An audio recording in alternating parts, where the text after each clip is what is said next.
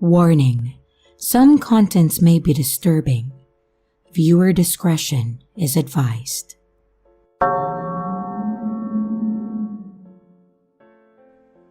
Back in 2019, I, an 18-year-old female, decided to download Tinder a few months after a rough breakup. I was very inexperienced with dating and pretty shy, so it seemed unlikely that I would meet a potential partner in person.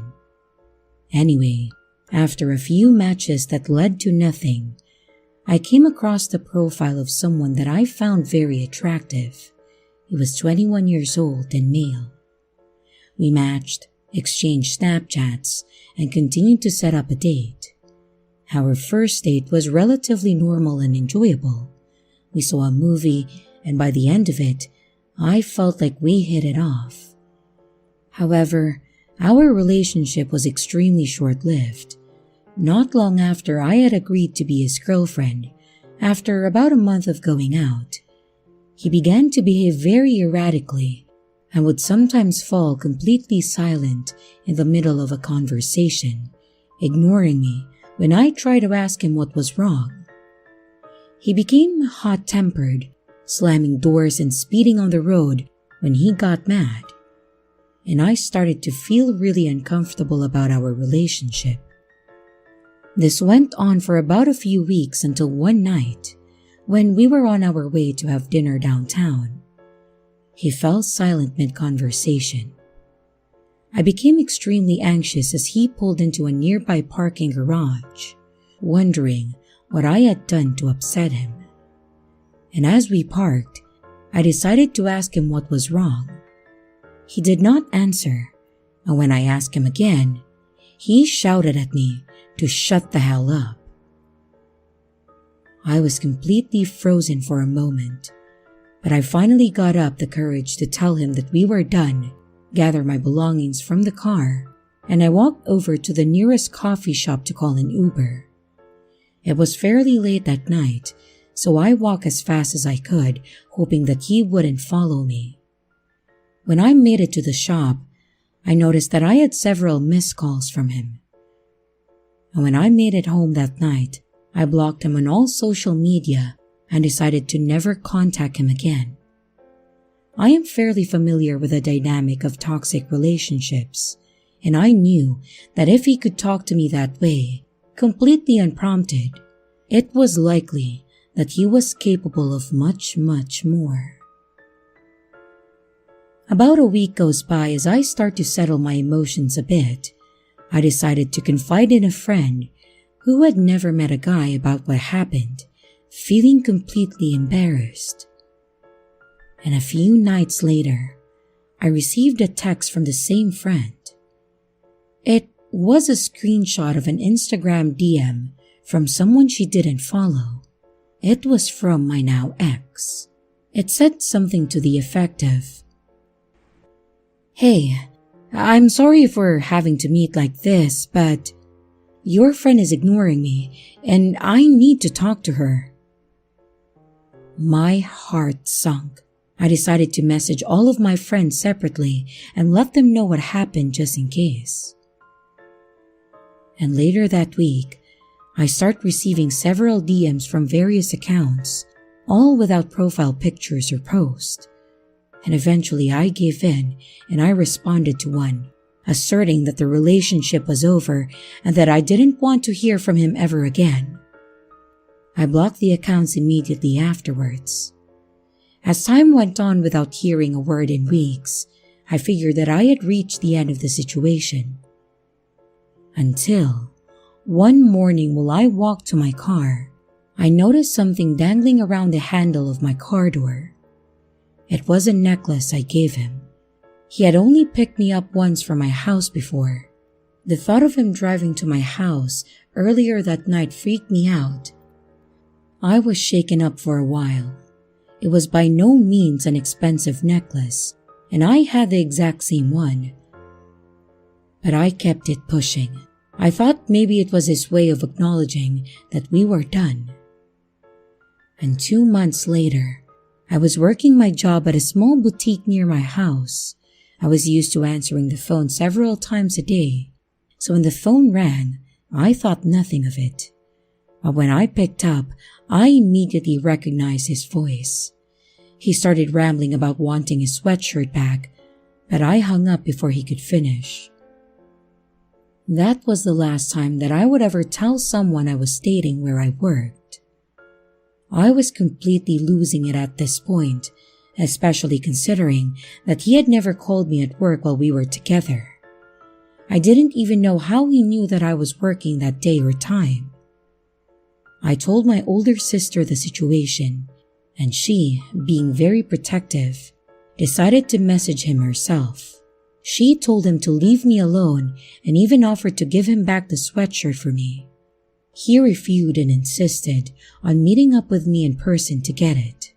And when it became clear that he didn't actually want the sweatshirt back, she threatened him with a PPO, to which he never responded.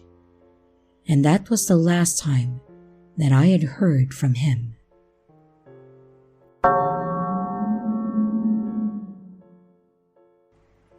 We've all had bad dates, right? Well, this is the only date that I've had to date that rang every alarm bell and waved every red flag.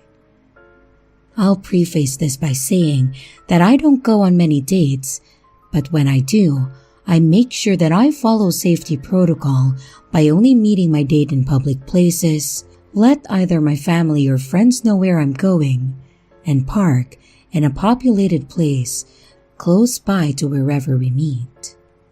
Anyway, this date initially suggested that we meet at his house to watch a movie and have a few drinks, and I said no, that I don't feel comfortable with that and I only want to meet in public.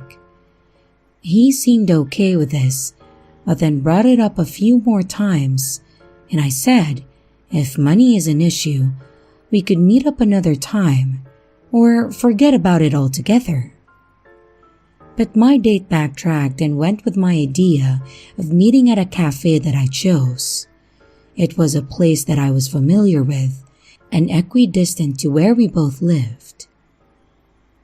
Anyway, he turns up in a 2-door car, which this detail will be relevant later, and then goes into the cafe, and I follow behind and introduce myself. And after a polite introduction, things began to get weird. I order a Coke and he says, "Don't you want a drink? I was going to pop into the bar and get one," which the bar is connected to the cafe. I say no, that I'm not drinking, and then he looks at me like as if I was being unreasonable. I already explained in messages that I don't drink as I'm on medication, so having to re-explain it again pissed me off. He seems disappointed and goes to order a cider from the bar while I get a table. Anyway, we sit down with our drinks and my date immediately goes on about going back to his place again, even though the original plan was to stay here and order food, and I already stated that that was not happening. He says something along the lines of having a few drinks and eating at his place, and I said we don't have to eat, we can just have our drinks and leave. He gets defensive and says he has the money, but prefers it if we go back to his. I make a joke and say, "You're not a killer, are you?" And instead of laughing it off, he stares at me uncannily and says, "You don't think I would hurt you, do you?" I laugh uncomfortably and say of course not, but really, I'm relieved this date won't be going any further. My date suddenly says, "Are you going to follow me in your car? Because that wouldn't make sense. How about we go in my car, but I've got packages in front, so you'll have to squeeze in the back and I'll drop you back off to your car after." In reality, that made less sense than me following in his car and driving home from his house. The fact that it was completely illogical made it even more creepy in my mind. Every alarm bell was going off at this point, and I said, "Look, I don't want to go to yours, and your insistence is giving me the creeps." My date looked shocked, mumbles something about needing the toilet, and excuses himself from the table. And a few moments later, I see him through the cafe window getting into his car and then driving off. Massive bullet dodged in my opinion. Also, the fact that his car didn't have back doors made it even more sinister, because imagine if something happened in the car and I couldn't escape.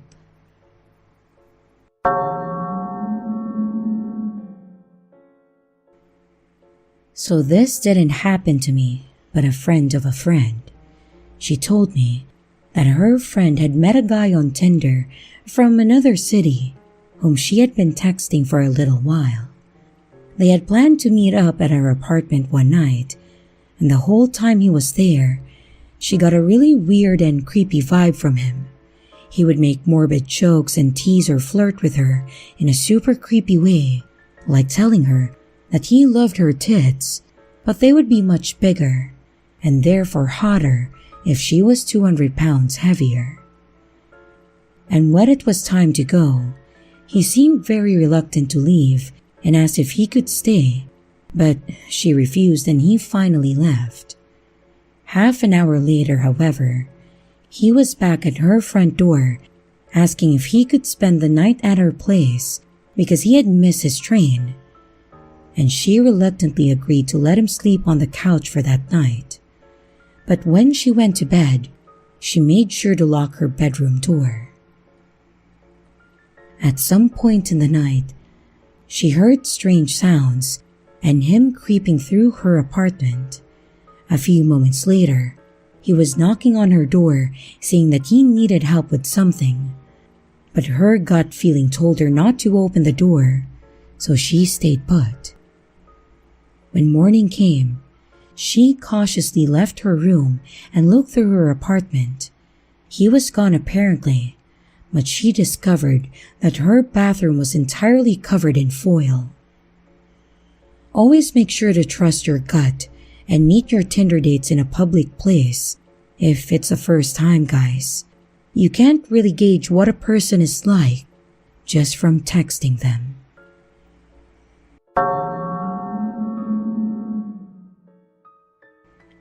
This happened a few years ago. I, a 20-year-old female, had just gotten into the Tinder scene and was pretty new to the whole thing. One of the first matches I had was with a guy named Zach. Not his actual name. Zach seemed super cool, and we messaged back and forth on the platform about video games, anime, and generic other things in our lives for about a week. Finally, Zach asked if we could meet up. I figured enough time had gone by and he hadn't given out any red flags, so I said yes. We set a date for the next day, and I made my first big mistake. I gave him my address to pick me up. Looking back on this now, I realize how stupid I was to do that, and things could have gone a lot worse when they did. The next day comes, and I spend much of my morning nervously getting ready for my first real Tinder date. Thankfully, my roommate Sarah, also not her real name, was home with me and experienced the whole ordeal. About 30 minutes before Zach was supposed to pick me up, Sarah and I watched 2 cars pull up in front of our 4-unit apartment building. 3 of these redneck-looking creepy countrymen get out, and they looked to be about 40, so Sarah and I paid them no mind. The next thing we know, we hear a loud banging on the main door. Our building is locked unless you are a tenant, so they clearly didn't belong. Me, being as naive as I am, thought that they were there for one of the other building residents, and I stupidly opened the door to ask him who they were looking for. The guy in the middle said, "We're here for," and they mentioned my name. At that moment, I went from friendly to confused to scared. I didn't like the way that they were looking at me. I told them that I was the one that they were looking for, which was my third mistake. And he gave me the creepiest smile, came over and said, "Oh, yes, you look like your pictures." This sent a chill down my spine, and I demanded to know who they were and what they wanted.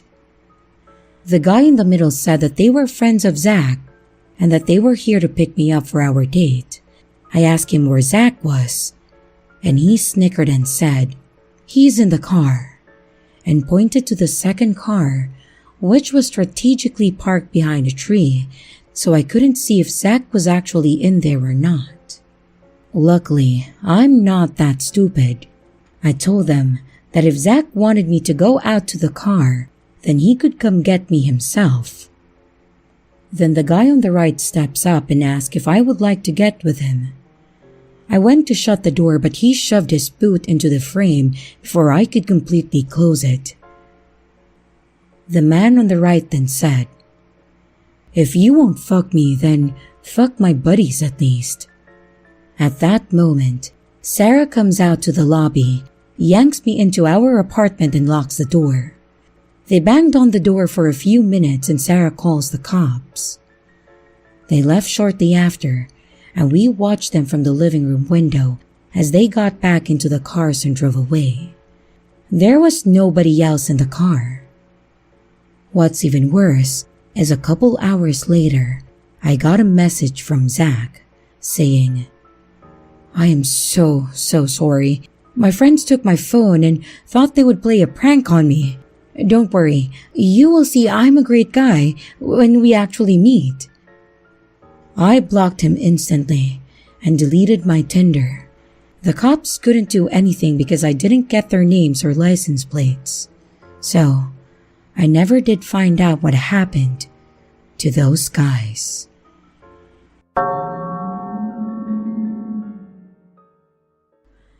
I just need to type this story out because it's still so unbelievably surreal to me that I can't even believe it's real. I'm not sure if this is the right sub to be posting this, but hopefully it applies. And apologies in advance because this will probably get long. So last fall, I started using dating apps seriously because I really wanted to branch out and meet new guys. I moved back home after I graduated college in May, which was still the pretty early stages of COVID, so I was lonely. I've only ever used Tinder, so my friend told me that I should try Bumble. And at first, it was fun. I matched with a few guys and there were nice ones, but the convos kinda died after a while, and I didn't really form a real connection with anyone on there. One of the guys I matched with asked for my Snapchat, which I gave to him so we could talk on there, and we also followed each other on Instagram. That kind of stuff is harmless to me, and I really don't think much of it. Our convos didn't last long, and we stopped talking after just a few days. He was a little strange, and I was turned off by it. And fast forward a couple of months, and I get a message from him on Instagram. He told me that he had unfollowed me because of my support of Joe Biden in the election, and then proceeded to spam me with probably over 40 messages trying to convince me to change my views and vote for Trump. I'm a very liberal person, and if I would have known he was like this, I would have never spoken to him. He kept telling me people have blocked him for doing this before and to please just understand where he's coming from. His last few messages were memes to ease the tension of the one-sided convo. He and I never talked long enough for him to feel comfortable messaging me like this. I didn't respond. I didn't even block him. I opened the messages so he could see that I saw them, and then I unfollowed him. The next morning, I got notifications telling me, "This message has been unsent by the sender." For every single message. Of course, I screen recorded it and sent it to my friend to tell her what happened because it was creepy and bizarre. It was over after that though, and the topic of this guy didn't come up again, so I moved on. A few weeks ago, I was scrolling through Facebook and I saw a post from a local news station that was shared from the town this guy was from in my state that's about an hour away from me. It was a news article about a guy who shot and killed an 87-year-old woman who lived in his apartment complex with a semi-automatic rifle. He was trying to get other residents out of their apartments until he was shot and killed as well by a resident in order to protect the others who lived there. And as I was reading about this, the guy's name and face seemed so familiar, and then it clicked. It was the same guy. I went back to the screen recording of the messages that I took months ago, and they confirmed it was him. I'm not sure how to describe what my response was, but I got really sweaty and my heart was racing when I made the realization. It's extremely disturbing knowing that I spoke to this man and even had a weird experience with him. It's been a few weeks since I found out, and I still feel weird about it. I was just reading about it again today since more details have been reported since the initial shooting. Sometimes, I think about the what-ifs. Like, what if I had responded to his messages the way I wanted to and called him a creep and weirdo and pissed him off to the point of violence and he tried to harm me? God, I hope the woman that he unfairly murdered is resting in eternal peace. Thank you for listening if you made it this far, and be wary of people on dating apps.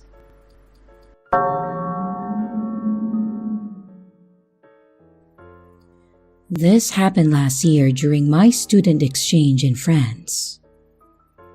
This was probably only 2 weeks before COVID imploded and I had to head back to my home country. That night, there was a language exchange at a bar maybe 30 minutes away from me on the subway. My roommate didn't seem interested in going, so I decided to make this my first night out alone as I had already talked to the organizers of the event, and they seemed nice. Plus, the subway in Paris on Fridays closes at around 1:30 a.m., so I knew I had time to go, meet people, and go home relatively safely. I got there maybe half an hour late, got my little flag stickers that indicated the languages I spoke, and I headed into the crowd to try to talk to people. Everything was pleasant. I made friends with a group of guys, and we made good small talk for a solid hour. After a while, the group decided to split and try to find others to actually exchange languages with, since we were all speaking English at this point. I headed over to the bar to get myself a drink, where a group of what I can only describe as chavs, but French, started annoying me about the flag on my shirt. A Chilean flag. They threw everything out there. Is it in Africa? Oh, is it in Colombia? At first, I didn't mind correcting them, but it got old pretty quick after I realized that they were just messing around. I left them to it and started talking to an older man by the bar who seemed nice enough, and after talking to him for about 30 minutes he heads off. And that's when the creepy encounter started. A random guy, mid-20s, early 30s, shows up next to me on the bar and starts making conversation by saying, "Oh, I knew immediately where your flag was from." I just smiled at him, then he started the, "Oh, you're very beautiful." That kind of talk. Look, as a 21-year-old woman, This isn't my first time in this situation. Usually if men aren't being overtly creepy, I'll just smile. Maybe give a conversation and try, and if they keep pushing, I just go. I said thanks and I kept nursing my drink, hoping that he caught the sign that I wasn't trying to talk. He kept asking me about where I was from, why I was here, where I was staying, to which I gave very vague short answers. And out of nowhere, and I really mean out of absolutely nowhere, he says something along the lines of, "I'm in love with you." Dude, what? I've directed maybe 20 words in total to this man, and I'm getting a full love confession? I let out a laugh that was half nerves and half "are you kidding me?" At this point, he's forcing eye contact, and I mean really intense eye contact. I tried everything.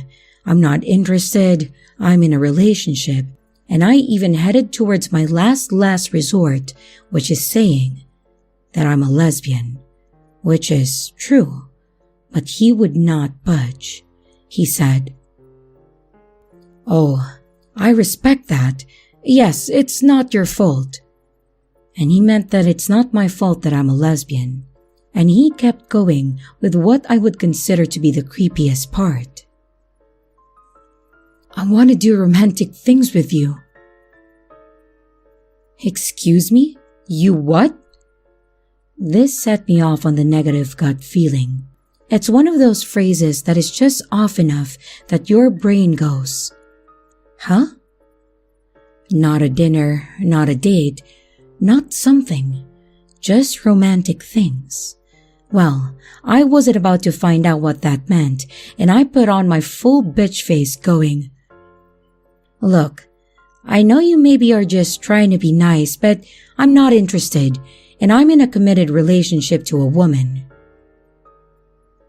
I got up, and he tried to touch my arm, to which I immediately flinched and shot daggers at him.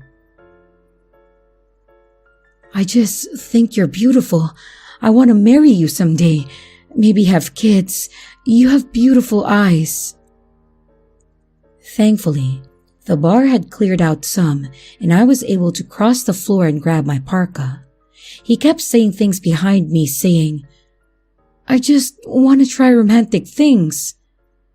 I grabbed a random non-creepy man that I had talked to that night who was just leaving, and I said, "Are you walking to the subway?" And I went with him. My recently professed suitor followed us. I remembered him perfectly, wearing a tan waterproof jacket, standing right outside the bar door looking at me. The guy I was walking with was going in the complete opposite direction of the subway line, but I wasn't about to risk going down to my own line alone and waiting. Most train stations have an option to switch directions if you mess up without paying again, so I figured that I'd go down with my bodyguard of sorts, making him stand with me near the direction change, and if I saw the creep coming, I'd book it and pray a car came in time. But it was just my luck that that specific station was undergoing repairs, and it was either get your direction right on the first try or perish. No direction change in sight. So I did what I, in my 2 mojito fight or flight mode, had to do. I ran back up the stairs and tried to pay again, except the card I used was one of those cards that once you scan, you can't use it again in at least 5 minutes, and I wasn't going to wait that long. And I could hear someone coming down the subway stairs. Paris subway has turnstiles, but it also has doors that only open once you scan. So I sucked in my breath as much as I could, went under the turnstile, and squeezed through the tiny space between the door. I have no idea how I made past it with my parka on. Adrenaline is a hell of a drug. I had just managed to make it downstairs when the train was arriving. But as I turned around, I saw him on the sort of bridge area overlooking the train tracks. I managed to growl at my biggest, meanest no. He said something like, "I want to grow old with you, give me your number," or something of that sort. And the train doors opened, and I walked inside backwards, making eye contact and saying no again. Luckily, that's just about one of the most universal words out there. I'm thankful to the Friday night 1 a.m. Paris subway crowd. They all seemed confused, but they had the right spirit, and a couple of girls waved me over so I could stand with them until the door closed. And they went with me until I had to change lines. Let me tell you, I felt safer on the 2-minute walk from the subway to my apartment than near that guy. And my neighborhood was kinda known for being a big crack hotspot. At least, the crackheads left me alone. So, if anyone takes something away from this, just be freaking mean. Be rude as hell.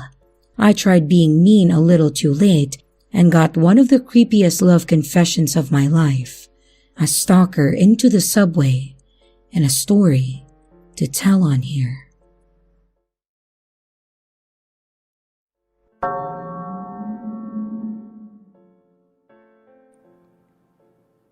This is a story of someone I knew and had cut ties with because he was a freaking psycho.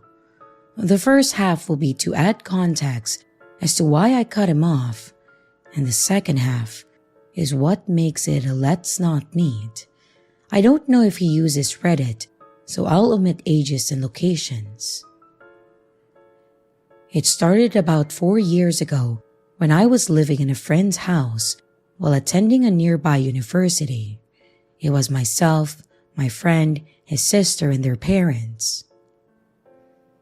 Roughly about 2 weeks into staying there, my friend's sister invited her boyfriend to live in the house too, and by all accounts, he was a pretty cool guy at first, very sociable and full of great stories, and we often sat around the table for drinks or talk about life, having a smoke in the garden. Within the first month, however, as he started to get comfortable, cracks started to show in his veneer. He would rant about government conspiracies, how he was always the wrong party. He was also big into Sigma male bullshit and martial arts. And Christ, did he have a temper. He had this big dog that he always kept in a cage that was extremely violent when he wasn't around. The dog attacked his girlfriend and had to be put down. That's when the guilt trips towards her began and the ranting became incessant. About 2 months later, he had the bright idea to live in a shipping container, mainly because the parents wanted him out, and he dragged his girlfriend along for the ride. I'm not talking about one of those cheap little restoration jobs. This was a rented container in a storage yard among the outskirts of town where we were living in. He would intimidate and threaten the staff there constantly until they called the police. This, of course, was another conspiracy. He became increasingly abusive to his girlfriend to the point where the family got involved to get her out of there. I stuck close to them, having to pretend to be on his side until we could safely get her out of there. They broke up, which he blamed me for, claiming that I was poisoning her against him to make her mine. She has a new partner now, and they are extremely happy. We all blocked the psycho ex on everything possible, but he continued to harass them until eventually he disappeared, or so we thought. Fast forward to last year, I started to receive messages over social media from several different accounts, blocking each one in turn when I discovered who it was. Some were friendly and some were hostile. One of these profiles, however, was pretending to be someone that I knew from university. We talked about life and how things were going, and eventually I was invited to a house party, claiming that it was a free house and plenty of people were coming.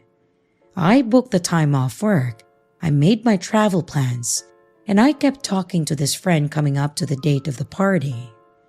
I mentioned it to my friend's sister, and she was interested in going herself, until I mentioned the address, and she panicked. The address in question was a property belonging to the crazy ex's father that was scheduled for sale. I waited until the day of the party, and I called the police to check on the property, claiming a suspected break-in. And they found 5 people there, including the ex. And parked out the front was a butcher's van equipped for food storage and a collection of knives, hammers, and rope. I'm extremely glad that I didn't go.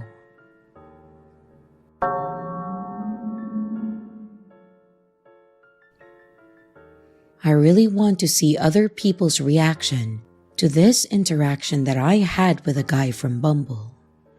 I, a 30-year-old female, matched with this 41-year-old guy, and we started talking via text and phone for about 2 weeks before meeting. We got along really well based on the texting and the phone calls we had. So finally, we went on an in-person date. We went to a brewery by his house, and it was great at first. The conversation came easy. Then, he invited me back to his place to watch a movie, as it was fairly close. One thing of note, I had told him previously that I didn't want to have sex on the first date, just to avoid that expectation, so I expected to literally watch a movie. When we got to his place, he was immediately touchy and affectionate. I gave him a kiss, and we made out for a second before he told me to go to his room. I really regret not speaking up for myself and saying no. It was just an awkward situation for me, so I just went along with it. But then, this is when it gets super weird. During the sex, he was so cringe, saying things like, "Yeah, who's my princess?" And, whose pussy is this? Like, not yours, dude, I don't know you. He then was saying that it was so good that he wasn't going to let me leave. Then he said it multiple times. He then proceeded to say that he was going to keep my underwear. I said no, and he insisted he was, and there was nothing that I could do about it. I literally just wanted to leave. I felt so weird and unsafe and just overall gross. I told him that I was taking my underwear back, and I did. He remained naked for a while, and I got dressed, and I told him that I needed to go. He got dressed and I left. So, does anyone else think that he was absolutely weird and creepy?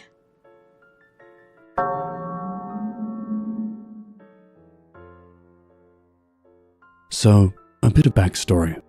I'm 18, female, from the UK. This happened in February 2019. I was 16 at the time. I got set up on a semi-blind date. We had seen photos of each other by a mutual friend. And this guy, we will call Cameron, he was 19. Cameron seemed like your average guy. Maybe a little into video games and anime and stuff, but overall nothing my friend told me about him seemed off in any way. Our mutual friend gave us each other's numbers, and we texted for a night and decided to meet in a Starbucks the next day, since we were both free. I never like to meet new people this soon, but I figured since Cameron knew my friend, it couldn't possibly go wrong. How mistaken I was. I arrived slightly early, ordered my coffee since I never like guys to feel like they have to buy for me, and parked up on a seat facing away from the door and pulled out my book. I may be there for 15 minutes, chilling out, and I get a text message saying he's here. So I'm like, great, I'm at X table. I feel a presence over my shoulder, and I turn my head slightly in acknowledgement. He must be here. Before I even get the chance to squeak out a hello, his lips latch onto my neck, and he starts sucking on my neck. Now, I don't like people touching my neck at the best of times. I'm very ticklish, and I get super uncomfortable by people even touching my neck. The few times I've had massages or hair treatments, I've been holding in my discomfort, and he's latched onto my neck like a leech.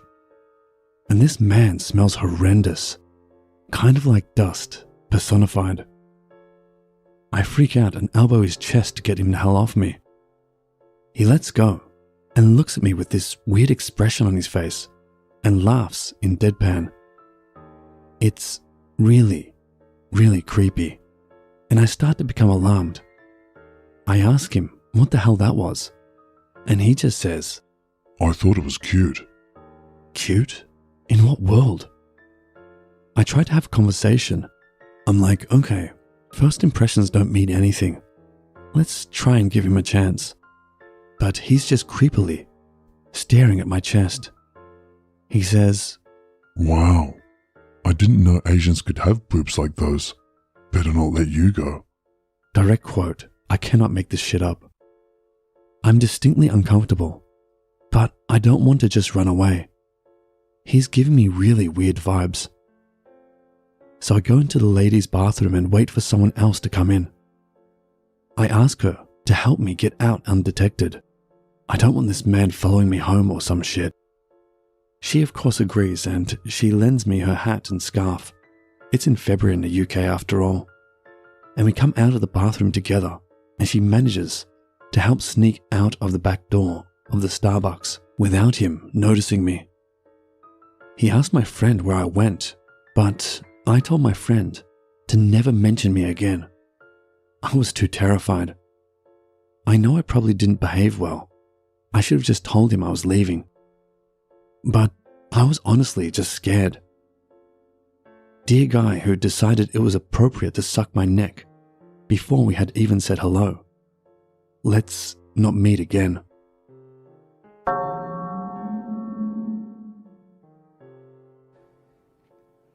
Last week, I had the weirdest dating experience in my life.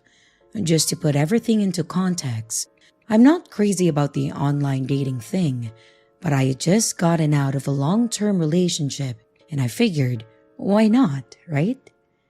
I end up matching with this gorgeous woman who I'll refer to as Daisy. Daisy and I started talking, and at first she seems really cool. So we eventually decide to meet up at a spot near her, roughly an hour away from where I live.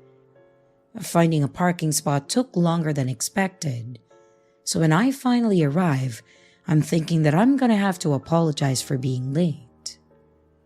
Unfortunately, I see that Daisy was nowhere to be found. And to add insult to injury, all of my texts and calls go unanswered for the next 10 minutes. This, in turn, leads to the assumption that I've been stood up. Annoying, but not the first time it's happened. Just as I'm about to leave though, I see her rounding the corner in a stunning outfit. She's every bit as beautiful as I envisioned, which probably helped me forget the poor communication just seconds prior. Daisy explains that one of her friends was having an issue and she needed to be there to calm her down. We then continue with our date and everything seems cool. Daisy was a lovely girl and we vibed the whole time. The only snag was her mentioning how she was looking for a father for her baby boy. Up to that point, she hadn't said anything about children. Something that I respectfully am not looking for. I still have a lot to figure out in my own life, and I'm just not in a place where I feel comfortable being an adult figure in a child's world. I informed her that I wasn't the best person to be around children, and she just kinda laughed it off. She gave me a whole spiel about how I'd actually be great with kids and how I just needed to trust myself. Then she went on to explain how the right woman would somehow bring out the father in me. Weird, but whatever. I asked if she was still close to the baby's dad, which leads to a tangent about how she thought she could make him into the perfect man but he was too resistant to change. When asked more about this, she simply referred to trying to make all the pieces fit in his life in a certain way, but ultimately, he couldn't be molded into what she wanted. Seeing that this was headed towards a toxic place, I opted to just change the subject and continue on with the night. By the time 11 o'clock rolled around, I was feeling exhausted and I decided to head home. After saying our goodbyes, I go to find my car, but before I even get in, I see it's been vandalized. The headlights were smashed in, my tires slashed, and one of my windows were broken. Oddly enough, nothing was stolen. It just appeared as though someone had taken their anger out on my vehicle. Right as I'm about to call roadside assistance, I hear someone yelling my name. Lo and behold, Daisy just so happened to be driving right past me. Unprompted, she decides to pull into the parking lot and she immediately notices the damage. After inspecting my car for a few moments, she suggested that we go back to her place to hang out for a bit and then she can take me back after. At first, I was really reluctant, but after looking at Uber and Lyft prices and hearing a convincing argument from Daisy about how bad Uber is in the area, I agreed with her. I got everything squared away with having my car towed, and we headed off to her apartment. When we arrived, the first thing I noticed was how clean everything was. There wasn't a speck of dust or item out of order. When Daisy turned on the TV, it was already set to Netflix, and a bowl full of snacks was neatly placed on the table. It appeared as though she was expecting company. But what I found the oddest was that there was no babysitter. What good parent leaves a baby completely unattended for hours at a time? When I asked about this, she simply laughed it off and made a comment about how her son was too good to need someone to watch him and how she didn't trust others in her home.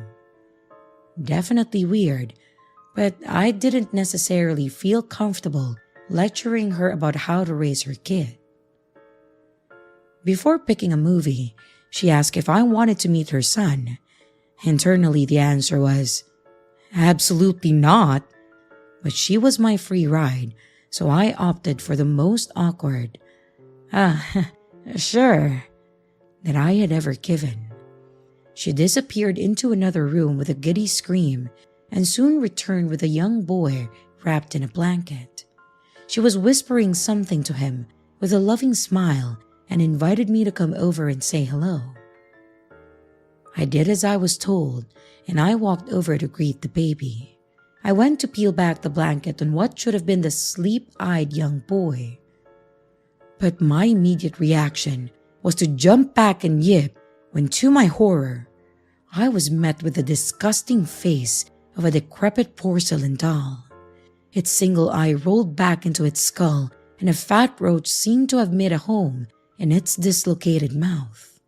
The once white skin was stained black and various cracks ran around its head. For a moment, I genuinely thought that this was some kind of horrible prank.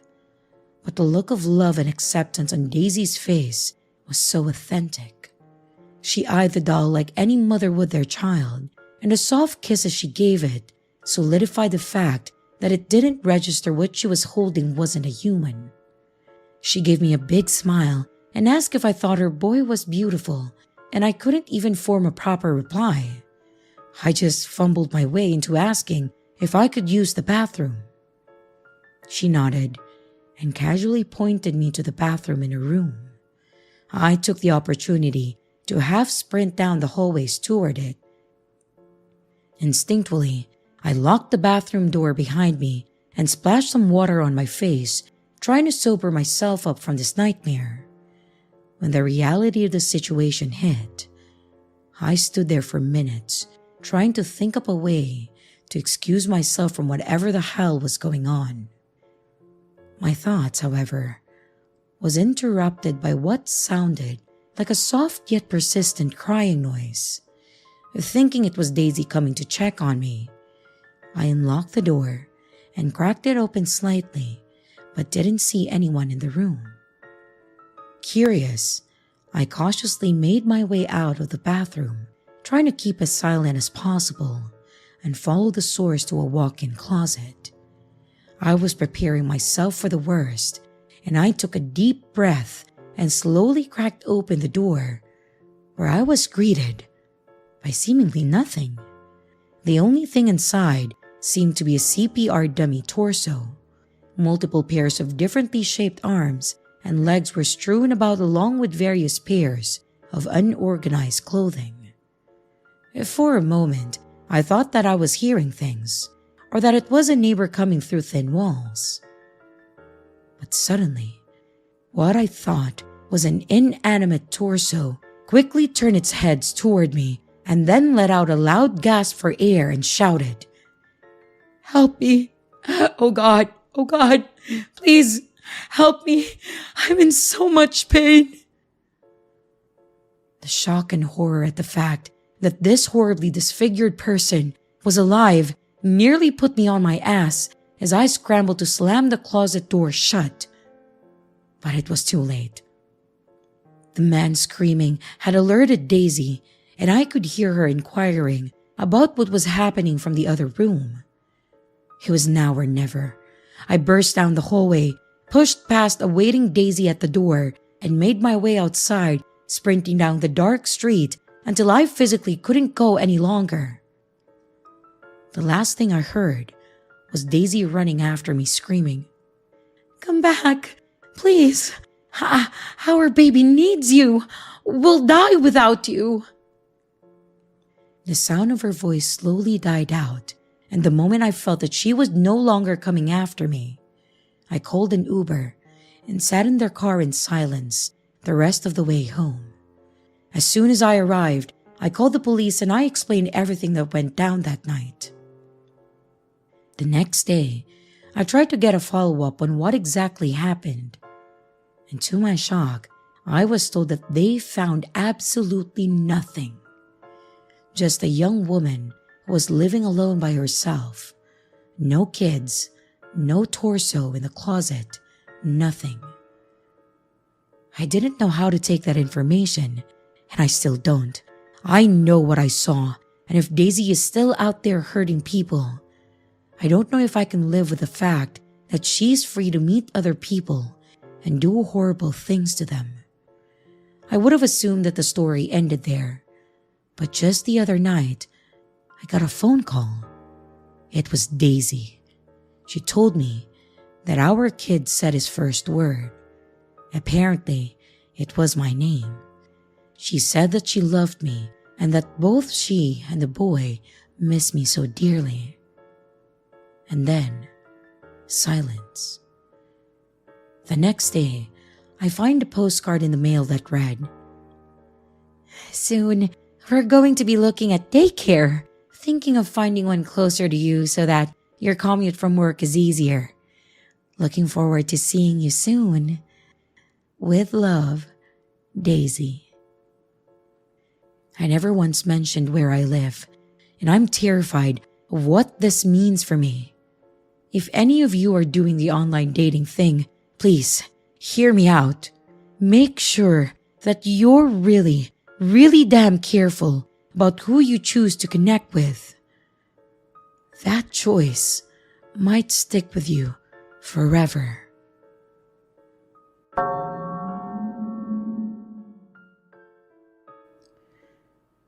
A friend of mine recommended a dating website for me to check out, which isn't too unusual. However, the site he told me about was clearly a joke. It was a site to date monsters, or at least that's how he put it. He gave me the website address and told me that it was only up for 7 minutes and 7 seconds after midnight. I rolled my eyes at him, and I put the information away in the back of my mind in case I got bored one day. Well, recently, I got very bored, and I wasn't able to sleep. Scrolling through my social media, just trying to find anything new. I sighed wondering if there was something a bit more interesting that I could do. That website came to mind. I mean, why not, right? If it was real, it was clearly a prank website that could entertain me for a few minutes. I waited for the clock to hit midnight, and I easily found the site. It looked like one from the early 2000s, blocky scrolling bars and a chunky mouse. The front page had a few profiles of the top creatures in demand. From what I could see of the photos, the top sellers looked like people wearing animal ears. This was a really poorly made joke. I hit my screenshot key to show my friends, but nothing happened. I guess some sites put a block on that sort of thing. I really didn't know much about website building to think otherwise. It would take me longer than 7 minutes to fill out the form or to pick out a monster that I wanted to request a date with. So I saw a randomized button on the top of the screen. Hovering over it for a few moments, I clicked it. It then brought me to a page that was simple compared to the rest. Instead of picking out a creature, you could have one sent to you. The site would tell you a day and time, and the creatures of the site would be able to pick if they wanted to go out, so it wasn't truly random on both ends. The human just didn't know what they would get. There was no form, so I just hit the button and I waited. I doubted anything would happen. This was a joke site after all, right? The screen turned black and I started to feel a little bit of fear creep up my spine. I was almost angry at myself for feeling like that. It was just a simple website. I was about to close it when a text and an image came on screen. Alex Hawthorne, Wednesday, 10 p.m., location below. I took a small inhale of a surprised breath when I saw a photo of a park that I knew. Not only did this site somehow pull my name, it also found a photo of a location close by where I live. This was stressful. I felt as if my computer just got a virus. I closed the site and I ran a virus scanner. Just to be safe, I reset my passwords in the important sites, hoping that the fake dating site didn't install something that could spy on what I was doing. Only time would tell if I was tricked out of my life savings or not. It wasn't as if I had a lot, so it wouldn't be a huge loss. I would give my friend an earful the next time that I saw him for telling me about this damn site. As the days passed, I started to think about it. Surely it wasn't real, right?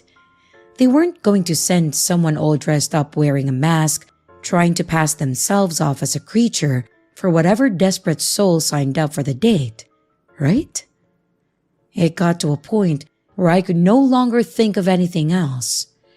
I was done with work and was very close by the park. The least I could do was to take a peek to see if anyone was waiting, no matter how silly I felt about it.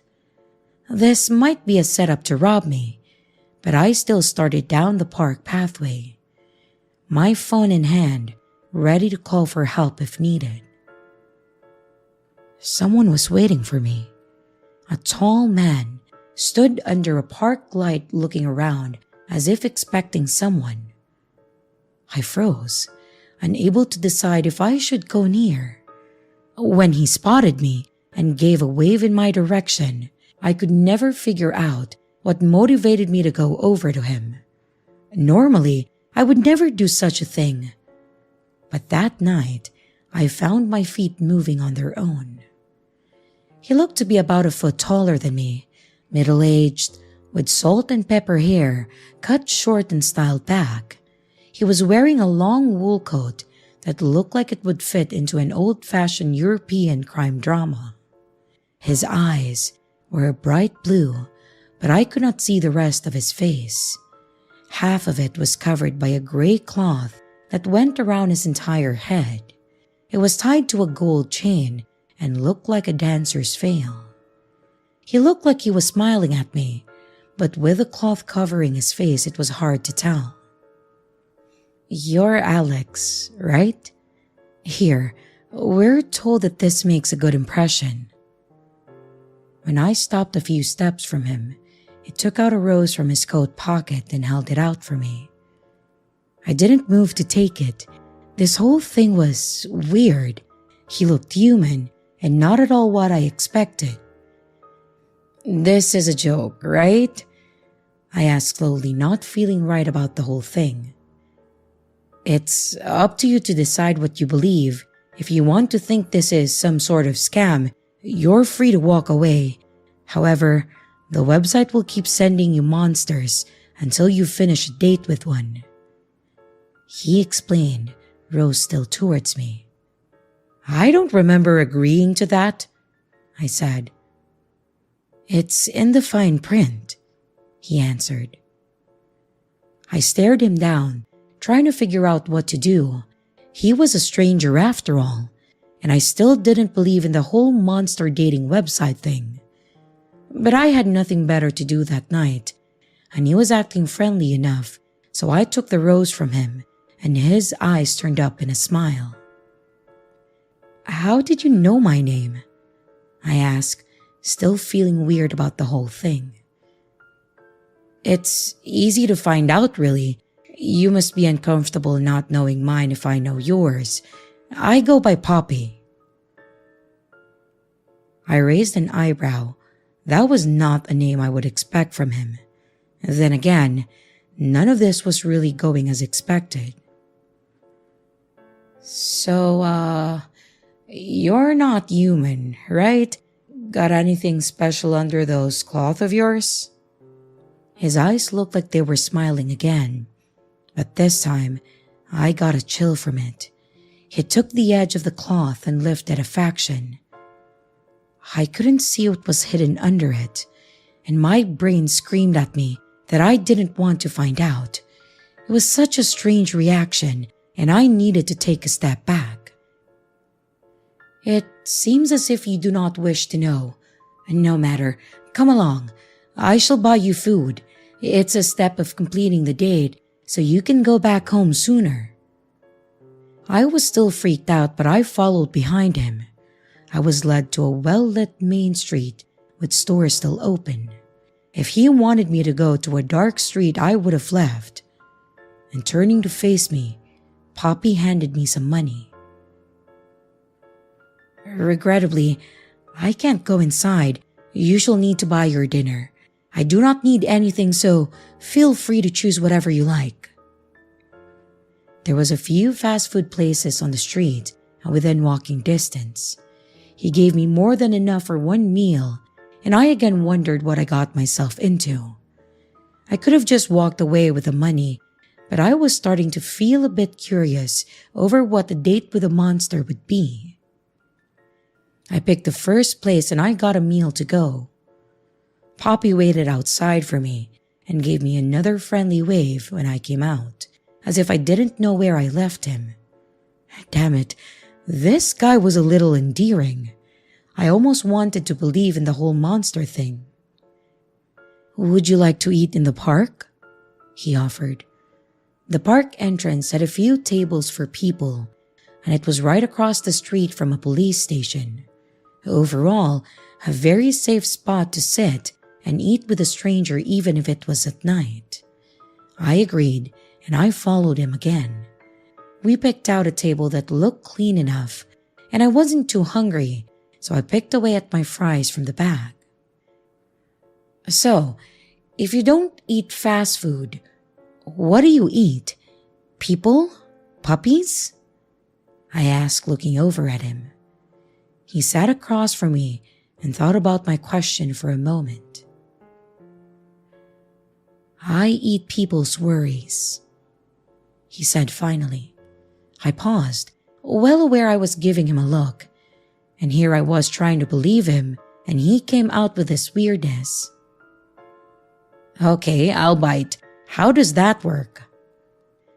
To put it better, I eat the causes of people's worries, It's like a monkey's paw thing. He raised a hand that was covered in a white glove to emphasize his point. Let's say you're worried about a job interview coming up. I eat those worries and there, no more job interview. Another example is if you're worried about your daughter's grades.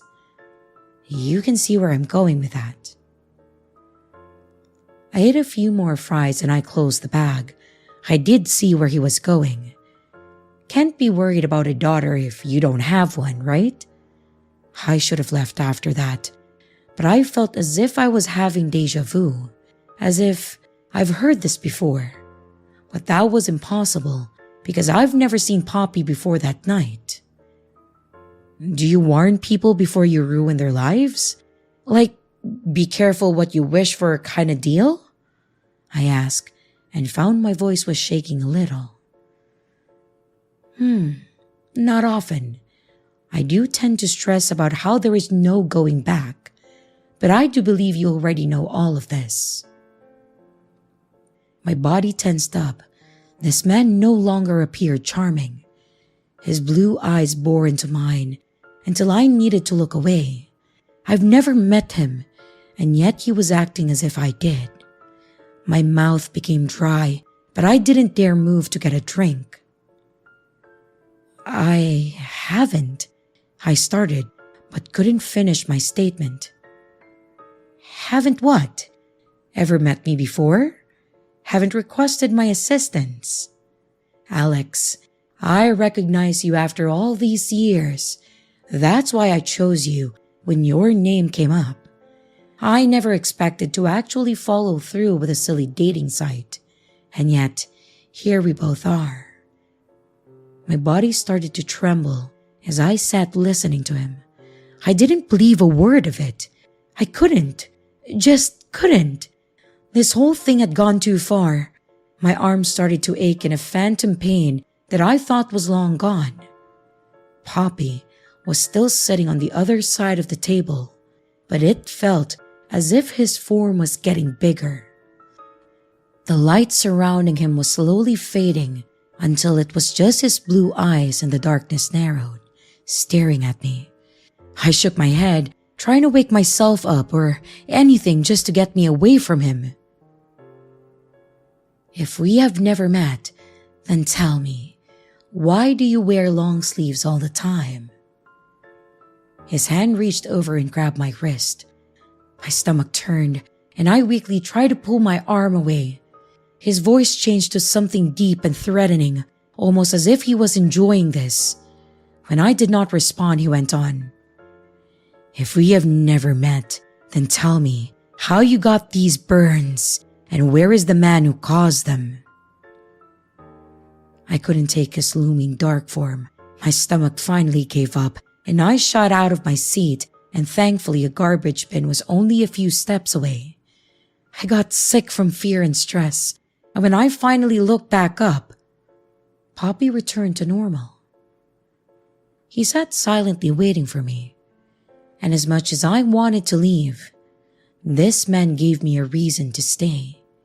He was dragging up memories that I worked so hard to forget. What happened before? How did we meet? My voice was hoarse and I sounded terrible. He waited until I sat down and took small sips of my drink. We met when you were a child. You asked me to deal with your father. The burns are from him, I believe.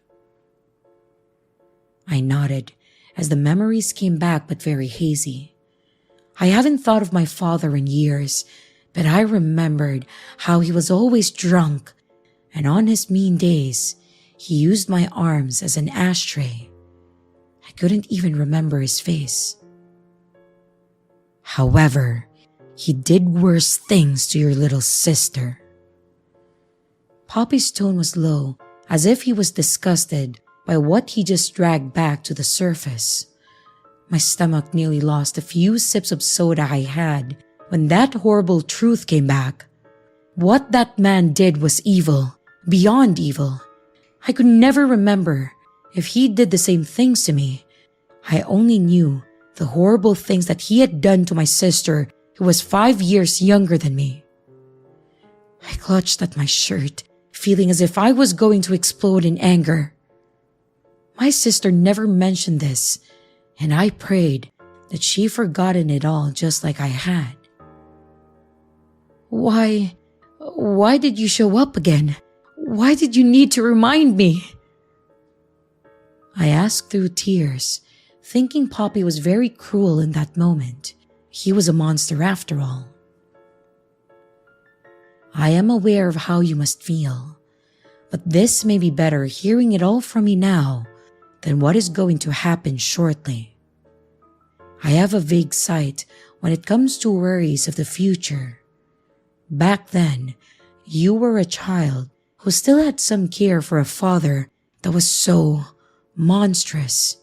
I could not burden you with his death. He has been in prison all this time. Your sister's memories shall never return because I devoured them. You requested some of yours to be saved in case he ever returned. My head shot up and I felt dizzy. How could he get out of jail?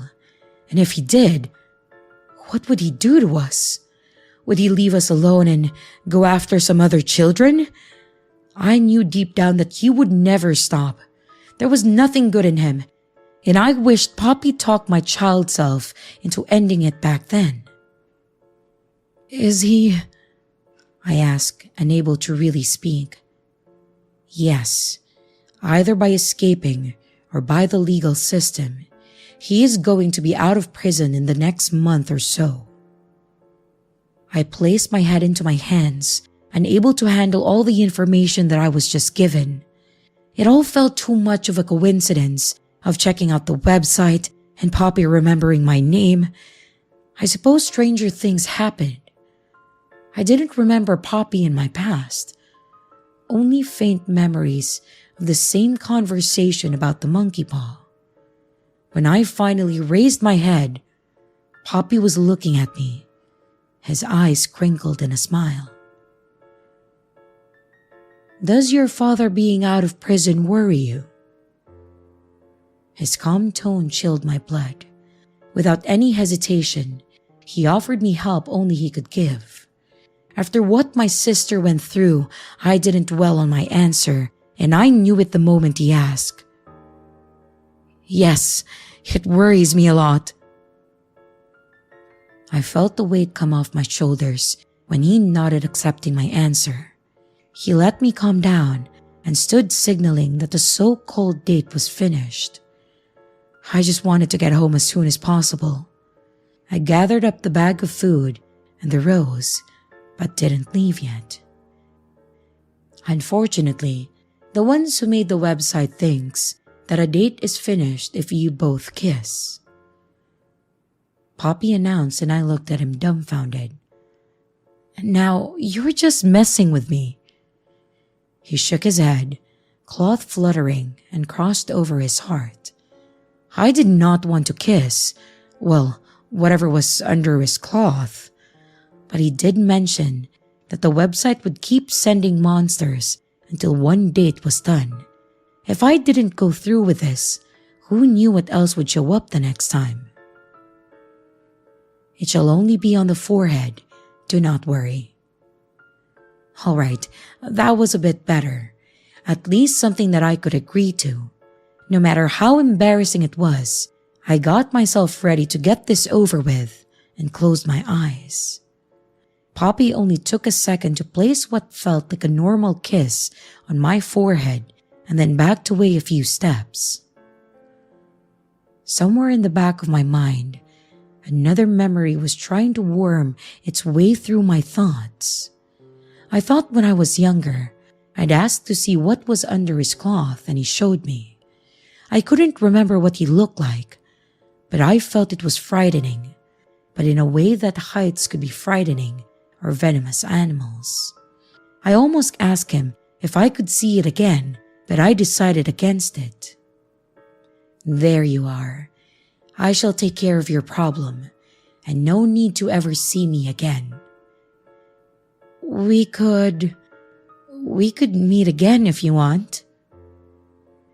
He looked down at me. His eyes narrowed, but in a kinder way than before. I would like that, maybe someday. And without giving me any way of contacting him again, he gave me a wave and left. I stayed in the park watching where he went before turning around to head back home. The rose I dried is the only proof of my first and only blind date. A month later, my mother called me. It was something serious judging by her tone. My father tried to escape prison that day. He was shot, and she wanted to tell me, feeling that it would be better for the news to come from her and not from some other source.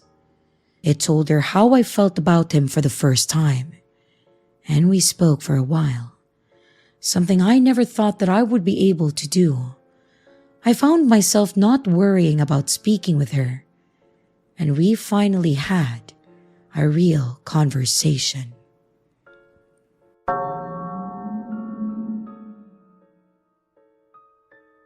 This happened in 2011. I'd just gotten out of a rough relationship a few months prior to this happening. My friends encouraged me to try dating again, so I caved and made a profile on the website, Plenty of Fish. I was surprised with how many messages I'd received within the first few hours. Most were just people saying hi or asking to hook up. I wasn't looking for a hookup, so I ignored those messages. After about a week, a guy, roughly an hour away from me, messaged me. He was cute, so I messaged him back. The conversation was pretty casual at first. He asked if I'd like to go for a coffee sometime. Not thinking anything of it, I said sure. This is where it started to get weird. He started to get pushy and ask when we could grab a coffee. I told him I didn't have my own car, so I'd have to borrow my mum's car to meet up with him. He offered to come pick me up, but I wasn't comfortable with the idea. The next message made my blood run cold. It read, I'm sure your hometown isn't that big. If I knocked on a few doors, someone would be able to tell me where you lived. Are you crazy? I replied. I'm sorry, but that's kind of creepy. This just pissed him off. He messaged me multiple times after this.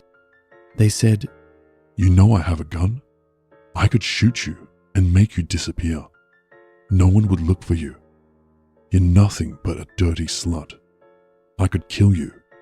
I'll throw you down a well, and no one will ever find you. I was really scared at this point, so I asked him to please leave me alone. He replied with the following. I know where your hometown is. It's not a big town. I can find you. At this point, I'd had enough, and I blocked him. I reported his account to Plenty of Fish and deleted my account. I was really on edge for the next few weeks after the fact. I was afraid he was actually going to come look for me. So, to the creepy guy who threatened to kill me on Plenty of Fish, let's not meet. Ever.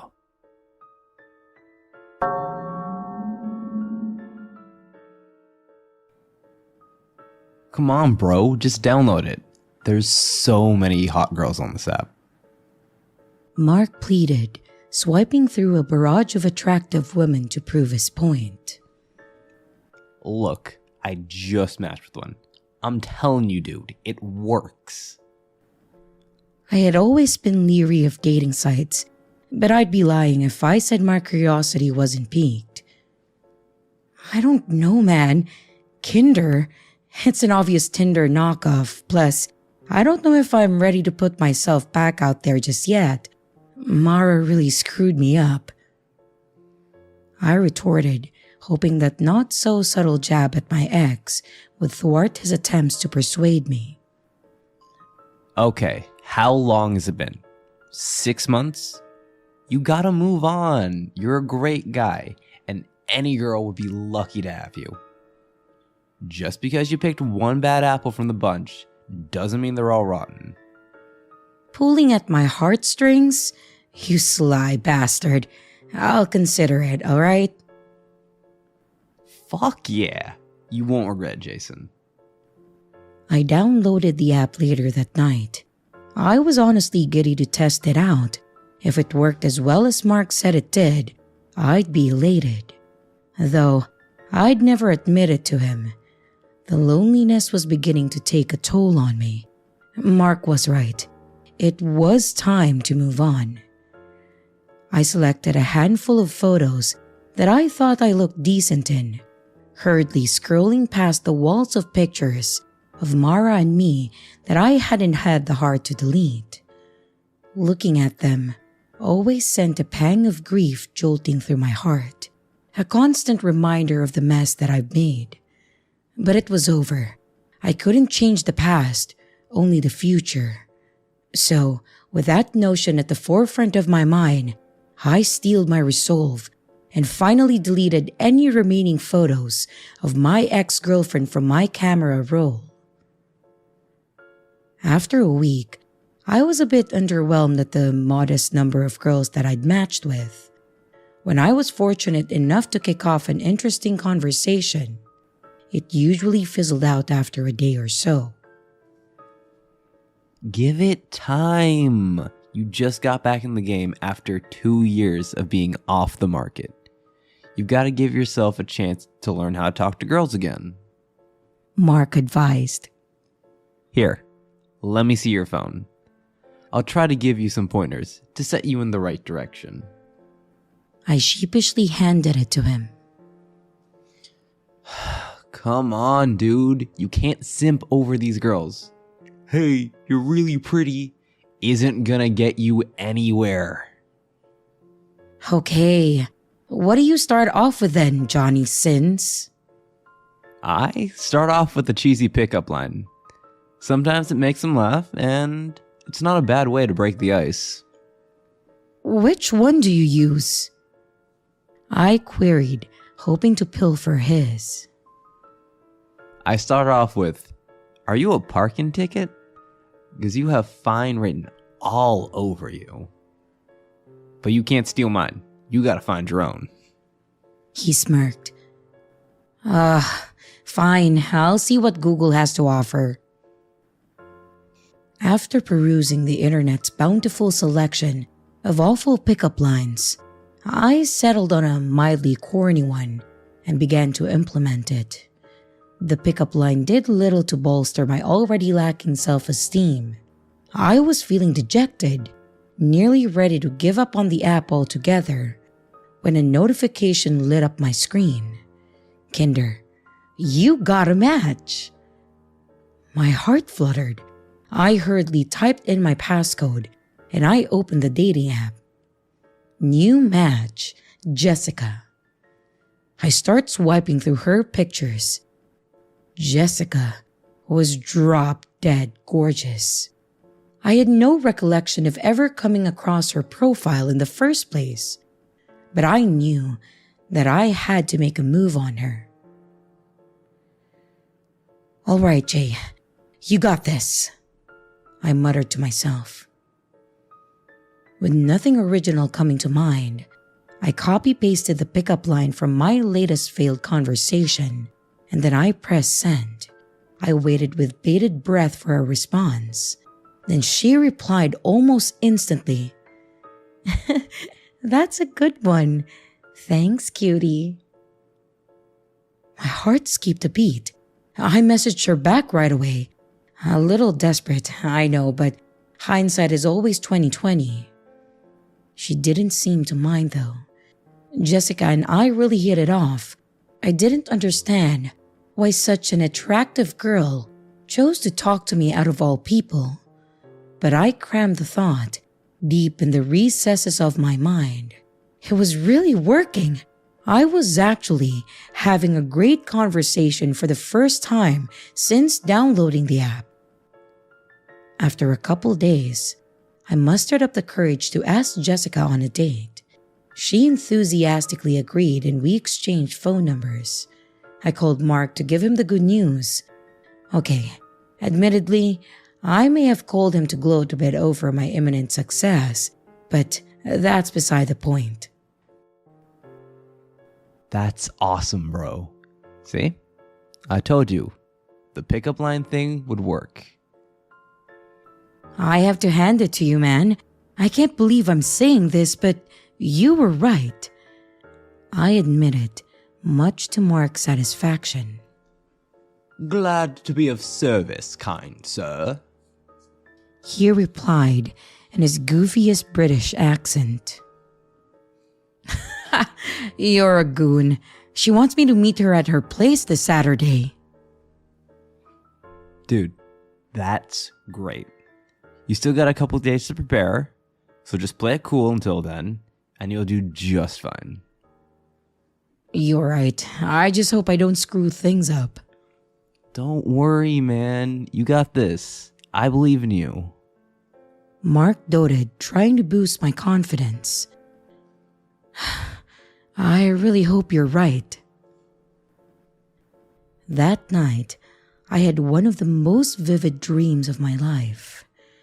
I was alone in a dark house that I didn't recognize. The luminescent glow of the television was my only light source. I warily stood. I felt tired, so tired, as if I was underwater with cement blocks strapped to my feet. I blearily called out into the encompassing black. Hello? Is anyone here?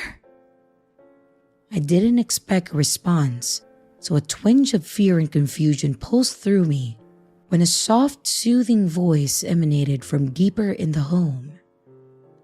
In here, baby, she sang, enticing me to follow. I moved as quickly as my heavy feet would allow, clumsily making my way to the hall. Where are you? I shouted. A figure began to emerge from a room at the far end of the hallway. It was Jessica. She looked absolutely magnificent. She was dressed in lingerie, her skimpy outfit proudly advertising her assets. Her long brown hair flowed down her back, tapering off nearly halfway down. Her smile captured my heart, beautiful rows of stark white teeth gleaming back at me. Her stunning green eyes connected with mine, paralyzing me with her tantalizing gaze.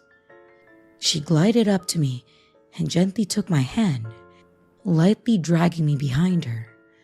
My heart pounded in my chest, and joy overtook me as we closed the distance to her room, every second mounting to the glorious crescendo that I was dying to experience. Then right as we reached the doorway to her room, I heard an alarm clock. My eyes sprang open. Disappointment enveloped me as I realized that it was just a dream. But it felt so real. Maybe it was a vision? A passing sense of delight bubbled inside me at the thought of it. I had the same exact dream every single night that followed. Each time, Jessica and I would come so close to passing the threshold of her bedroom, only for my alarm clock to tear me back to consciousness. It was starting to freak me out with the consistency of it all. I reasoned that because Jessica was on my mind all day, then my dreams were reflecting that. I tried not to dwell on it, and I focused on mentally prepping myself to meet Jessica in person. The days leading up to our date were full of anxious anticipation, and when the day finally came, I was a bundle of nerves. I made sure to look my best, applying extra deodorant to mask the foul stench of the nervous sweat that I was certain would come. I left my house a few minutes before 8, shooting Mark a text to let him know of my departure. I pulled into the driveway and I messaged Jessica to let her know that I'd arrived. She instantly replied and told me to let myself in. I thought it was a little strange that she wasn't going to greet me at the door, but I ignored the notion and I timidly approached the house. Sweat began to pool above my brow as I pushed open the front door. And once I stepped inside, I froze in utter shock. It was the same house from my dreams. Everything matched, even down to the brown splotch on the carpet. Hey, I'm here," I stuttered, announcing my presence. "In here, Jay baby." Jessica's sweet voice floated from within the house, luring me further in. I cautiously trudged into the eerily familiar hall, and there she was. She looked even more gorgeous than she had in my dreams. That long, brown hair cascaded down her shoulders. Her petite frame was flawless. Her minuscule amount of clothing clung to her perfect features in a way that only worked to embellish her even further. Her smile stunned me as I stared transfixed into her glistening green eyes. She stood seductively in the doorway, beckoning me to come closer. My legs involuntarily drifted toward her, and in a matter of seconds, I was standing before the radiant enchantress that I'd been so eager to meet. She slipped her soft palm into mine, interlacing our fingers. And then she pulled me into her room. She led me straight to her bed, where she adopted a promiscuous position atop the covers. She said, "Care to join me?" She giggled. "You know it," I replied, donning my best sexy voice. I swiftly kicked off my shoes, discarding them at the foot of the bed. I began to approach her, but my foot clumsily caught on the corner of the bed frame, sending me crashing to the floor with a loud thump. "Oh my goodness, are you all right, sweetie?" Jessica implored, alarmed at my sudden mishap. Yeah, I'm fine," I breathed, preparing to lift myself back up. But before I did so, I caught a glimpse under Jessica's bed. A shriveled, rotten corpse glowered back at me, hollow, sullen eye sockets cold enough to bore a hole through my chest. Fear coursed through me. At least half a dozen mummified husks littered the floor. It looked as if their life force had been drained, leaving behind only an empty shell. "Are you sure you're okay, hun? Well, Mama can make you feel all better." Yeah, I just need to use the restroom real quick," I lied, shuffling to the hall. "It's down the hall and to the left. Hurry back now, sweetie," she uttered, a tinge of impatience seeping into her words. "Oh, I will." And once she was out of sight, I bolted to the front door, not caring that I'd left my shoes behind. I jumped into my car and I floored it out of there, tires squealing as they grappled for traction. Jessica tried calling me repeatedly afterward. I blocked her number and I deleted Kinder. I receive calls from random numbers occasionally, but I can't definitively say that it's her. I have a sinking feeling that I haven't seen the last of her yet, though. Because every now and then, I still have that same recurring dream. Only now, I always see how it ends, and I wouldn't wish that nightmare upon anyone.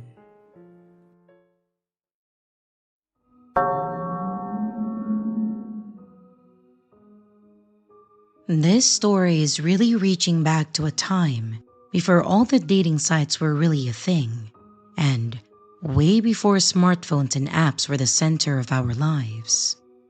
Back then, before everything was simplified, I used to be a long-time member of a certain IRC. That's Internet Relay Chat for the kids. These were chat rooms that were more or less embedded on websites, and they were pretty much anonymous in the fact that you had to have a display name, but not much else. Hell, most of them had the feature that let you join in as unnamed guests, and the rooms would sometimes be filled with guest 04253 and such. They were a lot of fun, and I kind of miss those days. But nowadays, the internet is all about look at me specifically, so the idea of anonymity being a core concept is relegated to pretty much just the deep web. Now, despite the fact that there was this layer of anonymity with IRC chat rooms, it was actually quite common to, quote-unquote, find love while chatting with these people. There was a direct message system too, so you could have conversations one-on-one, so you could get to know the person on the other end pretty well, even if there was no way to confirm literally anything that they told you or said. I'm sure that some of the people I spoke with that were interested in me were probably 60-year-old guys pretending to be women in their 20s. And that's okay. I can safely say that this was a long time ago, or that was the old me. But there was one person that I spoke with on these chats that I actually did have a bit of a relationship with, albeit only for a few months. Her username was the title of a song, with some X's and numbers thrown in the mix, but I can safely say that her actual name was Taylor. Taylor was a year older than me at that time. When we met, I was 21 and she had just turned 22 when we met and started speaking. I don't remember why we started talking one-on-one, but we did, and after a while, things seemed to get to a point where we both wanted to start the relationship. Now, long-distance relationships back then were a bit different than what they are in 2023. Long-distance phone calls were expensive, and cell phones had set texts and talk minutes, so it wasn't like you could be as close to the other person as you can in the current year. And because of this, we had our IRC conversations, and we had also emailed each other a few times. And before anyone mentions that Taylor was probably one of the 60-year-old men that liked to play the role of a young woman, I actually knew that Taylor was legit. We had sent pictures to each other, including pics to prove that we were real, which was essentially a picture with a date, time, or username written on our hands in Sharpie and then covering one of our eyes. Yes, things were that complex back then. You had to be creative to come up with something that was difficult to fake to prove that you are who you said you were. Now, all of this is to say that Taylor was gorgeous. She was exactly what you would think of when I say a 22-year-old girl that likes to talk in IRC rooms. She had dyed black hair, the color blue eyes, and she liked the color black on everything, and she had a few face piercings. And let me tell you that I instantly fell in love with her. I even told her that she was literally the girl that I was looking for in life, and she thought that it was the funniest thing ever. From there, we did say we were dating actually. We would chat every night, send pics through email of ourselves, and while things never went past PG-13, this was the happiest that I have ever been in my life. We had our little relationship for 3 months, and almost on the dot, and everything seemed great, until there was a stretch of time that she just didn't log on. I didn't see her in our chat rooms, and I would email her, but she didn't reply to me. I was genuinely upset, thinking maybe something happened to her. Maybe she wasn't really as interested in me as she claimed. I was almost heartbroken, thinking that I had messed this up, and that this was a once-in-a-lifetime thing that I had ruined. I kept emailing her every night just hoping that she would see them and send a response like, "Oh, my internet was out for a few days. I'm sorry about that." Or, "I was out of town." I was basically holding out hope that she would say anything to bring it back together. And then, I did get a response, but it was rather strange.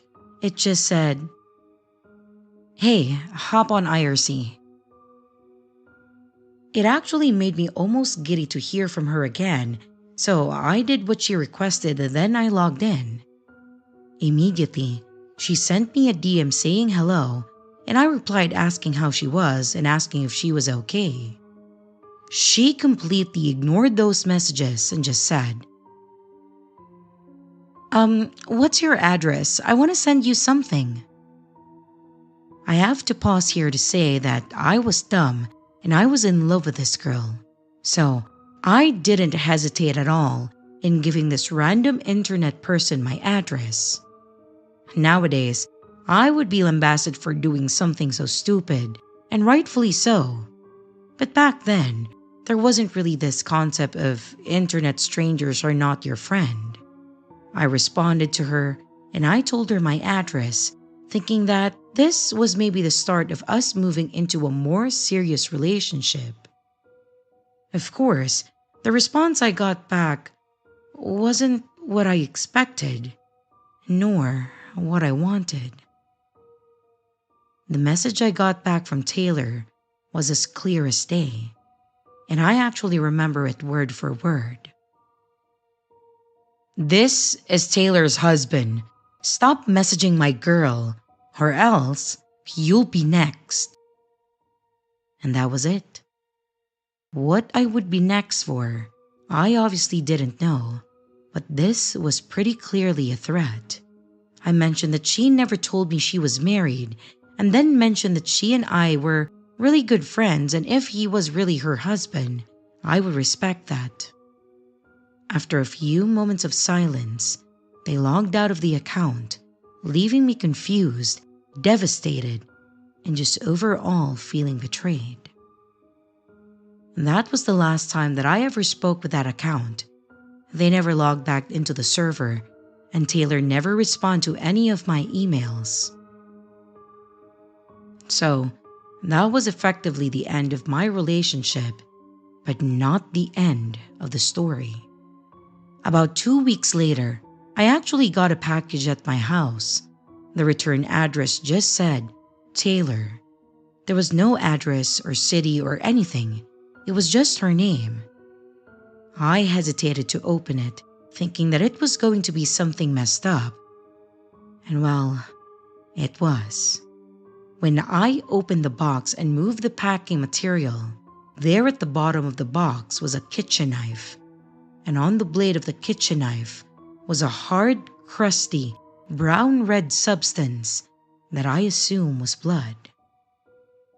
I immediately called the police, telling them to send an officer to my house because I had gotten a package with a potential murder weapon. That was a really fun story to explain to the officer when he got there. Not gonna lie about that. I had to tell him that I had met a girl on the internet and that we were dating, but then her real-life husband had threatened me after I gave him my address, and then today, the package showed up. I feel like if I had told this story this year, it would be less strange. But back in 2003, it was like explaining foreign concepts, and they had a lot of questions. I ended up having to go to the station to pretty much be interrogated, and after answering questions for 4 hours, they decided that I was probably telling the truth, and then they took the knife, saying that they would look into it. I don't know what they were looking into. All I had was her first name, her username, and also a picture of her. I have no idea if their investigation ever went anywhere, nor do I know if that blood was human, but it was definitely sent to me as a threat, and it told me what he meant when he said that I was next. All of this was 20 years ago, and looking back, I kind of miss the old internet. Hopefully, this can trigger some nostalgia for your older audience and educate your younger audience on how things used to be. Remember, kids, don't tell strangers where you live. You may end up with a bloody knife in your mailbox.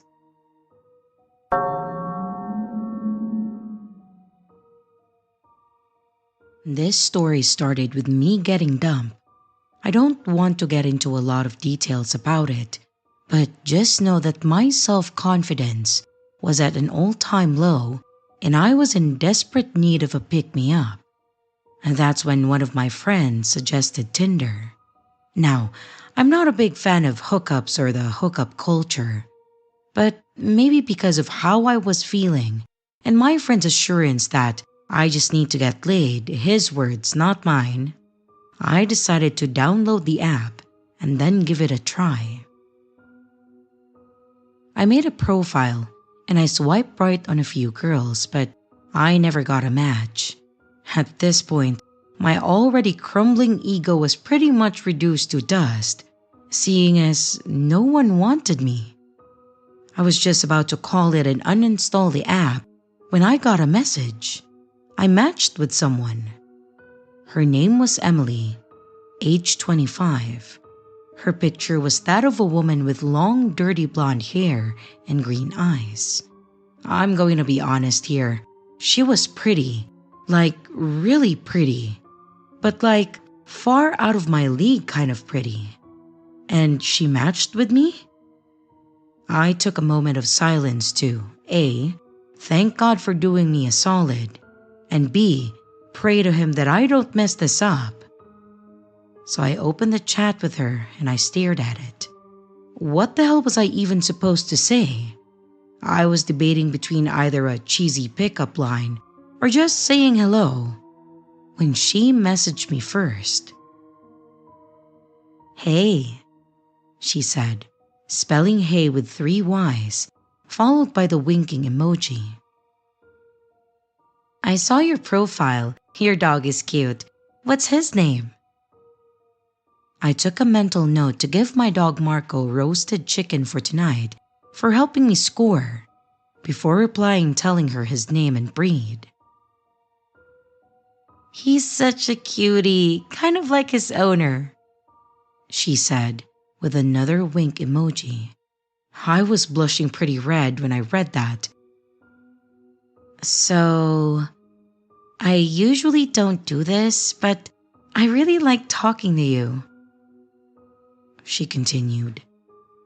My heart pounded in my chest as I saw that she continued typing. She asked, So, do you want to meet up for something? Score. I took a moment to acknowledge that God did indeed answer my prayers before replying. Sure, I'd love to. I'm not sure how desperate I sounded, but I hope I didn't scare her off. But apparently not, as she then told me where to meet her and we decided on a date. On the day of, I'll admit that I was nervous. I just hoped that the buckets of sweat that I was sending out wouldn't show on my clothes. I dressed casual but nice, brushed my teeth twice. I showered, put on deodorant, put on some cologne and popped a breath mint before getting in my car and then driving to a location. As I check, it was a cheap hotel, nothing fancy. But given that she was the one who suggested meeting here, my brain flew out the window as my mind was filled with dirty thoughts. And once I arrived at the room, I took a moment to ready myself. I was preparing to enter the room and have the night of my life. I hesitantly knocked on the door, but I got no reply, so I knocked again. Maybe she wasn't here? I took out my phone and I sent her a message asking if she was here. I unfortunately got no response. I decided to simply wait outside in case she was running late or something. but I eventually decided to give her a call after half an hour because at that point, I was of the firm belief that I simply got stood up as a prank. That is, however, until I heard a phone ringing from behind the door. "Emily?" I called as I knocked on the door. I was listening closely before the door opened, and a hand grabbed my arm. It wasn't the dainty hand of a woman. This was a large calloused hand, a man's hand.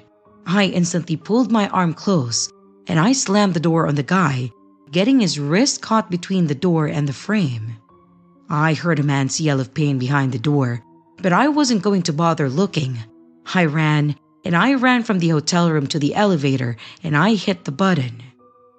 And looking back, I saw 3 guys running towards me as I stood there at the elevator. I made a split-second decision, and I threw myself into the stairwell before practically jumping down the flight of stairs. I reached the ground floor and I sprinted past the reception before I bolted out that door. I hadn't checked to see if the men were chasing behind me or not, but I simply didn't care. I slammed into my car with my keys out, and I hurriedly opened the door. Only once I was inside it with the door locked did I feel safe. After catching my breath in my car and trying to calm down, I then drove off. I uninstalled Tinder on my way home, and to Emily, or whoever was posing as a girl named Emily on Tinder, I don't know what you were trying to do, but I pray that you never succeed.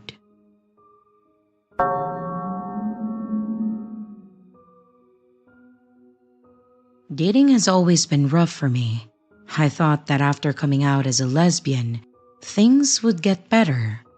Oh, how wrong I was. It turns out the dating pool is a lot smaller. And I mean a lot smaller.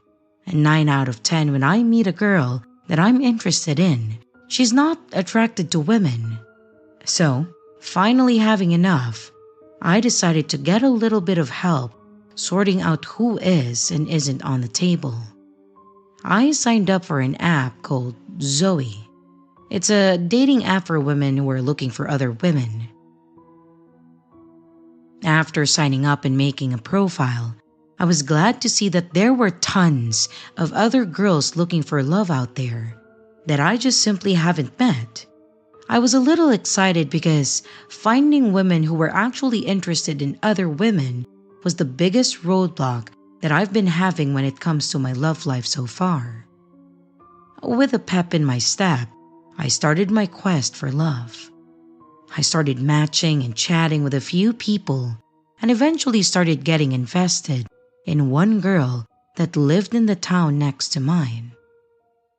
Finding out how close she lives got me a little giddy, I'll admit it. My head filled with scenarios about the two of us. Can you tell that I was crushing hard? She was just so bold, flirty, and made me laugh out loud. Not to mention her picture. She was, to put it lightly, my exact type. So when I suggested that we finally meet and have a dinner date, I was elated when she agreed. I arrived at the restaurant about 10 minutes early. We had the date in her town and not mine, so I came early in case that I had trouble finding the place. I had spent way too long getting ready, but luckily, I still had time to spare. It wasn't any fancy restaurant, so we didn't need a reservation. I just walked in and sat at a table and began to calmly wait. By calmly wait, I, of course, meant nervously fidgeting with my hair, getting self-conscious about messing up the said hair, and then checking my mirror to fix it, and then repeating the process again. But after repeating the cycle a few times and checking the time, I noticed that she was a few minutes late. Maybe she was having trouble finding the table, so I look around. But other than the family of 4 near the front door, and the creep staring at me from the corner table, I didn't see anyone. I just assumed that she was running a bit late. After waiting a few more minutes, I sent her a text to ask if she was okay. There was no reply. However, the message said that it was read. Did she get cold feet? Did she stand me up? I started to feel like an idiot, spending hours stressing out about a date and even more time struggling with makeup. And now, here I am, alone in a restaurant with a random creep who's still staring at me between checking his phone once in a while.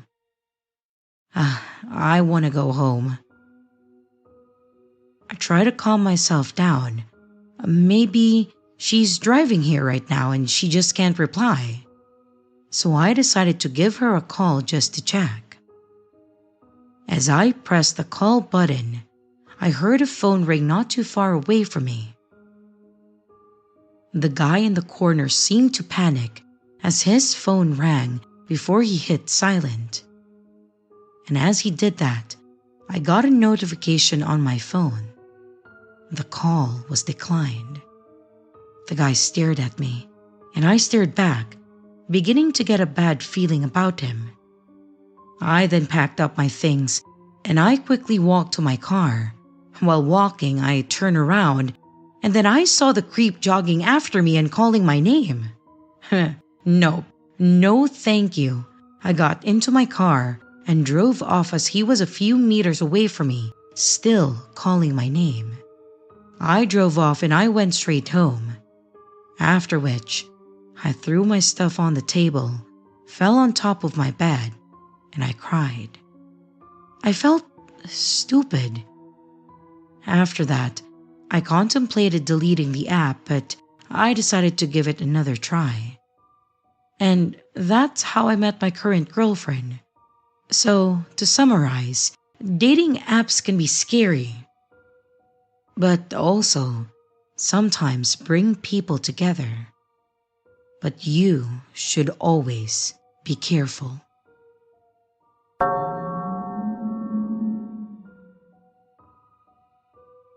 A number of years ago, I was pretty active in a few sites that were basically like mini social media pages that weren't very well known. There was one in particular that I really enjoyed. It was a page dedicated to a specific game that was a pretty big MMO, and I liked to lurk the boards and just kind of read what others were saying or what they were talking about. I did get active on the board at one point, and that's when I ended up having a conversation with a person that very quickly became my long-distance/online girlfriend, Amanda. I was young and still pretty naive about things and people on the internet, but she and I became pretty fast friends and had a lot in common. We talked a lot in direct messages on the site and discussed pretty much everything. She was the same age as me, 17, and she had a lot of the same issues that I had. Basically, she was just like me, and we hit it off pretty quickly and got close. We ended up agreeing that we should give it a shot to see what happens, and I was over the moon, because I have never been much of a social butterfly, and I had only one girlfriend in my life before this point, and that was in middle school for like 3 months. Obviously, the relationship started on the MMO board, and we chatted there a lot, and then it went over to email so that we could get a bit more personal. It wasn't anything lewd or anything of that sort. It was just us talking a bit more about ourselves and the things that we didn't feel comfortable throwing out there in a potentially unsecured forum platform. We emailed each other non-stop, and I tried to go a step further, and I tried asking her if she had a Facebook account so that we could be friends on there and then get a bit more into real-time communications. She told me that she didn't, and that she didn't feel safe using Facebook because it was watched. I asked her what she meant, and she told me that if you use Facebook, you were on a list of people that were being watched. I know that Facebook isn't exactly the best platform, and yeah, they're probably on the short list of pages that are checked by the government agencies. But they aren't interested in what me, a 17-year-old from the northern part of Mississippi, is doing. But I had to respect her opinion, no matter how strange it was, so I just said that it was okay and that we could keep talking through email. After a while, she ended up messaging me and asking for a picture of me because she, in her words, was really falling for me and needed to know what her Prince Charming looked like. If that message didn't make me swoon a bit, then nothing would. I went and I got my mom's digital camera and took probably the worst MySpace-style selfie that has ever existed. I was a bit of a scrawny kid, so I had to make myself look a little bigger than I really was. And with a bit of camera trickery, I made it work. When I sent it, she responded with a heart and told me that she was absolutely in love with me and just kept on complimenting me and telling me how amazing I was. Like I said, I was over the moon to have someone giving me this positive reinforcement on myself. At this point, you may be asking which part of this was the creepy part. And that's actually still coming. In fact, it's what happened next. I will say that I wasn't exactly super secure about my information. I wasn't paranoid or anything, but I did still keep some of my information hidden and secured. Like, I told Amanda my first name, and she knew how my last name started, just the first letter. She knew the city that I lived in, but that was pretty much it, outside of knowing what I looked like, I guess. I didn't anticipate that, with just my first name and last initial, the city and my appearance, that she could ever find me in person. But that is exactly what happened, kind of. A few weeks after Amanda and I had started dating and also chatting a lot, she kind of went silent on me. I was a bit concerned, but at the same time, I had sort of moved past the excitement of having this random person online compliment me. That may sound shallow to you, but that's pretty much all the conversations were. And after a bit, you kind of grow numb to the constant compliments. I kind of assumed that maybe she had moved on a bit from us as well, and then left it at that. But then, on that really awkward Saturday afternoon, as I was sitting on the computer in the living room and playing The Sims, I heard a knock on the door. I assumed it was just the mailman delivering a package or something of that sort. So, I hopped up and I went over to the door and pulled it open. I had no idea who the person was that was standing there. The man on the other side of the door gave me a huge smile, said my name, and kind of gave me a bit of a squeal? It was a strange, happy sound, that much I remember. I kind of stared at this guy in confusion. I had no idea who he was or how the hell he knew my name. And I kind of said that to him like, hi, who are you? He then dropped a bombshell on me, which I'm sure you're all expecting at this point, and said that his name was Arnold and that he went by Amanda online. My heart sank. This middle-aged, overweight, balding man was my online girlfriend.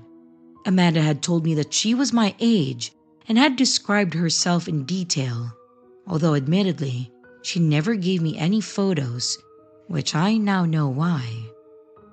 Not a single word of the description she gave me included bald, middle-aged, overweight, male, or creep that would show up at my doorstep on a random Saturday. I replied to him with, "You're Amanda? The girl I met online, Amanda?" and he sort of shyly said, "Well, yeah, I know I'm probably not what you'd expect, but yeah, I'm her." Now, this is where things got really awkward. My dad walked into the room and asked me who it was at the door. I can't even begin to explain the feeling that hit me. I had no idea how to explain to my dad that this guy at the door was pretending to be a 17-year-old girl online and that we were dating, and he had somehow found where I lived and was now at the front door. I tried to say that he was just some guy, but then he cut me off and said to my dad, I love your son. I drove almost 10 hours to meet him." I am not going to get into the whole conversation or everything that had happened, but I will say that my dad was very confused and then very angry. Amanda, or I guess Arnold, tried to keep saying that we were lovers and that he was there to come and get me and that we were going to live together and a bunch of other really creepy things that didn't help with my situation at all. My dad then told Arnold that if he didn't get off the property, he was going to leave in an ambulance. And after a bunch of fighting and the police showing up, he did end up going. He hadn't actually done anything. There were no lewd comments made between us, no promises of anything, so technically, all he did was show up on the doorstep of a minor that he met online, which I guess isn't a crime in and of itself, so he was basically told to drive off. Obviously, that was the last time that me and Amanda, or Arnold, ever spoke, and I blocked his email. This was entirely too creepy and awkward for me, and it absolutely destroyed my trust in people online. I'm older now and a lot smarter about things, and I don't really have any reason to develop friendships online. One side effect of this is that I, now, just assume that everyone online is a 50-something-year-old balding man that's overweight, which has kind of become a running joke on the internet. If the situation wasn't so terrifying for me at that time, I could almost laugh at the fact that I lived through it.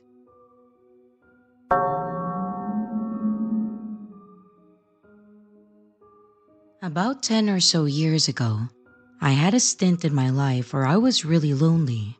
Though, I think maybe desperate is a better word. I guess I should say that I've had a few serious relationships throughout my life. But I hit 30, and I hit a major level of depression because the man that I thought that I was going to marry and be my husband decided that he wasn't ready for commitment. And then we went our separate ways. This was after a 4-year relationship, mind you. And while he said it was commitment issues, I'm pretty sure that he was just wanting to see someone else. It is what it is, and sure, I'm bitter about it, but I have to accept it and then move on. He is not who this story is about, though. Anyway, I was just out of that relationship, and then I turned 30 about 2 months later. And as I mentioned, I hit a pretty bad low in my life. I was in that I need companionship now kind of mentality, and I immediately leaned into making a profile for one of the online dating sites back then. I don't remember which one it was. It was whichever one was popular back in 2011, I think. Probably Plenty of Fish. But I remember it being a bit confusing. That, and it also kept trying to match me with people that were nothing like me. Nothing like reading a bio that it suggested and have it to be the polar opposite of yourself. I know, they say opposites attract.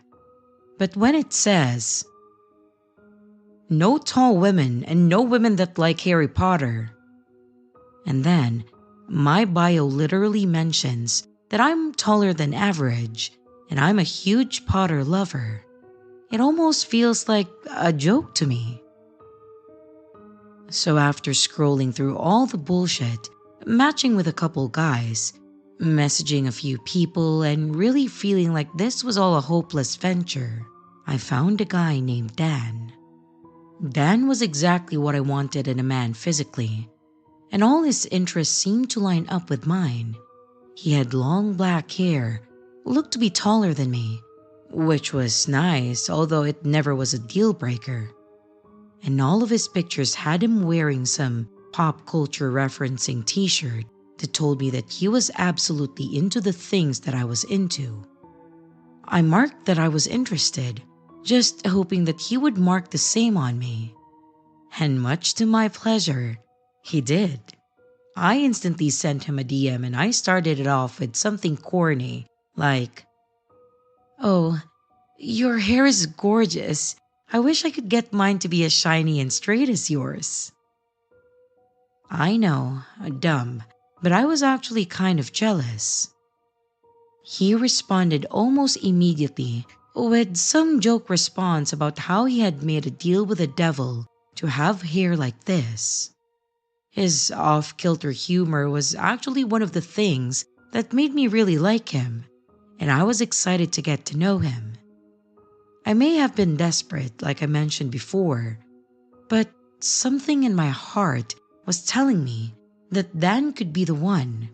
Like, he could be exactly what I was looking for, and maybe we had a future together. And having these thoughts after just a few conversations may not be healthy, but there was really just something about him. We ended up talking on the phone a few times, and I started liking him even more. He had a beautiful singing voice. He told me he used to be in a band that was kind of popular locally, but never really went anywhere on the big stages.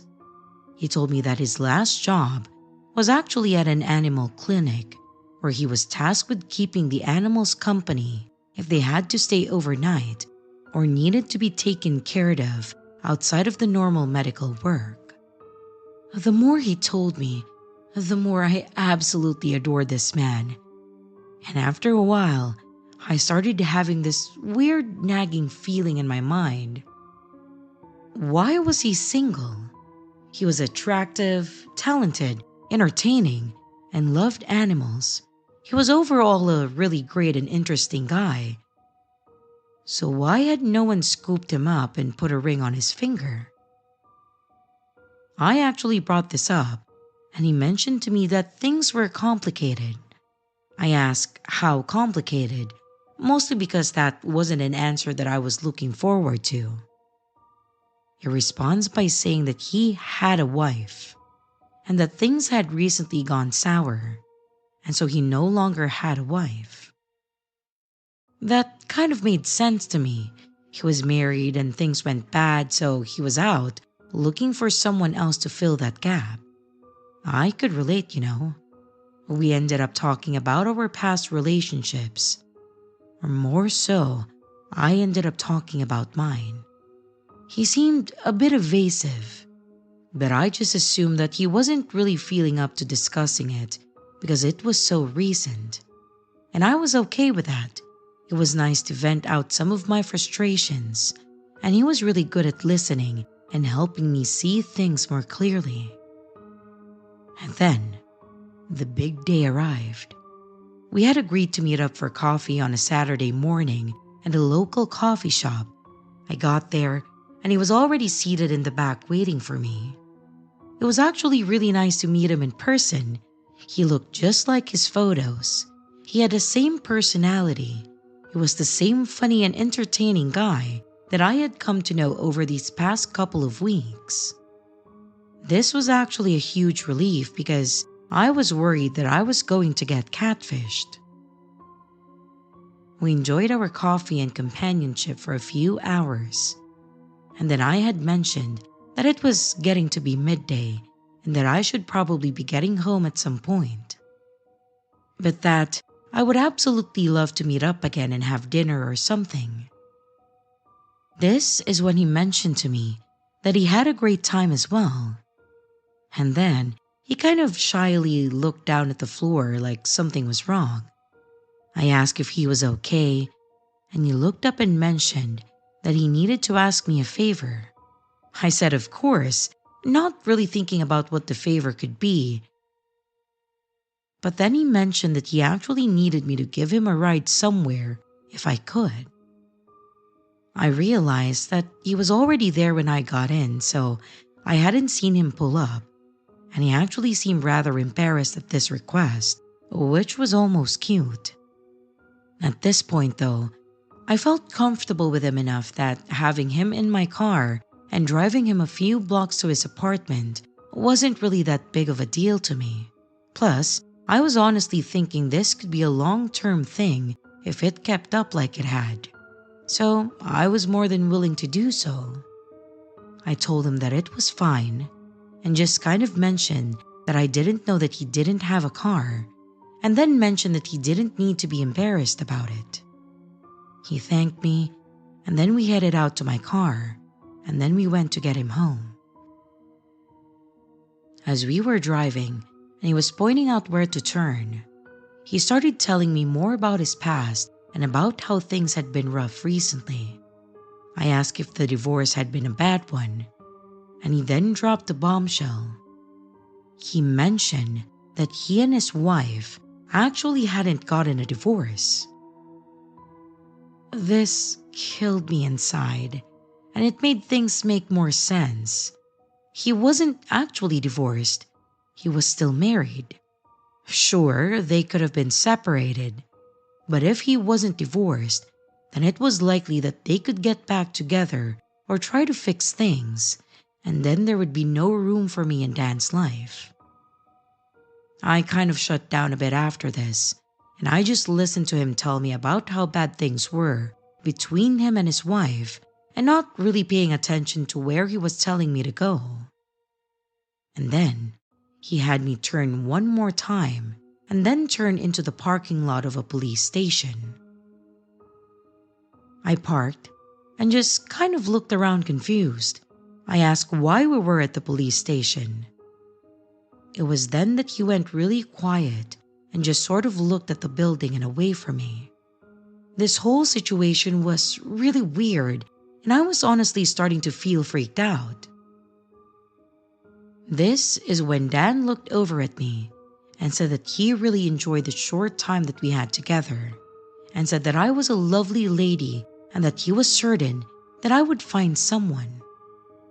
He then said that he was about to go into the station and confess to doing something that was really, really bad, and that he was going to prison most likely for the rest of his life, and that if things had gone differently, he would have loved to have spent more time with me.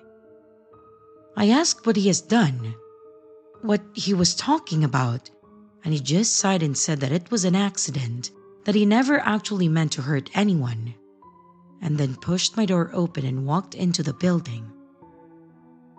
I just sat there, watching him walk into the department with his head held high, and then he stopped at the front desk. I watched the whole thing play out from right there, watched him talk to the desk clerk, watched an officer walk up to him cautiously, and then watched as the officer put cuffs on him and then pulled him away from the desk. A few minutes later, another officer actually walked out to my car and then spoke with me. He asked me if I knew the man that had just walked in, how I knew him, if I knew what had happened, and I told him that we had just met online a couple weeks ago and that we had gone on our first date just that morning.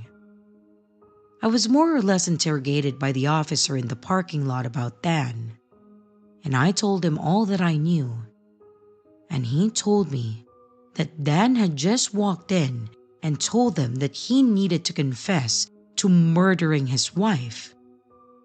I obviously didn't know anything about that. I thought he was divorced. And after a bit more talking, they gave me a card, took my info, and then let me leave. At this point, it was a little more clear to me how Dan had a wife, past tense, but he wasn't divorced. And then it occurred to me that I had coffee with a murderer and even drove him to the station to turn himself in. I really don't know if our date was just him getting a free coffee and then a ride to the station, or if he was really interested in me. But either way, it was the most terrifying thing that has ever happened to me. Not because he was a creep to me, but because he was perfectly normal the whole time that we spoke during our date. This man was a murderer, but he seemed like a calm and complacent guy that was all there. That was just a normal person, you know? This was the only time that I ever went on a date with someone that I met online. And I actually shut down my account after that.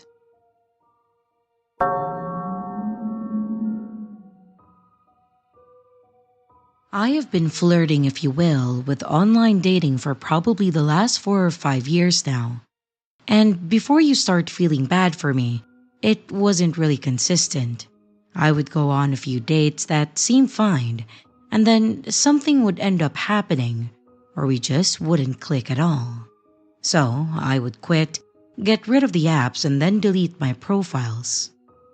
I would then try again, and unfortunately, the cycle would repeat. But I wasn't willing to give up yet. I still wanted to find someone that I could spend the rest of my life with. So I cleaned myself up and again updated my profiles ready to start searching. This was early 2022. I guess I was feeling more confident about myself and the state of the world as I went on another hiatus from mid-2020 till close to the end of 2021 for obvious reasons. I had a few matches, some that ended pretty quickly at the chatting part, but the others I was actually able to go out with. However, there was one girl that really drew me to her, and I thought that I was the luckiest man around when she actually agreed to a date. The girl's name was Kaylee. She had long, wavy hair that probably went about to her mid-back in a copper blonde color. She had soft green eyes that complemented the freckles on her face, but her smile and her laugh, well, it was really what did it for me. It was adorable. She had some kind of dumb joke on her profile to which I had answered it correctly. Already off to a good start when they don't take it too seriously. We talked a bit, then even video chatted a few times before we finally went on a date. The first date went perfectly. We had dinner, then we walked around a dog park and then got ice cream nearby. It's normally here where I feel good about things, but then later on, I get a message through the dating site that it wouldn't work out for us and that I would have to start over. However, Kaylee surprised me when she said that she would love to do something again. So eventually, we had our second date where we went to a movie and arcade, which was a lot of fun. We started learning that we had a lot in common, especially in the type of music that we listened to. So, when she asked me if I would want to go to a concert with her for a band that we both enjoyed, I definitely agreed. I even offered to pay for both tickets or maybe just mine, but she refused, saying that she had already bought them. Now, I had never really gotten this far in the process, so I don't know how long this normally took for others. But this all happened within the span of a month. So, I dressed a little down from what I normally wore, picking a band shirt and jeans, and when I picked her up, she was wearing something similar, although it really looked much better on her. We decided to grab a few slices of pizza before the show, and we went to a local pizzeria that was probably about 45 minutes away from the venue. Unfortunately, as we were enjoying our pizza and each other's company, she got an email or a text about an electrical fire occurring at the venue, and until they knew if it was safe, all shows would be cancelled, starting from that night forward until further notice. We were both pretty disappointed because I think we were really both looking forward to it. and after moping a bit, I just suggested that we still drive around the area as we may be able to find some band members at a local bar or something. However, she had better ideas, and she suggested that we just go back to my place. This was not something I would have ever offered or have expected. The reason should be obvious, but being a guy, I never wanted to suggest anything, and I really didn't have much self-esteem. But she insisted, saying that we should make the most of the night. So, after we finished eating, we left, stopping only to get some cheap wine per her recommendation, and then headed back to my place. Once we got there, I played some music from the same band that we were supposed to see, and even put on a previous live performance on YouTube, trying to be funny or sweet, I guess. And after we talked for a while, things heated up, so we ended our night in the bedroom. That night was fantastic, and since we didn't work the next day, I was looking forward to spending the day with her. Yet, when I woke up that morning, the spot next to me was empty. I thought, well, no problem. Maybe she just got up before me and was in the bathroom. Or even, maybe she beat me to making breakfast. So, I got out of bed, walked past the bathroom to see the door open. So I went to the kitchen and noticed that it was empty too. I got a little discouraged at first, thinking that maybe she had left, but her purse was still sitting on the coffee table. Then, I heard a loud crash, and I realized I didn't check the spare room which I had made into my makeshift office. I quickly ran to the room, opening the door, and a flood of emotions ran through me as I saw Kaylee standing over what was my laptop, holding a hammer, as her face was a splotchy crying mess. When I was finally able to talk, I blurted out, "What the hell happened?" I know, I'm dumb. It was obvious, but for some reason, I still didn't want to believe it. In a shaky voice, she made comments about me seeing other people behind her back. I was confused by this because I hadn't been, so I tried to figure out what she was talking about. She said that she noticed my dating profile where we met and saw that I had gone on other dates other than her. However, I guess what she failed to see was that I hadn't gone on any other dates since I went on the first one with her. There were ones prior, yes, but I had 2 more lined up around the same time that we met, but I canceled on them because I was so into her. For some reason, none of this worked for her. Or maybe it was just too late. I don't know. But she kept screaming about how I was a liar and I was just using her. I again tried to reason with her and calm her down, but nothing was working. She snapped and said that I would pay for hurting her, and then charged at me with a hammer. I ran out to my room, holding the door shut behind me, hoping to buy me some time to think about what to do.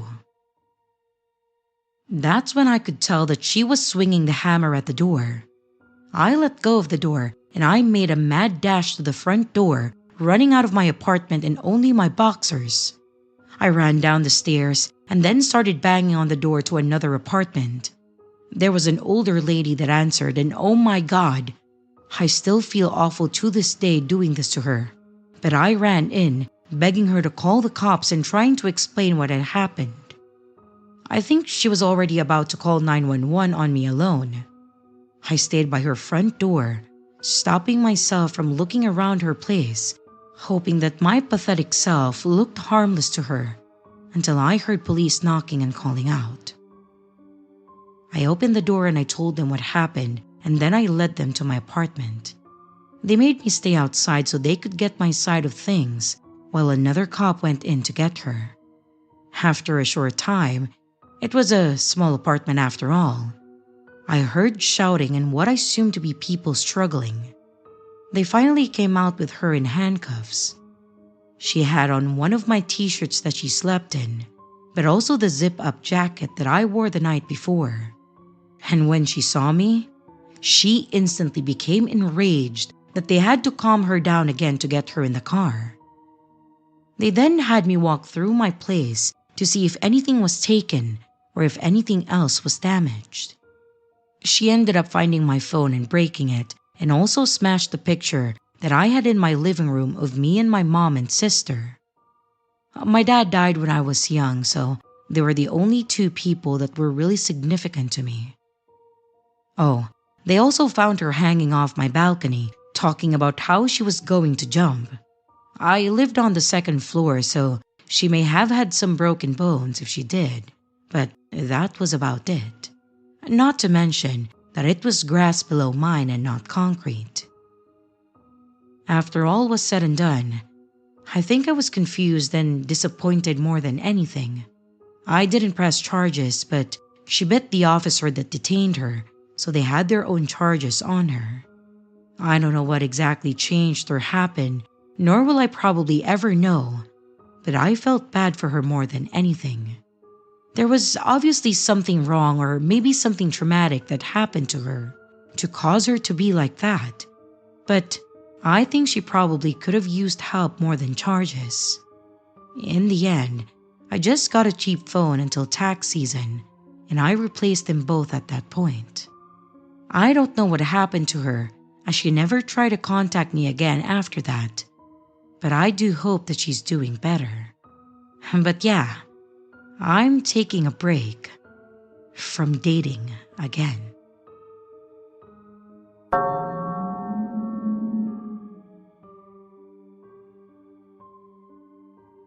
Hi, this event actually happened to me fairly recently, and I wanted to share with you after listening to some similar experiences. So, here it goes.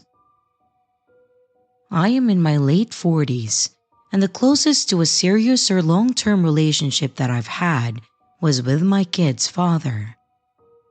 I got pregnant at 16, which forced us into a marriage per our parents' demands. We were still kids ourselves and barely knew each other, so it was definitely difficult at first. But we slowly worked on ourselves to make sure that we were there for our little girl. But then we had another girl that wasn't necessarily planned, but also very welcomed. However, I had her when I was 30, so my girls are about 15 years apart. Thankfully, they get along regardless of the age difference, and I am incredibly blessed for them. Now, their father seemed to have two sides to him, so while he seemed ecstatic about our second daughter, I guess he was having a midlife crisis or something, and had burned through a bunch of our savings on his friend's wife, whom he also had an affair with. Anyways, long story short, we got a divorce. The girls both chose to stay with me, so good riddance, I guess. So, even though I've only been legally divorced for the last 2 years, I was already emotionally divorced or alone years prior. I was feeling pretty lonely, especially with one daughter already being grown up and moved out. So my oldest, Lacey, actually suggested that I put myself out there and try my hand at love again. I'm not the best with technology, but I can get myself around a computer. So she came over and got me set up on a site that she also had been using for herself.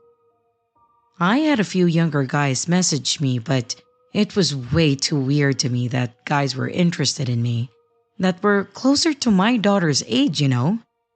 But I did finally come across a guy named Bill. He was 2 years older than me. He had 3 kids, close to the same age as my younger daughter, and said that his wife had died a few years prior, so he was looking to start over. We started talking through this site and even started talking over the phone. He seemed very family-oriented, which made me feel even better about him. I also shared with him about my little family and how I ended up here. I told him about my two girls and he also seemed very interested. I've noticed while scrolling through people that there weren't a lot that were interested in a woman with kids at home, so I was relieved even more than anything when he asked about my daughters. He asked how old they were, their names. He asked about the things that they were interested in, and he seemed like he genuinely cared, which was already winning me over. So after about a month of talking, I finally got up the courage and agreed to meet him in person. We met at a local coffee shop that we're both familiar with and frequented often. And when we met, we hugged, and then I noticed he looked around me and asked where my daughter Molly was, my youngest. I told him that she was in school, as she was 15 at that time.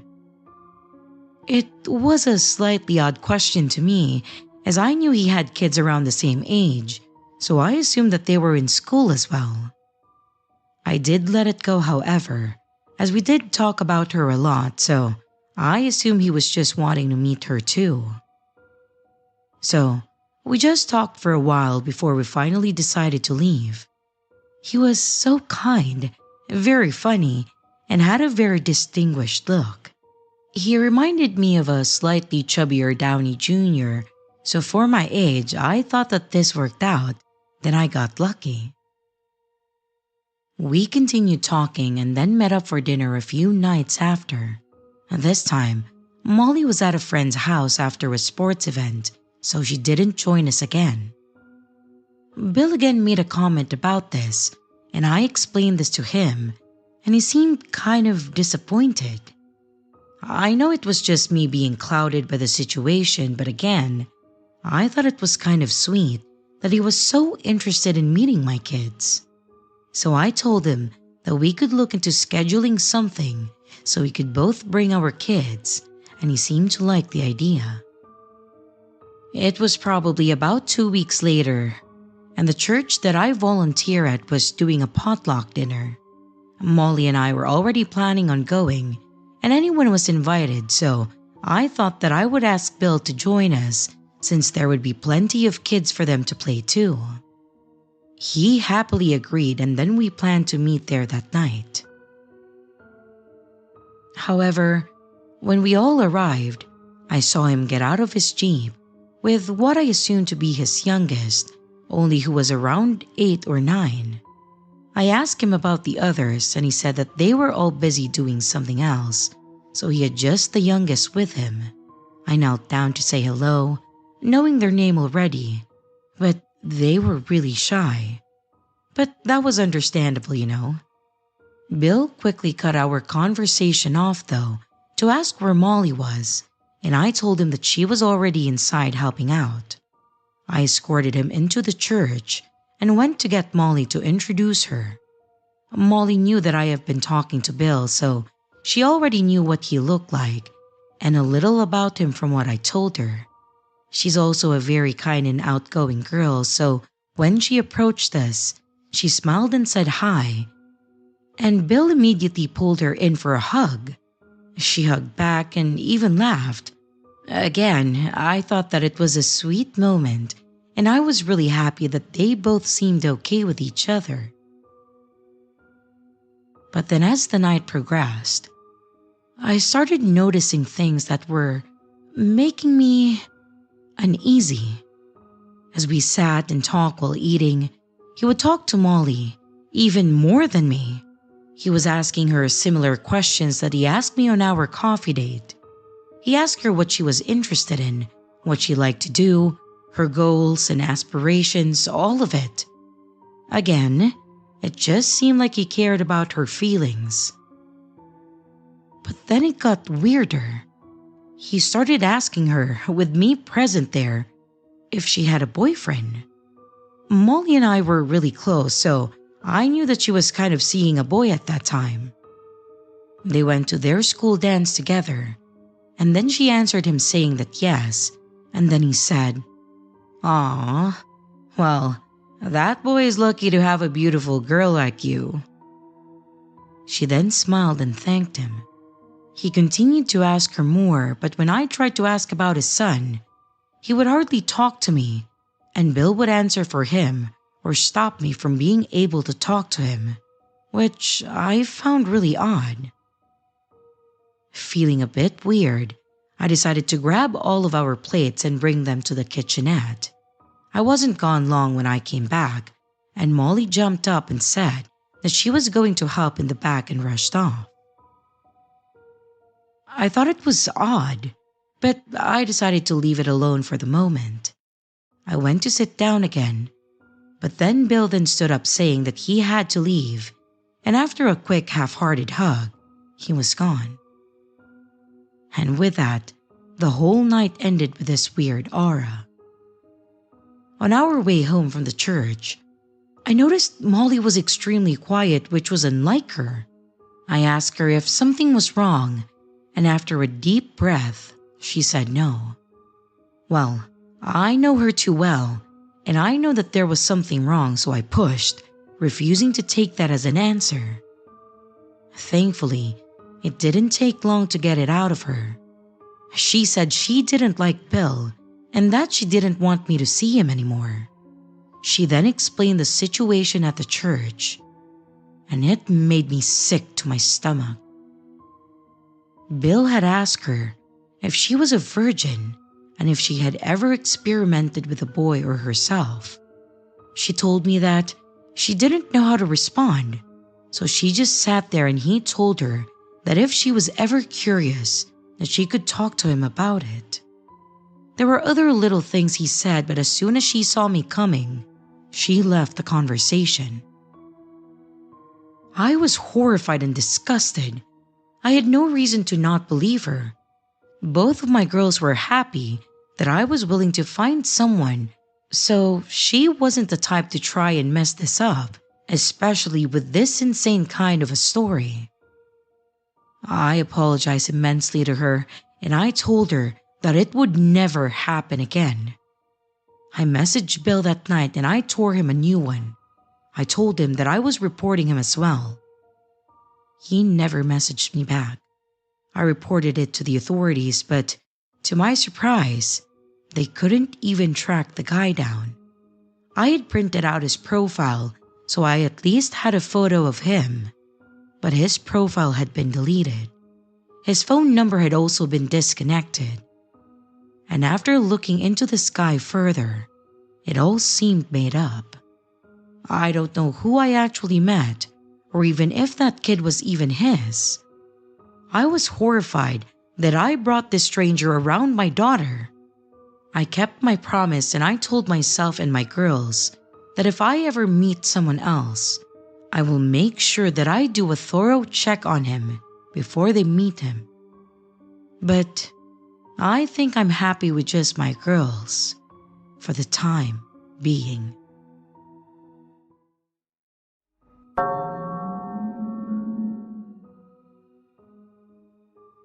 I had been using a few dating apps casually to meet new people. I've probably made more friends than a significant other, but it is what it is. I did have one pretty crazy experience though, that kind of turned me off to the whole thing for a few months. I matched with a guy that started his message with a blurb from one of my favorite books that I listed on the site. I thought that it was pretty impressive because it wasn't a mainstream or popular book either. So this guy either had read it too or looked into it just to send this. And to be honest, it was a cheesy mystery/romance, so I doubted that he actually read it. But to take the time to look into it stood out to me, and I like that. I am a sucker for the grossly romantic stuff, so he had already piqued my interest. We started talking, and probably after about a week, he asked me to dinner. I told him that I would if he told me truthfully if he had read the book or not, and to my surprise, he admitted that he knew nothing of it until he saw my profile and then he looked into it. We both had a good laugh and I appreciated his honesty, and then we set a date. He said he wanted to pick me up from my place. I lived in an apartment, so I just told him the name of the complex and the building. That way, my exact unit was unknown, just in case, and I waited out front. I got a text saying that he would be there within 2 minutes, and I was in awe when I looked up to see not a fancy car or a limo, but a horse-drawn carriage. The guy got out, and while the carriage was gorgeous, I was thankful that he wasn't in a suit and tie, as I would have been way underdressed. He said this was the proper way to pick me up since I was a romantic like himself. I thought it was incredibly sweet and thoughtful, if not a little embarrassing since it was starting to draw attention. It wasn't a bad embarrassment, but like when you're called out at work for doing a good job and you don't expect it, something like that. So then he helped me up and we headed to the restaurant, which was in a very upscale part of town. Dinner was fantastic. I had never been to this place as it would normally be way out of my budget, but after asking to go elsewhere because I didn't want to assume that he would pay, or in the off chance the date was a flop, I could just pay and leave quickly. He insisted that we should go there and not to worry about the cost as he was covering everything, so I just let it go. He got a bottle of wine, and I had the best shrimp Alfredo that I have ever had in my life. Our personalities also clicked so well. We had many things in common, and even our pet peeves lined up. After dinner, we decided to walk around the plaza where there was a huge fountain. It was just a lot of fun, and I was pretty into this guy. After about half an hour or so, he said that we could just ride around in the carriage some, but said that he wanted to stop by his place to grab something. I honestly wasn't ready to end the night, so I was more than willing to go with him. His place was probably about 20 minutes out from the plaza area. It was a cute little 2-story house with a big fenced-in front yard. When we stopped, he said that he would be right back and then hopped out. But then the driver of the carriage also hopped out and followed him in the house. I sat there, kind of curious, but again, was probably clouded by how great a night it had been. I went to pull out my phone, and I started to text my friend, when I started hearing people talking and getting closer. I looked over to see my date, the driver, as well as an older woman and 4 other people walking towards the carriage smiling. They had all come out of my date's house. I stayed where I was until my date approached and offered his hand, asking if I would step out for a moment. I didn't know what was going on, so I just accepted and then got out. As soon as I stepped out, he introduced me to everyone around.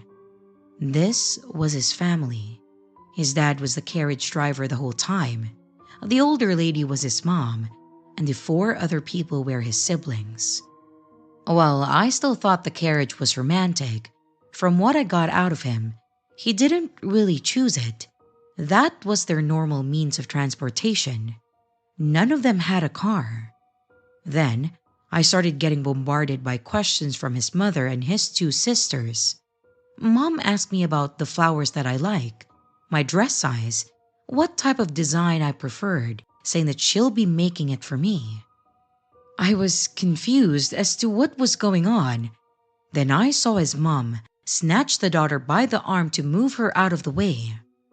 I was then face to face with my date until he fell to one knee. And then he held out this giant old-looking ring that was pretty clearly not going to fit me anyways. Everyone was standing there, silently and smiling. I didn't know where I was or what to even say. Obviously, I wanted to say no. I just met this guy, but it was so awkward that nothing was coming out of me. And when I did finally get my voice back, all I could muster was, I need to go. I'm guessing they were all really expecting a straight answer by the look on their faces. But my date quickly stood up and then brought me back to the carriage. I told him that I could get a ride so as to not be a bother, but he insisted on taking me home.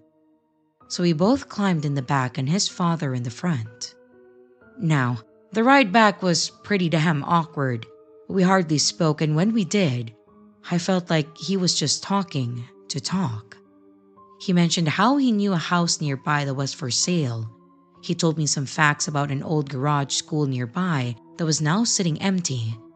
And of course, even the weather. Once we got to my place, he tried walking into the building with me, but I stopped him at the door.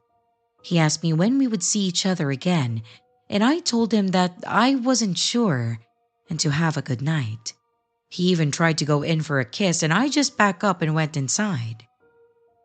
I called my friend immediately and I told her what all had happened and agreed with her that I needed to put an end to that immediately, as to not lead him on or give him any ideas. We hardly knew each other, and he was already wanting to get married? That's insane. So I messaged him that night and I told him that it wasn't going to work out, and I wished him the best. That went on longer than it needed to, as he kept pushing as to what was wrong since the date seemed to go so well. This guy really acted like the dating site was a planned marriage or something.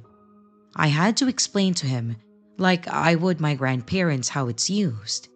He was still adamant that I was the one, and then he started spouting off some religious stuff that I couldn't follow.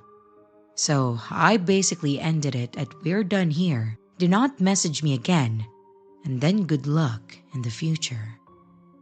I figured that that would be the end of it, but other than the random texts here and there, he also tried to add me on Facebook, and when that wouldn't work out, he tried adding my friends, telling them lies about things that I apparently told him on our date.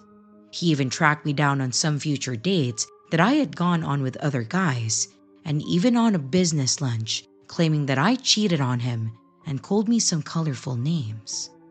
Thankfully, he didn't stick around when he started being threatened by my friends and also my coworkers.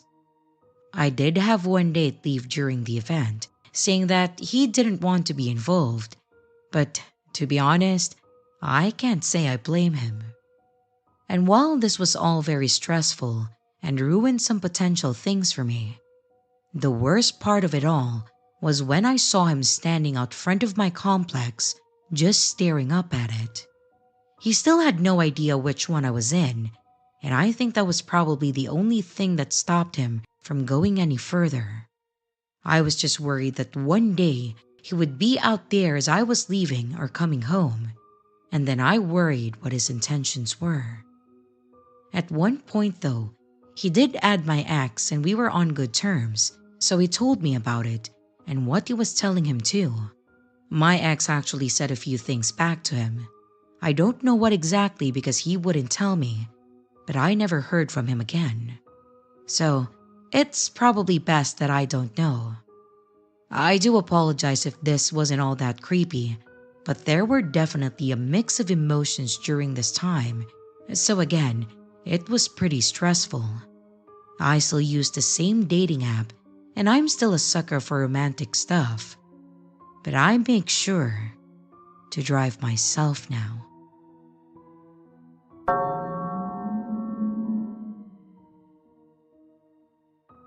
I actually have two dating stories that should be pretty quick, hopefully. And they're not necessarily horror as in scary, but they're horror in the sense that they were horrifying and turned me off online dating pretty much altogether. I don't think much backstory is really needed for me, beyond the fact that I was in my mid-20s, have never had luck with meeting people that I care to really spend time with, and I wasn't exactly picky with who I swiped match on. When I say I wasn't picky, I mean that as long as they were a guy above a 3 on a scale of 10 and didn't throw any major super creep vibes, I was pretty much willing to give them a try. I know this may have been really dumb, but I'm the kind of person that is really willing to give anyone a shot to see if we vibe, if that makes any sense to you. Anyways, on to the first date story. I had matched with a guy named Jake on one of the apps, and he seemed like a pretty straightforward guy. His profile was pretty much your basic mid-20s guy that was into tech and fitness, two things that were actually bonuses for me. He and I spoke for a while, sent a few photos, had a few phone calls, and he was pretty much the most normal guy that I have ever spoken with. I was totally okay with normal. In fact, that was what I was looking for more than anything. We agreed to meet up for lunch at a small diner-like restaurant and set a date. The day comes and I show up first, and I then get the table for the two of us. As I'm sitting there, just waiting, I get a text from Jake saying that he had some car troubles and that he's going to be a few minutes late, but he was 100% not ghosting me. That was fine with me. I get it. I've had my share of "why won't my rust bucket start?" kind of moments. I tell him that I'm at the table and that it's totally fine and that I understand and so forth and so on. After about 20 or so more minutes, he finally walks into the restaurant and to our table. But he looks like he just had a panic attack. He was sweating, and it was early spring, so it was still pretty chilly outside, and he just looked distressed and disheveled overall. He sits down and immediately just kind of looks like he lost all sense of the situation, like something happened and he's freaking out, but can't make it not obvious that he's freaking out. I ask him if he's okay and what was going on, and he just kind of starts looking like he's about to start sobbing. And as soon as that happens, I hear shouting, and I see several cops running into the restaurant telling him to get down on his knees and arresting him. It took me a few minutes to convince them that I was already there at the restaurant and that I was not with him prior to the minute that he walked in. Thankfully, the host and the server could vouch for me on that though. Come to find out, on his way to the date, Mr. Jake had actually hit someone with his car and then kept going. I don't mean like he sideswiped or bumped someone else's car. I mean that he literally hit a person and ran over their leg, causing major injury, and then he kept going to meet up with me at the restaurant. I'm assuming that I was supposed to be an alibi, or I would have been if he hadn't been looked for by the police. So obviously, that date ended pretty quickly with him being shoved into the back of a cruiser, and me just staring at the floor like, oh my god, what am I doing with my life? Thankfully, the waiter was sympathetic and didn't make me pay for my drink, which was nice. At least, I got a free Dr. Pepper out of the situation. This second one, though, is the one that's not necessarily scary, but it's still what I would consider a dating horror story. It was, once again, a story where I met up with a guy that I met on one of those dating apps. This one was a guy named Chris. Chris's profile was a bit above the others that I looked at on the apps, because Chris was actually pretty attractive and was all about staying fit as he was a former military. Now, I've never been with a military guy, but I know a few of them, my brother for one, and I found out that I can tolerate most of them, and they can even be fun to hang out with. Talking with Chris went pretty smoothly at first, though he seemed to have a really strict "I can't chat with you before 8 p.m. kind of schedule about him, which had me initially concerned that he may have been a married man looking for an affair. I figured that I would at least see it through to the first date and see if I could spot an indentation on his ring finger, or try to ask him what it was all about. I mean, it could have been that he had a job that he worked until then and couldn't have his phone. Or maybe he just had other adult responsibilities that he had to see too. I was willing to be patient with him and get my answers. So, we scheduled a date for dinner. That 8 p.m. rule made it hard to do anything else, and I was looking forward to it. Once again, I was early to the date and I got a table for us. Then, when he finally shows up to the date, he walks in with another woman. I was a bit confused and taken aback that he would have the audacity to bring someone else to the date like that. But it was even more awkward when he sat down and said, "It's very nice to finally meet you in person. This is my mother." This man literally brought his mother on the date without warning. Now, mind you, if his mother had needed his care or been disabled, then I would have no issue with it, assuming that he would have informed me beforehand. But this woman was quite fit and able to take care of herself, and she was definitely there because she wanted to be there. What was weirder, at no point did Chris act like this was a weird thing. He just kept up the conversation as if she wasn't there. And then, it hit the apex of, "Oh my God, this is so awkward." When it came time to order, he tried to order one thing, and then his mother told him no, and then told the waiter something else. When the waiter walked away, he tried to tell his mom that he wanted the other thing, almost whining like a little kid.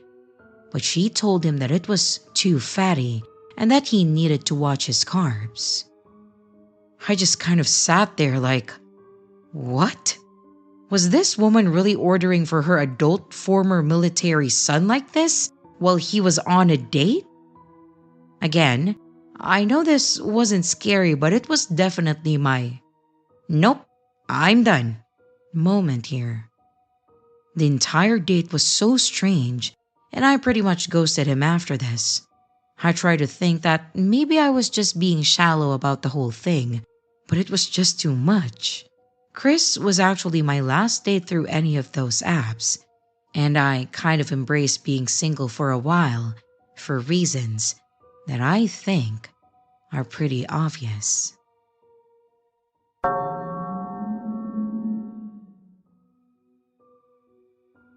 Breakups are never easy, but my last one hit me harder than I expected.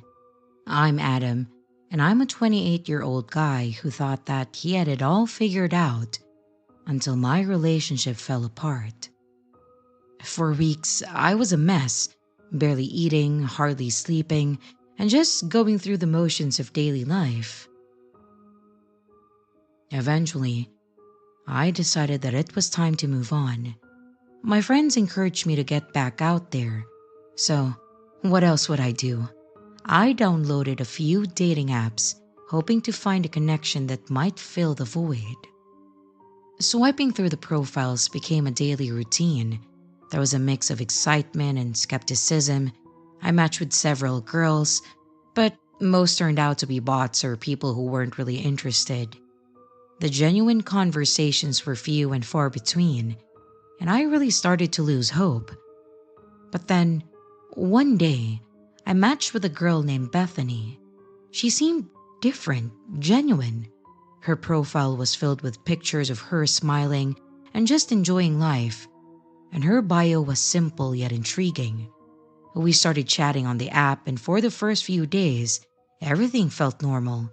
There were no red flags, just easy conversations, and also a growing interest from me to her. After a few days of chatting, we decided to move the conversation off the app. We added each other on Snapchat, and soon we were talking every single day. We called each other, we shared stories, and laughed about our lives. It felt like we were really connecting, you know? I started to think that maybe, just maybe, I had found someone special. After about a week of talking, I decided that it was time to ask her out on a date. A coffee date seemed perfect, casual, no pressure. But when I suggested it, Bethany hesitated. She explained that her family was somewhat conservative and that it would be best if our first date was at her house. She invited me over for dinner with her parents, followed by a movie in their basement. She assured me that her parents were fine with us being alone down there. At first, I felt a little bit reluctant. Bethany was 27 and still lived with her parents, and the whole setup seemed just a bit strange to me. But I really did like her, and I told myself that maybe her family was just really close-knit and protective, Those kind of people. So I decided to give it a chance, and I agreed to the plan. We set the date for the coming Saturday at 6 p.m. Bethany gave me her address, and the countdown began. Saturday arrived. With a mix of excitement and apprehension, I drove to the address Bethany had provided, and I half expected to find a run-down or eerie house, but to my surprise, it was a beautiful, well-kept home in a nice suburban neighborhood. The lawn was perfectly manicured and the house itself looked like it looked something out of a family sitcom. The exterior was a classic American home, if you know what I mean. White picket fence, flower beds, and a welcoming front porch with a swing. I texted Bethany to let her know that I had arrived, and the front door opened. Bethany stepped out, looking exactly like her pictures, beautiful and well put together. And standing just behind her were two people, a man and a woman, whom I assumed to be her parents. They greeted me warmly, and as I approached the house, her mother made a strange remark about me feeling at home because this would be my home soon too. I found the comment odd, but I just brushed it off as a quirky attempt at being welcoming. Her father also mentioned something about not being bothered by the decorations inside, saying that they were a bit religious, but that I would soon understand and accept them. To be honest, I was actually feeling increasingly uneasy, but I just followed them inside. Based on what I have seen outside of their house, I'm gonna be honest with you. Nothing could have prepared me of what I would see inside. The interior of their house was a stark contrast to the exterior. The walls were adorned with bizarre symbols and statues that gave off a cult-like vibe.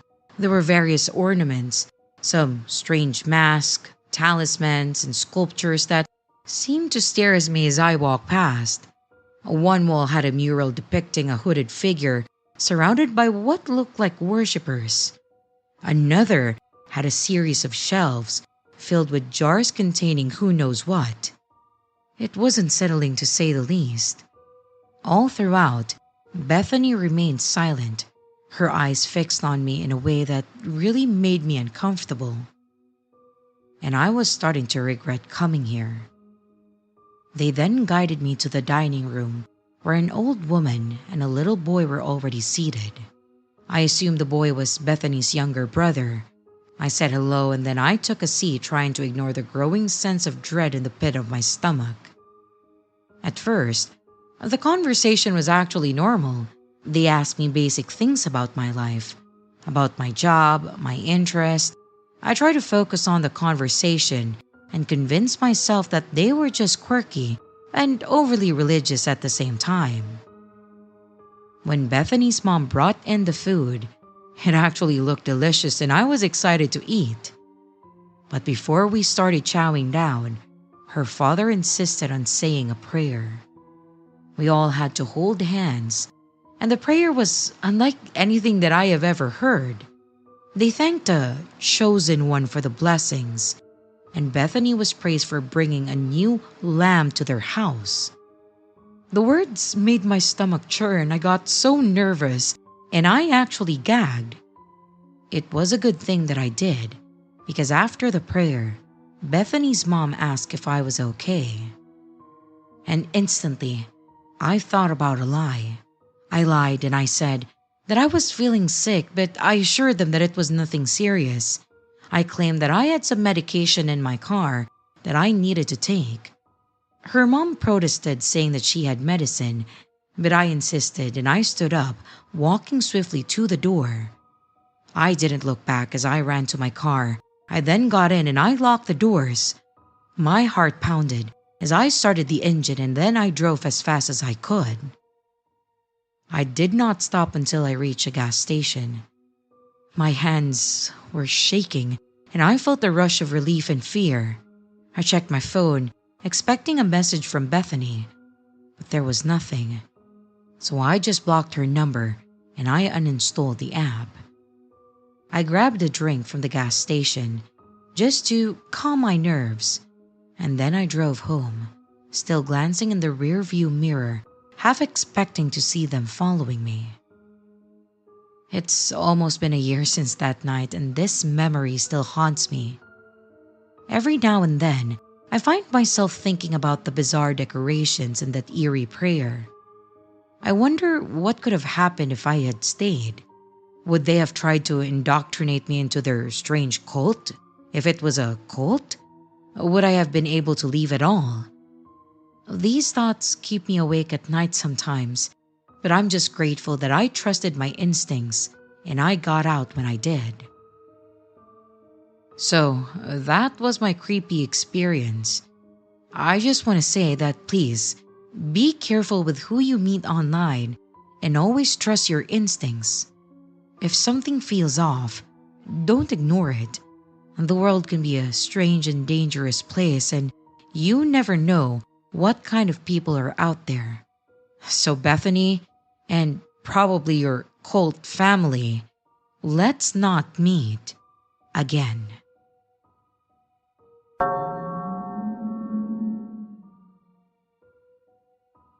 I've been bouncing between a few different dating apps for a few years now, and while I'm still not in a long-term relationship, it hasn't all been bad. I've at least met a few people that have become good friends with me. But I do have one date that was very memorable for different reasons. I'll start by saying that I found my date on an app that was heavily used by the LGBTQ community.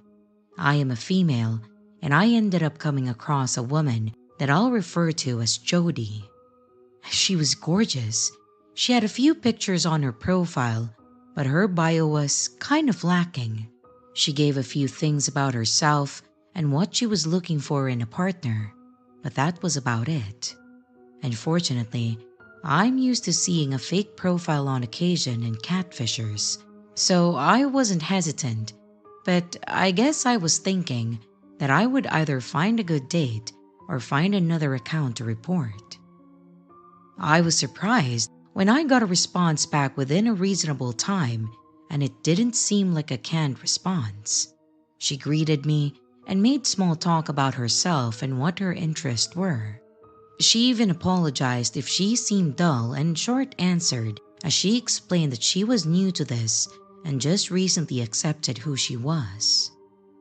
This made me feel a bit better about her being a genuine person, because it's normal for people to be withdrawn and shy.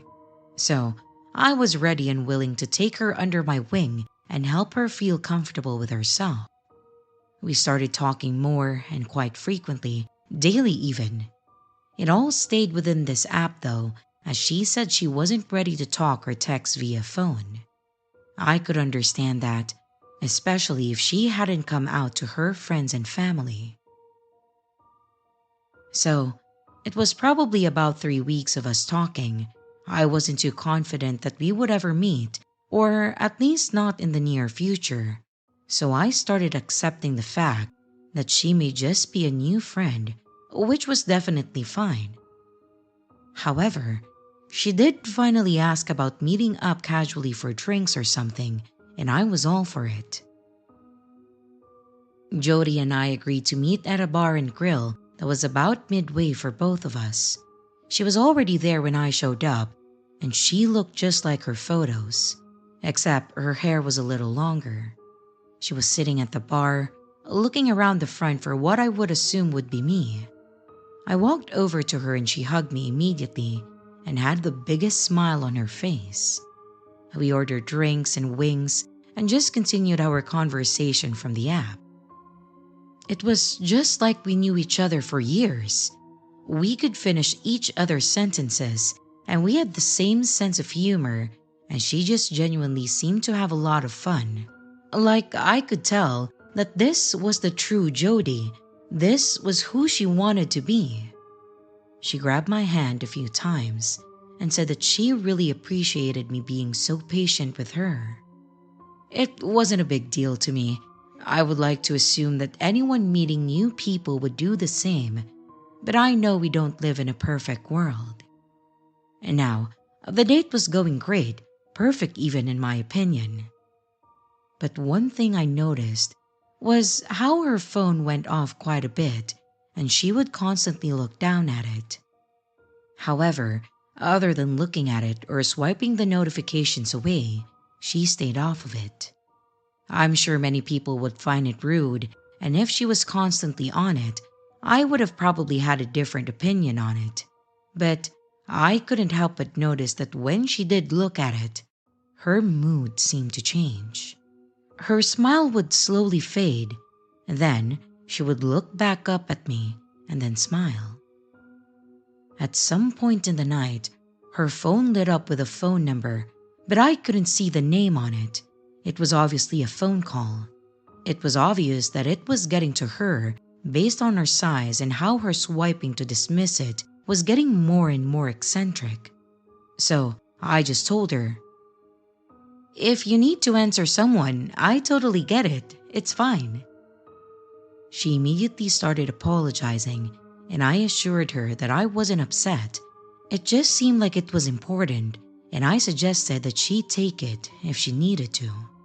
She thanked me and then excused herself, saying that she would be right back. I watched as she walked to the front and started talking on her phone. From the look on her face and hand motions, I could tell that it was not a pleasant conversation. When it was finally over, she walked back and again apologized for that, and now clearly upset. She explained that it was her ex and that they split up over a month ago, but wouldn't leave her alone. Given the situation we were in, and since she didn't say much more about them, I just assumed that it was a bitter ex and didn't want to ask because she obviously didn't want to talk about it. So we pushed it aside and then continued with our date. After we finished our last drinks, we decided to head out for the night. I was pretty smitten with her, so when she looked down at her phone one more time and then asked if she could spend some more time at my place, I definitely agreed. She wanted to leave her car there and just ride home with me. We walked to my car and then got in and continued our conversation on our way home. The parking lot at my apartment was pretty limited, and since I was getting back late, I was going to have to parallel park. And there was a car behind me, so I rolled down my window to let them go by before I started. As they were passing, they slowed down, almost to a stop right next to me. At first, I was about to make a comment about them being in the way, when Jody said, "Oh my God," and then exclaimed, "That's my ex's car." It was too dark for me to see a person inside. They may have had tinted windows too, but it was hard to tell. But they did have a lighter colored stripe down the side, so I assumed that's how she could tell. I definitely wasn't ready to deal with an ex on a first date, but I was ready to call the cops if necessary. So after they finally passed me, I parked and then got out. I was ready for confrontation with some crazy lady. But what I did not expect was this burly football player guy to get out. Crap, all I could think in my head was, he wouldn't start a fight with a girl, right? He immediately yelled at me, demanding to know who I was and what Jody was doing with me. And before I could say anything, Jody jumped in and said that I was a coworker and that we had just had dinner, and that I was going to show her my guinea pig because she was thinking of getting one. I did have a guinea pig, so I guess that wasn't a lie. I just stood there, letting her talk to see where this would lead. However, as his tone became more and more aggressive, I put my keys between my fingers and unlocked my phone. She was over on my side of the car already, so as he got closer and closer to her, I could tell that she was visibly shaken. I didn't like where this was going, so I approached them, saying that he needed to step back. But before I could finish, I was punched in the jaw with enough force to make me fall backwards. I was trying to regain my composure and trying to figure out what exactly just happened when I heard Jody screaming. I stood up and I saw that she had run to the other side of my car and that this guy had just grabbed her by the hair, dragging her to his car. I was terrified. I'm far from being a small girl, but there was no way that I was going to be able to stop this guy. I quickly called 911, but thought that I needed to do something right then and there for her. There was no way of knowing what would happen to her if he left with her, if he was willing to deck a total stranger, and a girl at that. So, I ran to them screaming for someone to call for help, shouting out my address and grabbing Jody from the front to hold her back. I was trying to hold her hair so it wasn't ripped out, but he was fighting me the whole time. And thank God, someone walking their dog noticed all of this and immediately ran to us. He started fighting the ex, and the dog was biting the ankles until he finally gave up. He then let go of Jody and turned his anger on this good Samaritan. He didn't get any hits on him before the cops showed up though, and he was detained, and I'm sure as hell pressed charges on him. Once he was out of sight, we all talked to the cops, and that's when I learned that this guy was just as abusive to Jody behind closed doors as he was that night in public. She finally had the courage to split, but he didn't accept that. She was very apologetic and embarrassed, but it's not like it was her fault, so I still invited her in to calm down. We talked more that night, and she ended up staying, so she knew that she had a safe place to go in case that he got out somehow. To sum it up, Jody and I became really close. Our romantic relationship didn't really work out for us, but she has become a really good friend, and in fact, we live together. I at least was able to convince her to file a restraining order and block him everywhere that she could, so she finally stopped hearing from him. I do joke with her though, that was definitely the most memorable first date that I have ever been on.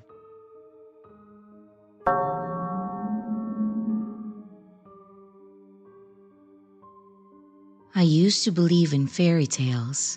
I thought that once you found your soulmate, you would live happily ever after. That's how things felt with Charlie. We met when I was 24 at a Korean-themed fair. The vibrant colors, the sweet aroma of street food, and the cheerful music set the perfect backdrop for our first meeting. I remember the day vividly. I was intrigued by a traditional fan dance. When someone accidentally nudged me, causing me to spill my drink, I turned around ready to confront the person. But instead, I met Charlie's apologetic eyes. Our connection was instant, like a spark igniting a flame. Charlie was sweet in ways that I had never experienced before. He had this habit of cutting the crust off my sandwiches because he knew that I didn't like them. He would fold napkins into little swans whenever we dined out because he knew how much I adored them. His love for anime and poetry added layers to his personality that made him really irresistible. He would write me poems, simple yet profound, and we would watch our favorite anime series late into the night. I loved every moment we spent together, no matter how mundane or extraordinary it was. For years, our relationship blossomed, and we eventually got engaged. We planned our future together, dreaming of a beautiful wedding and a life filled with love and laughter. He would often joke about how many kids he wanted. But life had other plans. Just a few months before our wedding, Charlie was involved in a tragic car accident. He didn't survive, and my world shattered into pieces. The love of my life was gone, and I was left to pick up the fragments of what could have been. I was heartbroken. I wasn't able to see myself with anyone else. The pain was just unbearable, and it took years for me to even consider moving on. Years passed, and although the wound never fully healed, I knew that it was my time to try again. My name's Valerie, by the way, and I'm 34 now. I'm a teacher who had poured myself into my work just to escape the loneliness. My friends, seeing my struggle, have been encouraging me to put myself out there again. One of them actually even set up a date for me, insisting that I deserved happiness too. I knew she was right, but it was just so hard for me. I reluctantly agreed. I wanted to humor my friend who tried so hard for this. The date was set for a Friday evening at a charming restaurant downtown. My friend assured me that the guy was nice and that I would enjoy his company. I wasn't convinced, but I decided to give it a try. After all, what did I have to lose? The day of the date arrived and I was nervous as I made my way to the restaurant. My heart was pounding in anticipation. I haven't done this in so long. I don't even know how to act or what to do. What if I say something stupid? I was panicking a little in my head. I arrived a few minutes early and I sat down at a table by the window. I tried to calm my nerves, reminding myself that this was just a date, nothing more, nothing less. After a few minutes, my date arrived. He was handsome, with a kind smile and a confident demeanor. He introduced himself as Daniel, a 36-year-old architect. He seemed genuinely pleased to meet me, and I felt a glimmer of hope that maybe this wouldn't be so bad at all. He sat down, and then we ordered our food. While we waited, we chatted about our lives.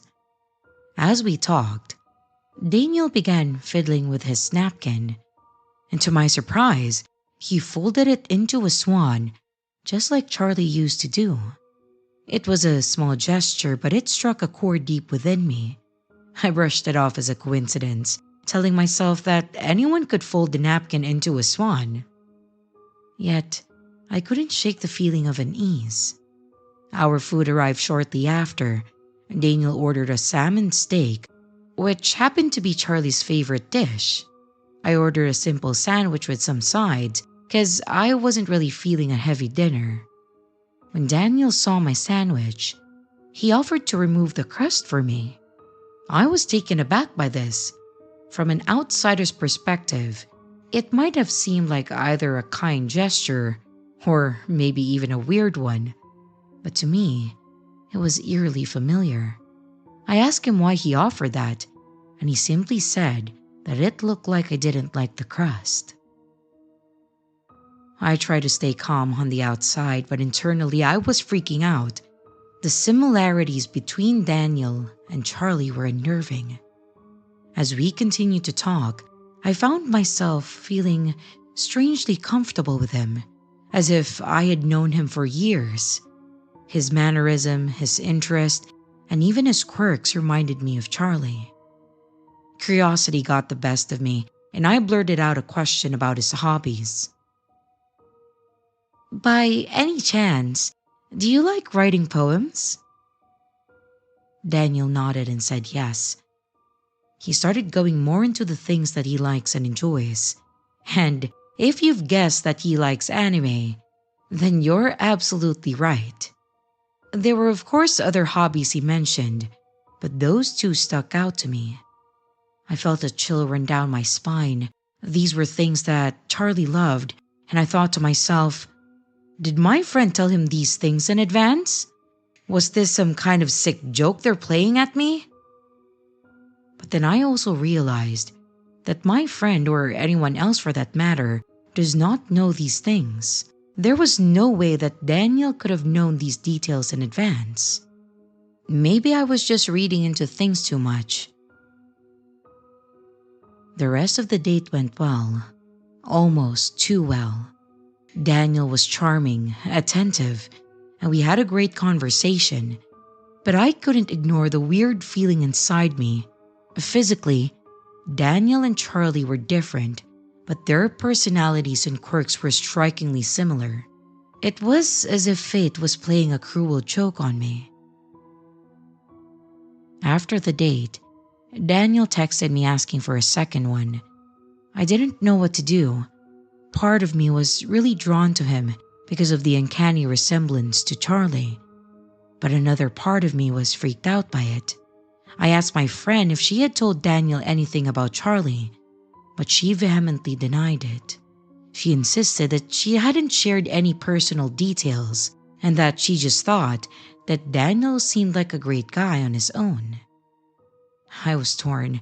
Should I say yes to a second date, knowing that Daniel reminded me so much of Charlie, or should I protect myself from the emotional turmoil that might follow?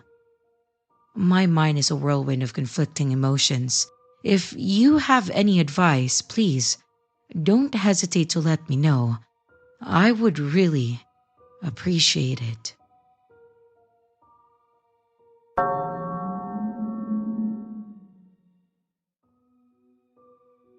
The world of online dating is a strange and often unpredictable place. After a recent breakup, I found myself drifting through the maze of dating apps, just hoping to find someone who could bring a spark back to my life. My name is Lindy, and I'm 26 years old. I was ready to meet strangers with the hope of finding a genuine connection again.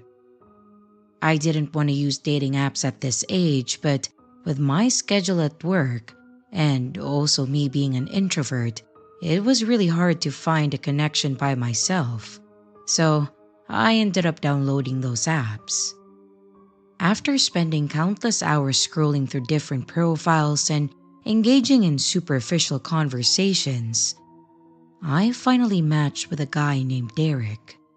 From his profile, Derek seemed like a nice, ambitious guy. He was so well dressed in his photos, he was always smiling, and his bio was filled with his humble brags about his successful career and his love for outdoor adventures.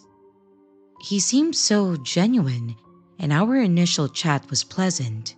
He was attentive with the things that I said, he asked interesting questions, and he seemed to be eager to get to know me. So, after a few days of chatting, and when Derek asked me out on a date, I of course agreed, and I just hoped for the best. We decided to meet at a popular restaurant downtown. It was known for its cozy ambience and excellent food, though a little bit pricey, but it's fine, I didn't mind splurging a little bit. The night of the date, I dressed in a simple but elegant outfit. I was hoping to make a good impression on Derek. I arrived a few minutes early, because I wanted to settle in and gather my thoughts. When Derek walked in, he looked just like his pictures. He was tall, confident, and very well groomed. I was actually very excited. He greeted me warmly, and I felt an initial sense of relief that he wasn't a catfish. We were seated at a nice table, and the evening started off smoothly. Derek was charming and seemed genuinely interested in me, and I thought that this might actually work out. I was already planning in my head on where the second date would be. However, things took a turn when the waiter arrived to take our order. Derek's demeanor changed instantly. He became overbearing, insisting on ordering not just for himself but for me as well, without even asking what I wanted. He picked the dishes that he claimed were the best, and while I appreciated his enthusiasm, it felt so controlling on my end. I just tried to brush it off, thinking it might be a quirk or a misguided attempt to impress me. But as the evening progressed, Derek's behavior grew more and more unsettling. He was incredibly proud and rude to the waiter. He was snapping at him for the smallest things and making snide remarks about the service.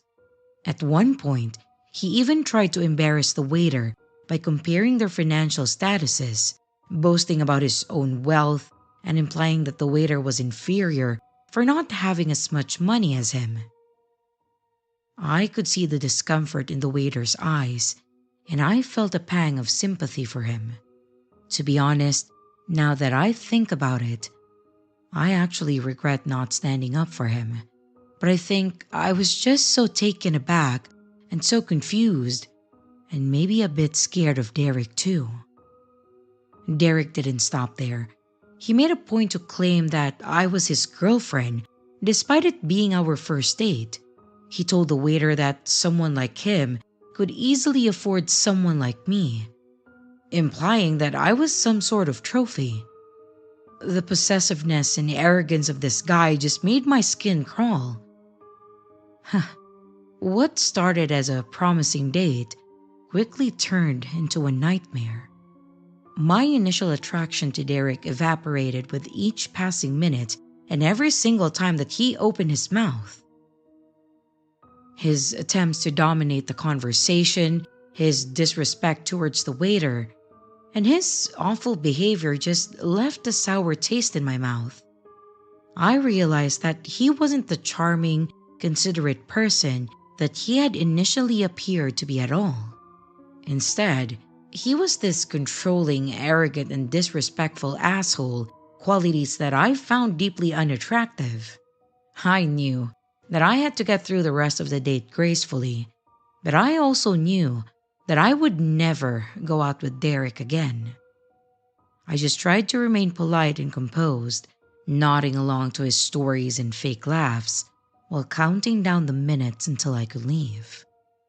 When the check finally arrived, I offered to pay my part, but Derek made a grand show of paying for everything, further assisting his sense of superiority. After the date, I thanked him for the evening and I made my way home. I didn't want him to send me back home because I did not want an asshole like him knowing where I lived. When I got back home, I was feeling a mix of relief and disappointment. I had hoped for a nice time and maybe a potential connection, but instead, I had encountered a side of a person, Derek, that was both alarming and off-putting. I decided not to respond to any more of his messages. It was clear that we were not a match at all, and I wanted to avoid any further interaction with him. Over the next few days, Derek tried reaching out multiple times, sending text messages and leaving voicemails, and I just ignored them, hoping that he would get the hint. But then, one evening, I received a text message from Derek, and it was just filled with hate. He was accusing me of leading him on and calling me all sorts of hurtful names. He berated me for ignoring him and made it clear that he was furious about my lack of response. Text was so unsettling, and it left me feeling shaken. His kind and charming facade had completely crumbled, revealing a bitter and vindictive side. I decided to just block his number and delete any trace of our conversation. It was clear that Derek was not someone that I wanted in my life, even in the most peripheral way.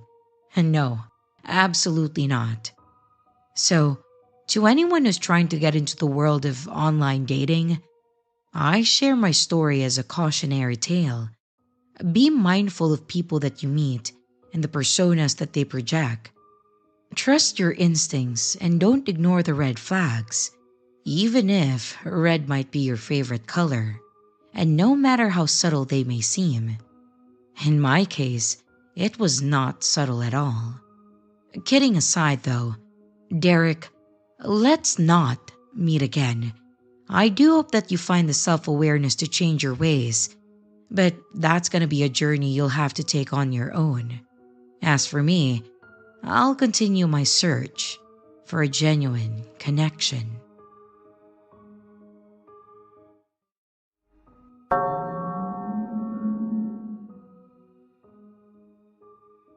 This is a story that I never thought I'd have to tell. I'm Nina and I'm 28 years old, and several months ago, I found myself in a situation that still sends shivers down my spine whenever I think about it. I met Kevin when I was new to my company. He worked in the IT department while I worked in a different department on another floor. Our paths crossed when I had to get my company-issued laptop set up. Kevin was one of the ID guys responsible for onboarding new employees. He was charming, funny, and he made me feel at ease in a new environment. We hit it off almost immediately, and after a few casual conversations, he asked me out on a date. To be exact, we went out on 3 dates before deciding to make it official. I know how it sounds. Just know that I was lonely and it was hard for me to find a guy that I would like. So when I found Kevin, I didn't mind jumping into a relationship so quickly. The first couple of weeks were great. It was filled with the typical new relationship energy. However, it didn't take long for our differences to show. Well, 2 months exactly. Kevin and I had fundamental differences that we just couldn't work out. For one, he didn't like animals, which was a huge deal breaker for me. I have 2 dogs and 3 cats, and they are like family to me. At first, I just thought that Kevin wasn't used to animals, but his disdain for my pets was clear as day, and he often complained about the cost and attention that they required. Well, the final straw came one night when he casually suggested that I should consider giving them away or abandoning them, especially if we ever got serious and decided to get married. This was a conversation that he brought up 2 months into the relationship. Well, that was it for me. I couldn't be with someone who didn't love and respect my pets as I did. So, I ended it that same day. Looking back at it now, I'm actually glad that he showed his true colors so early into the relationship. Anyway, the breakup itself wasn't messy. There was no shouting matches or cruel words exchanged. Kevin did push back a bit, but ultimately he accepted. I also didn't worry about seeing him at work since we were on different floors and we rarely crossed paths. Life went back to normal after the breakup. I focused on my work, spent time with my pets, and then went out with friends. However, a couple of weeks later, I received a text message from Kevin. He asked me to meet him at a specific area of the park that we used to visit together. He said that he just wanted to talk. I didn't think much of it at that time. I figured that he might want to talk things over or ask to get back together. I wasn't interested in rekindling the relationship, but I thought that it would be kind to explain things to him in person, calmly and rationally. But as the date approached, I started to feel uneasy. I don't know why, but something about the situation didn't sit right with me. I couldn't shake the feeling that something was off, that I might be in danger. Trusting my instincts, I called my older brother and explained the whole situation to him. Let me tell you about my brother. My brother is a tall, strong guy who is very active in sports and weightlifting. He's the kind of person who can intimidate most people with just his presence, but he's actually a caring and sweet man. My brother then suggested that he would go with me. He said that he will keep a bit of distance, so we still have our privacy, but he wants to be able to keep an eye on me just in case that things go south. On the night of our meetup, my brother picked me up and we drove to the park. We were running late for some reason that I can clearly remember now. I told my brother the exact location, and he dropped me off near the spot while he went to find parking. I hurried to the bench where Kevin and I used to sit. But when I got there, Kevin wasn't around yet, so I just sat on the bench waiting for him. I noticed how eerily quiet and empty the park was. I never went to the park at that hour, so I never knew. But suddenly, I heard some rustling behind me. I turned around and I see 3 men emerging from the trees behind the bench. They had masks covering their mouths and they stared at me intensely. My heart sank and a wave of nausea hit me. It didn't take long to realize that this was a trap set up by Kevin. I started to panic, unsure of what to do, and the men closed in and I felt utterly helpless. And just then, I heard a booming voice yell, "Who the hell are you guys? Get the hell away from my sister!" It was my brother. He was running towards us, and the sight of his massive, intimidating frame must have freaked the men out. They hadn't expected anyone else to be there, let alone someone who could easily overpower them. They took off running, disappearing into the darkness. To be honest, in my panic state, I even forgot my brother was there. But I thank whatever stars I have that he was there and that I listened to my gut feeling a couple of days ago. I ran to my brother and then we got out of there as quickly as possible. My brother then drove me back home and we talked about what had happened. We debated calling the cops but ultimately decided against it, thinking that we didn't have enough proof that it was Kevin who orchestrated the whole thing. But deep down, I knew it was him. Looking back, I realized how foolish I was to meet him in the first place, but I had no idea that he was capable of something so horrible. A few days after the incident, I found out that Kevin had quit the company and no one knew where he was. It was as if he had vanished into thin air. I was relieved but also scared, knowing that he was out there somewhere. I thank God for my brother, because I don't know what would have happened to me if he hadn't been there. I still get nightmares about that night, imagining what could have happened if my brother hadn't shown up in time. So, to everyone, all I can say is listen to that inner voice that tells you that something isn't right.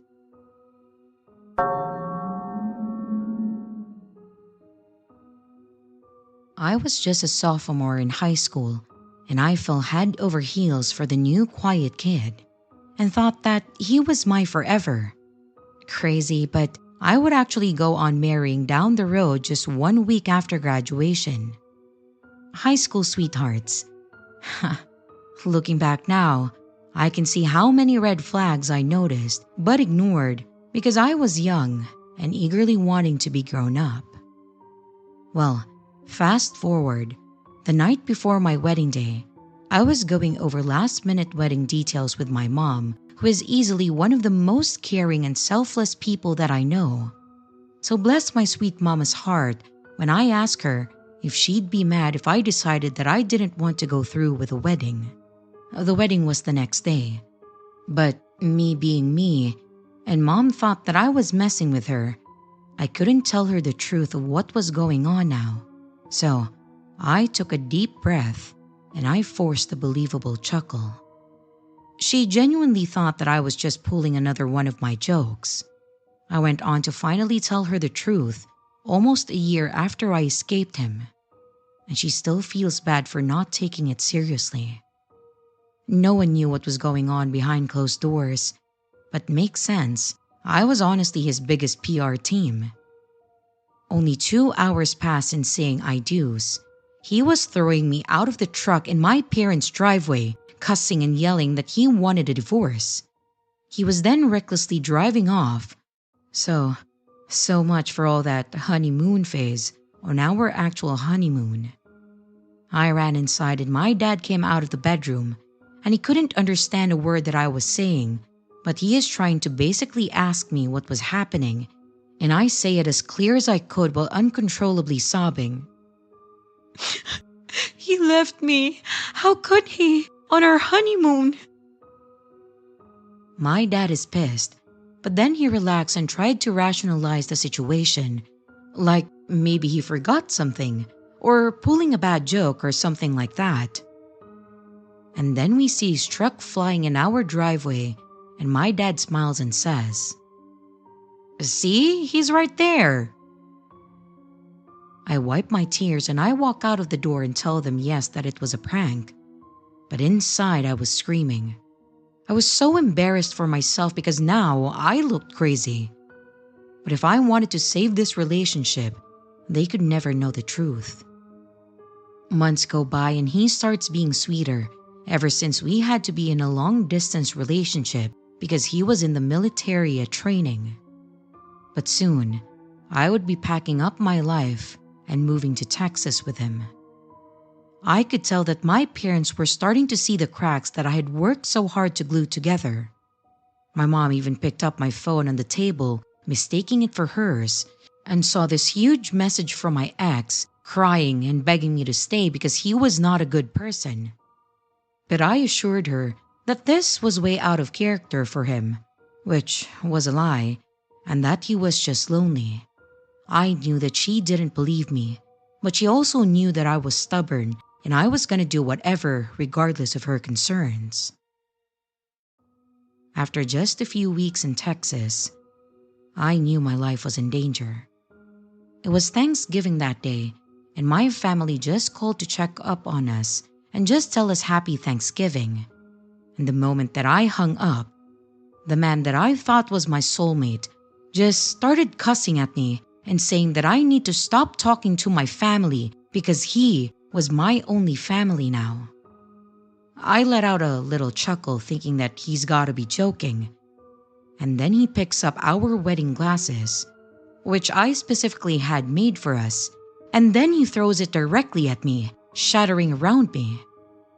Shocked, I didn't know what to do, so I walked over to the broom and I just start sweeping up the broken glass. You may read this and think, surely he would be done throwing a tantrum by now, right? But no. He then throws pictured frames at me while I'm sweeping up the glass. Honestly, that broken glass on the wooden floor was just a metaphor for any love that I had left towards this man. I broke that night, and I stopped seeing him as my other half, and more as the monster that I'm now stuck with. I became very depressed, and he loved that. He would break me down over and over again just to get a reaction. 2 months go by, and one night, he completely lost his shit over the washer and dryer people messing up the days that they were supposed to come out, and he started pacing back and forth mumbling words that I couldn't quite make out. But then he demanded that I call and fix it. He grabbed me and sat me on the couch telling me what to say and that I better not fuck it up, like a damn negotiation.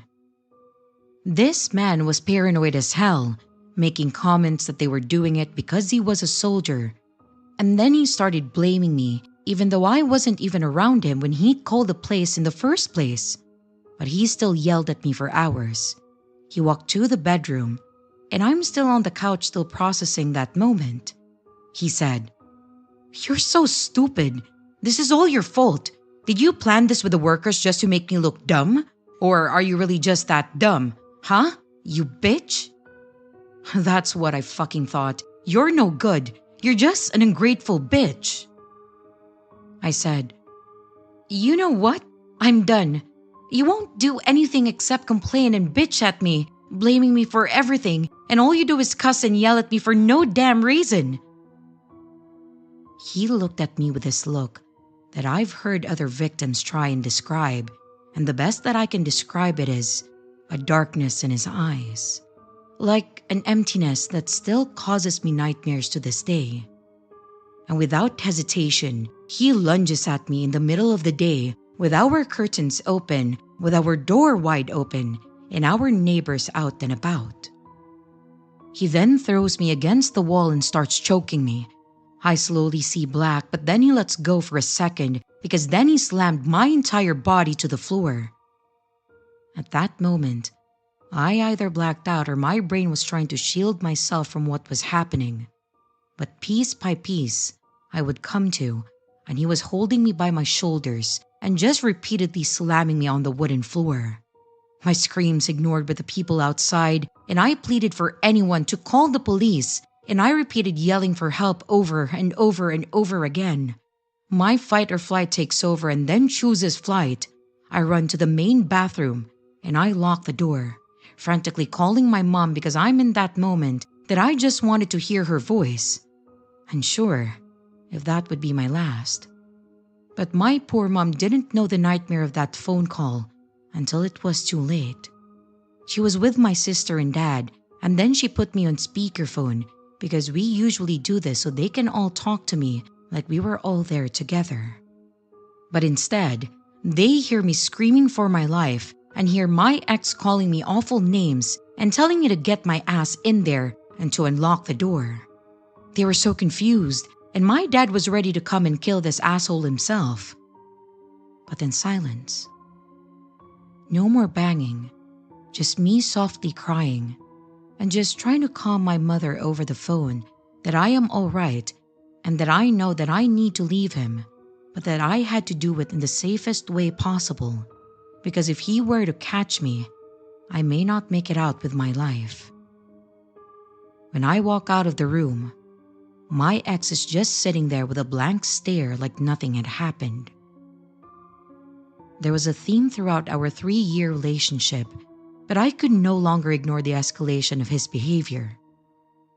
So one night, I finally put my escape plan into action. I was gonna make a run for it. It was 2 a.m. Keys to my Pontiac were on the kitchen table, and he was asleep in the bedroom that I wasn't allowed in several days earlier. I then busted out of the guest bedroom that was my prison, and then I beelined out the front door quietly, but also as quickly as possible. 9.5 hours to my home state, and I only stopped once in Dallas to fill up on gas. With every mile in my rearview mirror, I felt something inside that reassured me. I'm free now, forever scared, but most have healed or faded. I 100% believe that if I have stayed, I would be 6 feet deep now. So, to my abusive ex-husband that I fled from that late February night, let's not meet again, ever.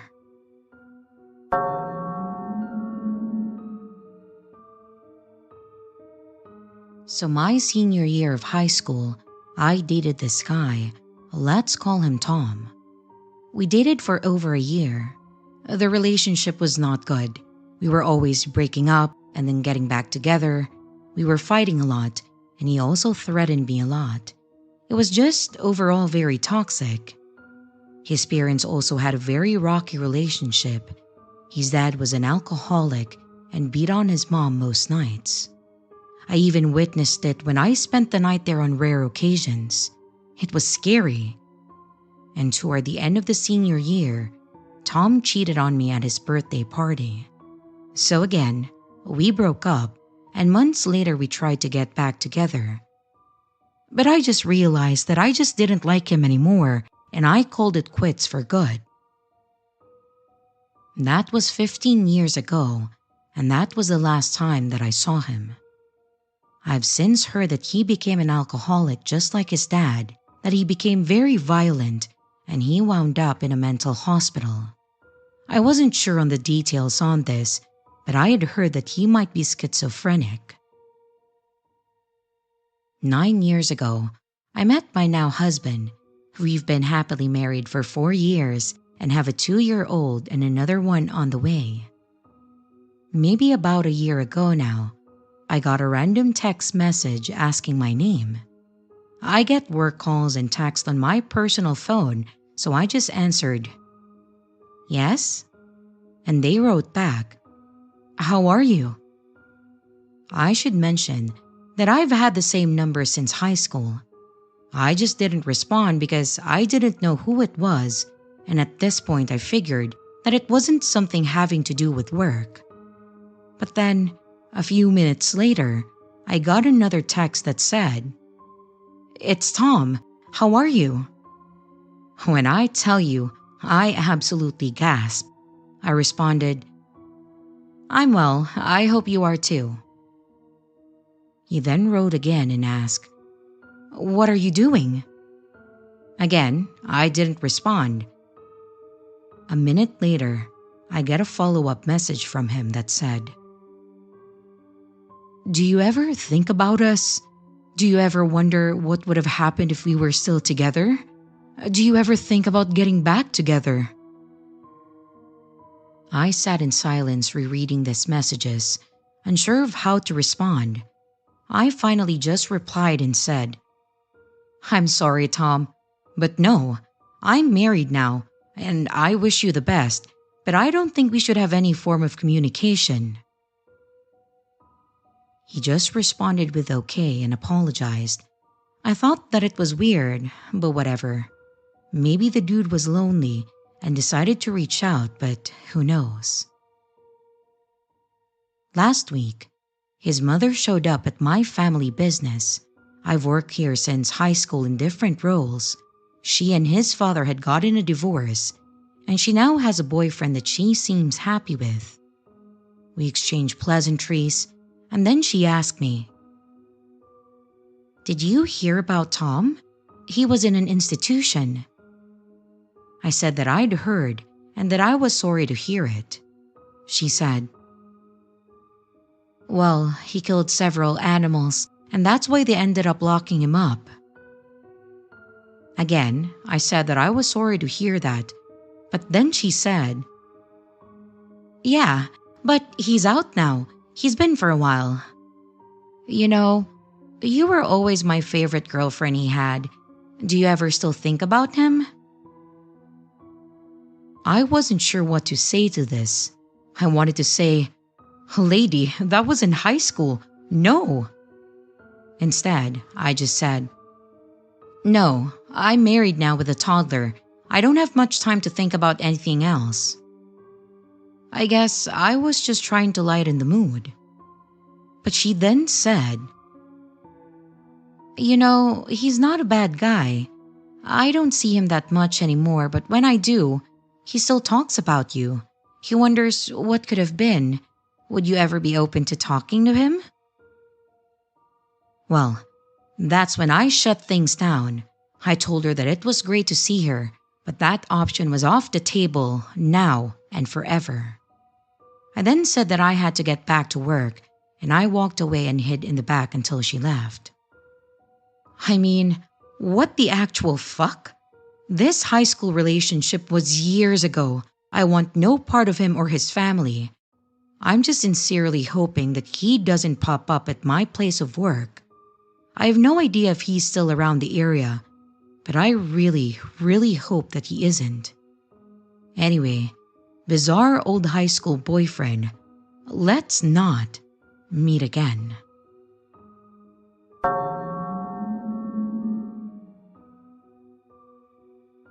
Hi everyone, my name is Chris and I'm 25 and male. I'm here to tell you about a terrifying and somewhat embarrassing story that I have. Please forgive me if I write some things a bit weirdly. I'm really not the best when it comes to writing. Anyway, let's start the story. Falling in love with Samantha, who was 22 and female, was like a dream come true. We met at a mutual friend's party, and from that night on, it felt like we were inseparable. She was everything that I have ever wanted. She was kind, thoughtful, and beautiful. Our relationship was the epitome of what you would call healthy and beautiful. We took care of each other, we shared our dreams, and we made plans for the future. After dating for a year, we decided to take the next step and then move in together.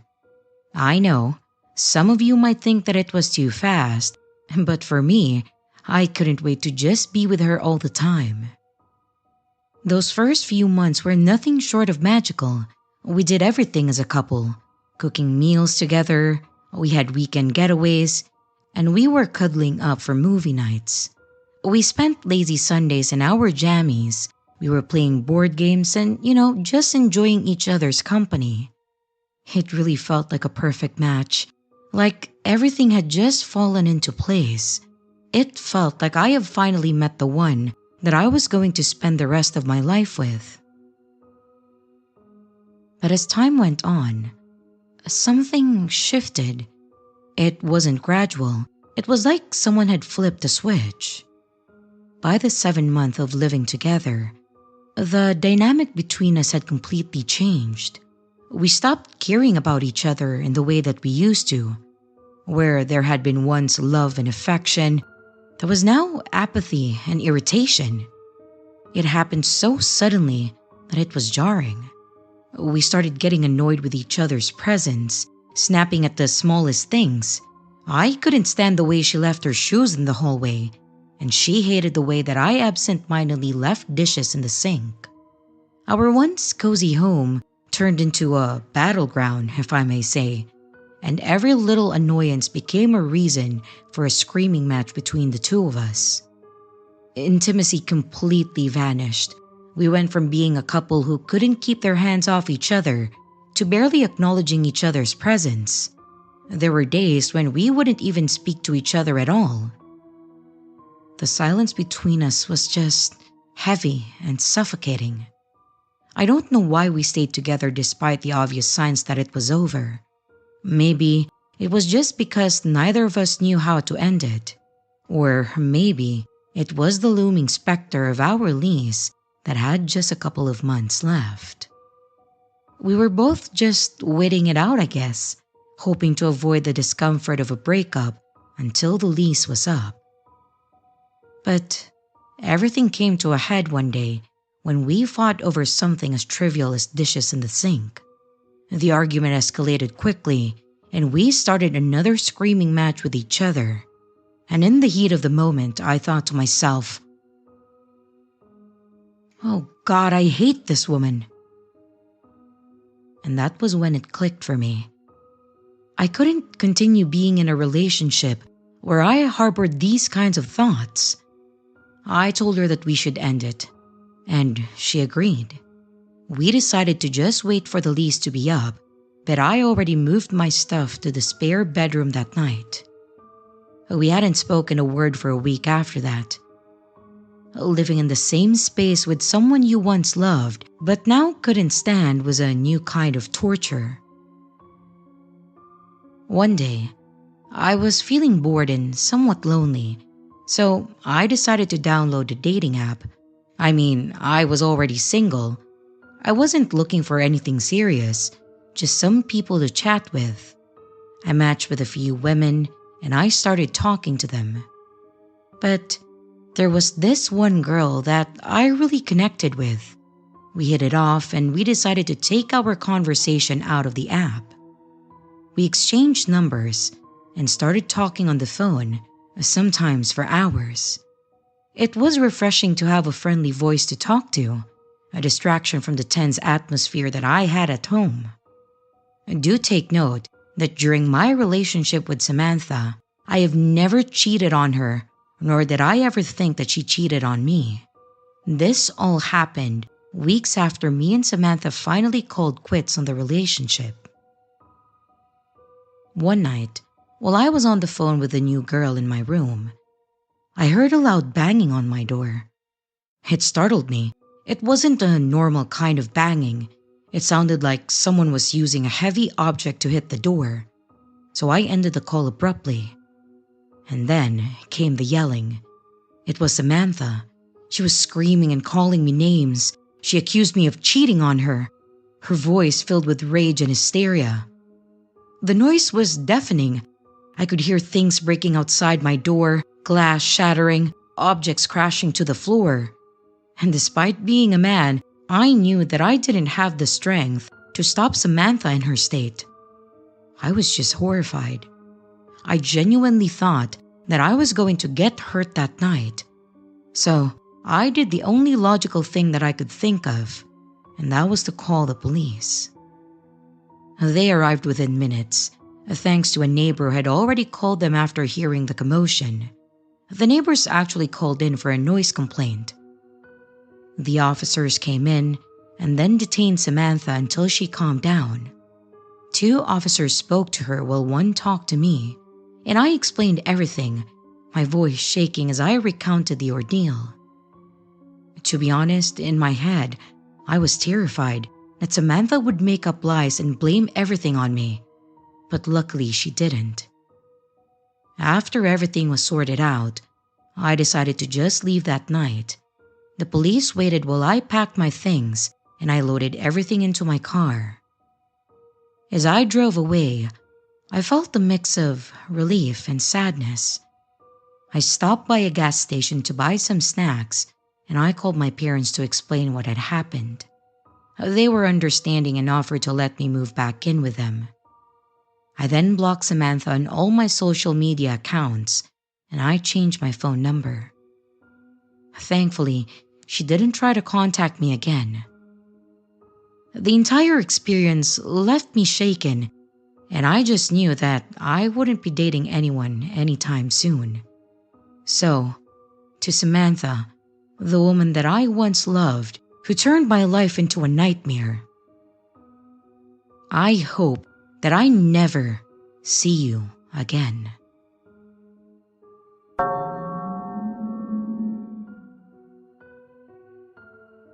The creepy guy I dated for a while is a murderer.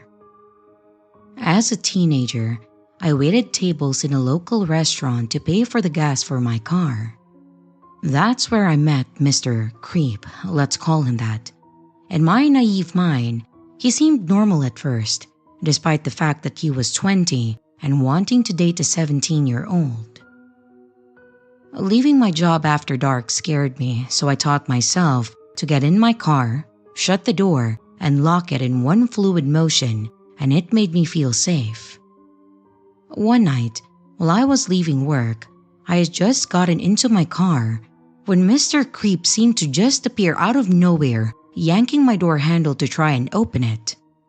I looked into his eyes in the split second before he smiled, and what I saw absolutely chilled my bones. I don't know how to describe the evil that I saw. I just rolled down the window a crack and then faked a laugh when he said something about wanting to see if he could scare me, and then I just used my curfew as an excuse to get away. From then on, I was terrified of him, but I didn't let on because I was afraid of what he might do if I told him that I never wanted to see him again. After this, he constantly lied to try to impress me and try to invent ways of being alone with me, but my instinct was to run, so I tried my best to avoid him. About 2 weeks after this incident, the restaurant got robbed, and there was significant evidence against Mr. Creep, but it was just not the kind that allowed the cops to charge him. I tried sending all of my text conversations with Mr. Creep to the police chief in hopes that it would help. But Mr. Creep just slithered away after that, and I always had to look over my shoulder. About 5 years ago, he messaged me on Facebook out of the blue. He went on about his top secret military clearance, as well as a huge acreage he owned. It made me nervous, and I felt like he was trying to spring a trap or something, but I tried to put it out of my mind. And then today, I was looking at posts about an unsolved murder when I saw his mugshot. He is now facing murder charges as well as 2 other violent felony charges. I am so glad to know that he's locked up now, but I am so overwhelmed about how correct my instincts were about Mr. Creep. I feel like I escaped him.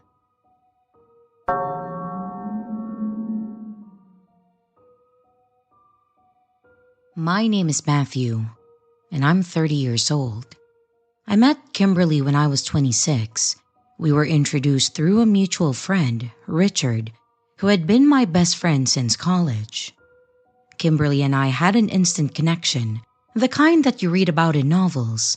We were that couple who finished each other's sentences and shared inside jokes that made others feel like outsiders. It was even so cheesy to the point where I can't even believe it. Richard, who was also 26 at that time, was incredibly supportive of our relationship. He seemed genuinely happy for us, often joining us for outings and gatherings, and I valued his friendship deeply. He was like a brother to me. For a long time, it felt like I was living in a dream. Kimberly, Richard, and I formed a close-knit trio. We spent countless weekends together, hiking, dining out, and even vacationing as a group. My life literally felt perfect. But perfect never lasts, and I was too blinded by love to see the cracks forming beneath the surface. The first signs of trouble were small, almost insignificant. Kimberly started making quirky comments about how Richard and I had such a strong friendship.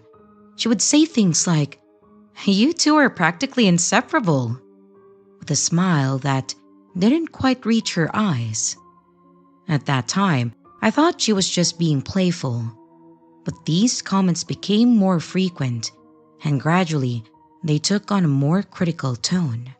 She started suggesting that Richard didn't respect our relationship and that he was a bad influence on me. I brushed off her concerns, thinking that she was just being overly protective.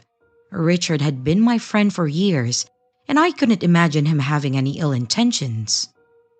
But Kimberly's words planted a seed of doubt in my mind. I began to analyze Richard's actions more critically, looking for any signs of disrespect or betrayal. And this was just the beginning of a manipulation that I didn't yet recognize. It wasn't long before Kimberly's influence began to affect my behavior. I started declining Richard's invitations to hang out, choosing instead to spend time with Kimberly alone. She would often claim that she felt uncomfortable when Richard was around, saying that he made her feel like a third wheel. I wanted to make her happy, so I distanced myself from Richard, thinking that it was the right thing to do for my relationship. Months passed, and my social circle began to shrink. Friends who had once been close seemed distant, wary even. Kimberly always had an explanation though. She would tell me that they were jealous of our relationship or that they had said things behind my back. I trusted her completely and I took her words at face value. Confronting my friend seemed unnecessary. After all, Kimberly was the woman that I loved. As my friendships deteriorated, my dependence on Kimberly increased. She became my entire world, the only person that I felt that I could trust. But as our relationship deepened, so did the manipulation. She started questioning my memory, insisting that I had said or done things that I couldn't recall. Simple disagreements turned into elaborate blame games, with her always emerging as the victim. I seriously began to doubt my own sanity, relying on her perception of events rather than my own. Richard tried to intervene a few times, expressing concern about my relationship with Kimberly. But his words fell on deaf ears. I saw his attempts as meddling, convinced by Kimberly that he was trying to sabotage our happiness. My once close friend became a stranger to me, someone that I viewed with suspicion and resentment. The isolation was complete when Kimberly suggested that we move in together. She painted a picture of a perfect life, just the two of us, free from the negativity of others. I, of course, agreed, thinking that it would strengthen our relationship and bring us closer. But moving in only magnified the problems. Kimberly's control over my life became more apparent. She monitored my activities, questioned my interactions, and she criticized my own decisions. I felt trapped, but I couldn't see a way out. One day, while I was cleaning a drawer of mine, I found a group photo from a few years back. It was taken during one of our outings with Richard and a few other friends. Looking at that photo, I felt sad. I realized how much I missed my friends and the carefree times that we had shared. It was a moment of clarity, just a brief escape from the fog of manipulation that had clouded my mind. So I secretly decided to reach out to Richard. It was a hesitant, tentative step, driven by a longing for the friendship that we once had. I wasn't sure if Richard was going to accept me, given all the things that I have done to him. But to my surprise, he was receptive. He listened without judgment as I poured out my confusion and my doubts. He assured me that he had never said anything against me and that he had always wanted the best for me. His words were like a balm to my wounded soul, but they also amplified the realization of how much that I had lost. As I rekindled my friendship with Richard, Kimberly's behavior became more erratic. She sensed a change in my behavior and intensified her efforts to control me. The arguments escalated and her accusations became more severe. It was a really difficult time for me, but with Richard's support, I began to see the manipulation for what it was, and I started standing up for myself, questioning Kimberly's narratives and asserting myself. The breaking point came was when Kimberly learned that I reconnected with Richard, and then she accused Richard of trying to seduce her. It was an outrageous claim, one that shattered the final remnants of my trust in her. I confronted her for the first time, truly challenging her manipulations. Her facade crumbled, revealing the extent of her lies. The confrontation was messy and painful. Kimberly tried to turn the tables, playing the victim and accusing me of betraying her. But I was no longer blinded by her manipulation. I really did love Kimberly. But I found the strength to end the toxic relationship. It was difficult, one that left me feeling both free and heartbroken. The weeks that followed were a period of healing and self-discovery. Richard stood by me, helping me rebuild my life and reconnect with old friends. It was a slow process, and it was filled with a lot of moments of doubt and insecurity. My relationship with Richard grew stronger. He never once said, "I told you so." Instead, he supported me with unwavering loyalty and understanding. My other friendships gradually mended too, as people saw that I was working on my life and distancing myself from the toxic relationship. Looking back, I realized how easily I had fallen into the trap that Kimberly had set up for me. It was a humbling experience, one that taught me the importance of self-awareness and putting up healthy boundaries. Eventually, I moved to a new city. Of course, Richard and I and our other friends stayed in touch. Years passed, and I met someone new. This time, I approached the relationship with caution and self-awareness, mindful of the lessons that I had learned. And I could feel that this time, it was a healthy and genuine connection. No manipulation, no lies, and I felt a sense of peace. As I reflect on the past, I am grateful for the support of friends like Richard. Kimberly's manipulation had been a dark chapter in my life, but it doesn't define me. So, to Kimberly, I hope one day you reflect on yourself, maybe get some therapy if you think you need it. And to the others, thank you for reading this, but I just want to remind you to not throw away your friendship so easily, like I did.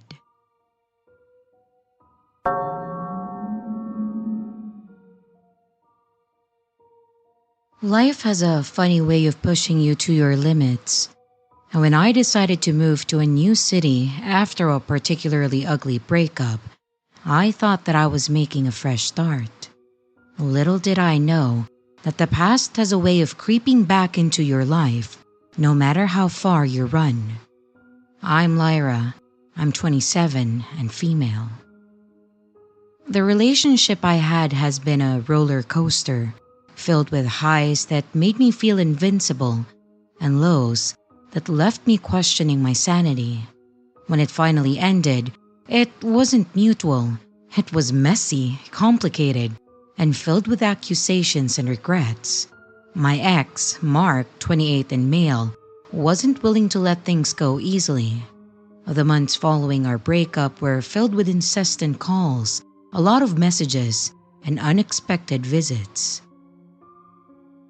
I realized that I needed to create some distance from him and regain control over my life. It was just getting too toxic for me, and it was messing with my mental health. So, moving to a new city seemed like the best solution. I found a cozy one-bedroom apartment in a bustling neighborhood, complete with friendly neighbors and a sense of anonymity that was very refreshing. It has been a stressful couple of months, but the move was cathartic. It was a way to reclaim my life and my independence. For the first few months, everything was perfect. I found a new job, I made new friends, and for the first time in a long time, I finally felt like I was at peace. But then, it started very subtly. At first, I didn't think much of the small changes in my apartment. I'm naturally forgetful, so when I found my favorite coffee mug in a different cupboard or my keys on the kitchen counter instead of the hallway table, I chalked it up to my scatterbrained nature. But as time went on, these little inconsistencies became harder to ignore. One evening, after a particularly long day at work, I came home to find my living room window slightly ajar. I distinctly remember closing it that morning, as the weather forecast said that it was going to rain. I felt a chill run down my spine, but I dismissed it as my imagination just playing tricks on me. Maybe I had left it open and simply forgotten about it, and just thought that I closed it. But then, there were the messages. Mark had stopped trying to contact me directly after I moved, which was a relief, but I began receiving anonymous texts from an unknown number. Initially, they were innocuous, just generic greetings and questions about my day. But they quickly turned invasive. The sender seemed to know too much about my daily routine, my new friends, even the layout of my apartment. I blocked the number, but the messages continued from different numbers, almost as if the sender had unlimited resources to keep reaching out to me. It was really freaking me out.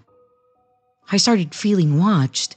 It was an unsettling sensation, the kind that makes the hair on the back of your neck stand up. I don't know if you've tried that before, but in my opinion, it's a horrible feeling. Every time that I would walk home from work, I would glance over my shoulder, half expecting to see someone following me. But there was never anyone there. It was just the city life, strangers going about their business, not knowing about my paranoia. One night, as I was getting ready for bed, I noticed something that made my blood run cold. On my nightstand, next to my favorite book, was an old photo of Mark and me. It was from the happier times. It was a picture that I had torn up and thrown away before I moved. Seeing it there, perfectly intact, felt like a violation. It was a clear message. Mark had found me, and he had been in my apartment. I'm not stupid, so I went to the police directly with the photo and the couple text messages that I haven't erased yet. But with no concrete evidence to prove that it was Mark, there was little that they could do. So I tried doing the logical step. I changed my locks, I hired a locksmith, and I felt a brief sense of security. but the feeling was short-lived. The next time that I came home, I found another photo. This one of me sleeping, taken from the inside of my apartment. The realization that Mark had a key, again, to my new place despite the lock change was terrifying. I didn't understand how he could do this. Every creak of my old apartment now felt like a potential threat to me. I started sleeping with a chair wedged against the bedroom door. My phone was always clutched tightly in my hand. My friends even noticed the change in me. They were asking me all the time if everything was all right, but I was somewhat too embarrassed to admit the truth. So I just kept it to myself. It just felt like if I admit it out loud, then it made everything too real. And part of me wanted to believe that it was all in my head, that maybe I'm just too paranoid, or maybe I'm just going crazy. The tension reached its peak one rainy night when I had just settled into bed, the sound of the rain pattering against the window like a soothing backdrop. When I heard it, a faint click. It was the sound of my front door opening. I almost didn't hear it because of the rain, but I think I was just hyper aware all the time, and that's why I was able to catch that sound. My heart pounded in my chest as I strained to hear. My breath caught in my throat. Footsteps. They were slow and deliberate, and they made their way down the hallway. I knew it was Mark. I mean, who else could it be?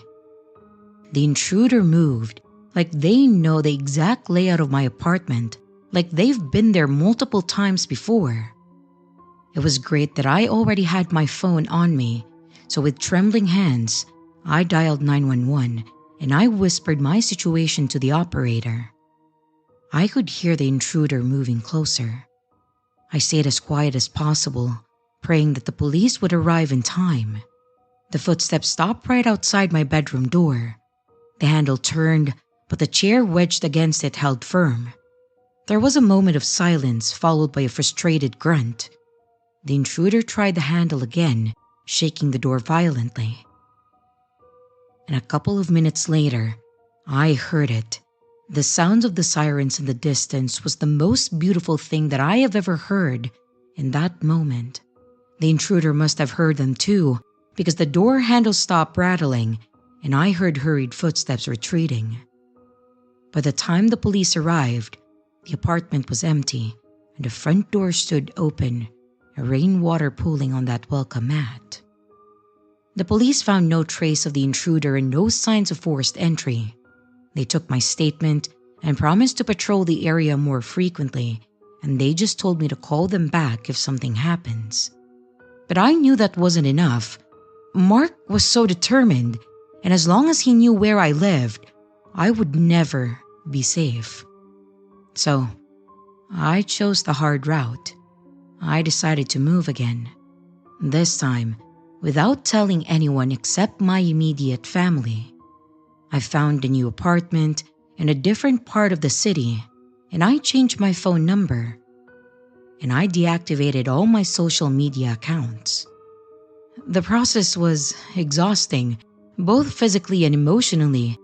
I was being drained from everything that was happening to me, and I didn't know what to do. I felt helpless. For a while, things seemed to improve. The messages stopped, and there were no more signs of Mark's presence. So I kind of started to relax, letting my guard down, and for the first time in months, I felt like I could finally breathe again. But then, on a quiet Sunday afternoon, I received a package. It was simple, a small brown box with no return address. My curiosity got the better of me, and I opened it. Inside was a single item, another photo of me sleeping, taken from the inside of my new apartment. Panic just washed over me, and I just fell down on the floor and started bawling my eyes. Despite all my efforts, Mark had found me again. I realized then that I couldn't keep running. Mark's obsession had become a dangerous game of cat and mouse, one that I was tired of playing. I didn't want to do this anymore. So I contacted the police again, this time providing them with every piece of evidence that I had collected, the photos, the messages, everything.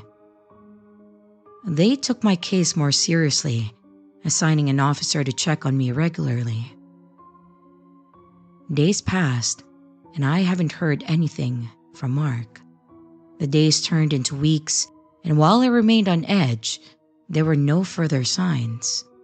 The serious police presence seemed to deter him.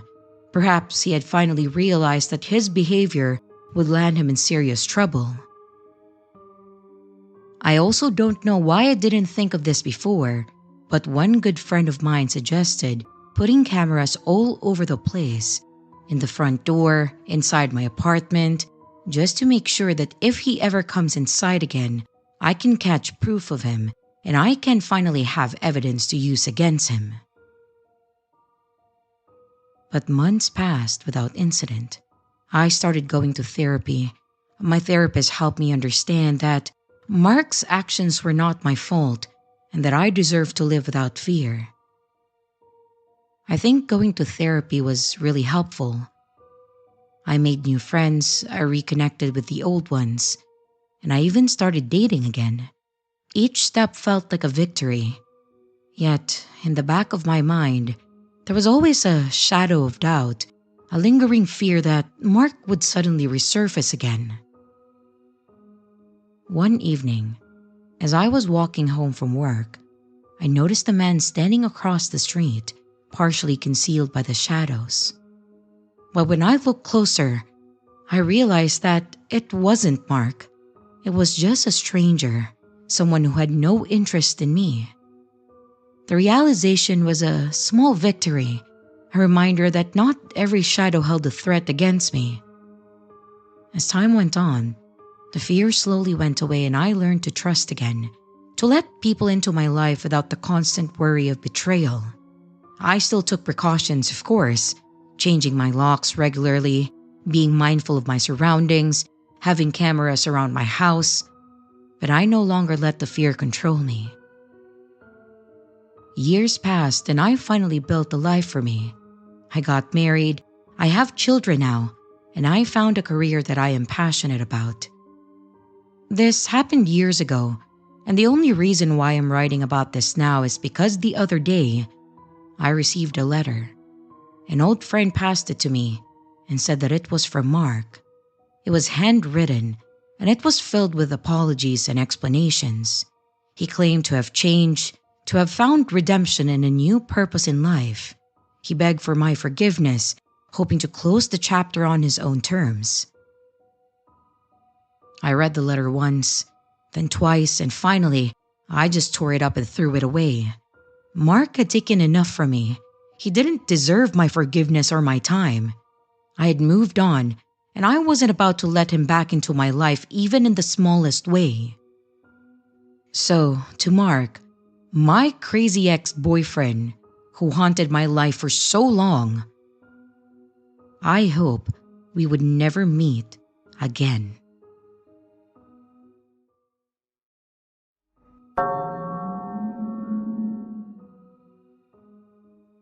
So, this didn't happen to me but a friend of a friend. She told me that her friend had met a guy on Tinder from another city whom she had been texting for a little while. They had planned to meet up at her apartment one night, and the whole time that he was there, she got a really weird and creepy vibe from him. He would make morbid jokes and tease or flirt with her in a super creepy way. For example, telling her that he loved her tits, but that they would be much bigger and therefore hotter if she was 200 pounds heavier. When it was time to go, he seemed reluctant to leave and asked if he could stay, but she refused, and then he finally left. Half an hour later, however, he was back at her front door asking if he could spend the night at her place because he had missed his train. She reluctantly agreed to let him sleep on the couch for the night, but when she went to bed, she made sure to lock her bedroom door. At some point in the night, she heard strange sounds and him creeping through her apartment. A few moments later, he was knocking on her door, saying that he needed help with something. But her gut feeling told her not to open the door, so she just stayed put. When morning came, she cautiously left her room and looked through her apartment. He was gone apparently, but she discovered her bathroom was entirely covered in foil. Always make sure to trust your gut and meet your Tinder dates in a public place if it's your first time, guys. You just can't really gauge what a person is like from just texting them.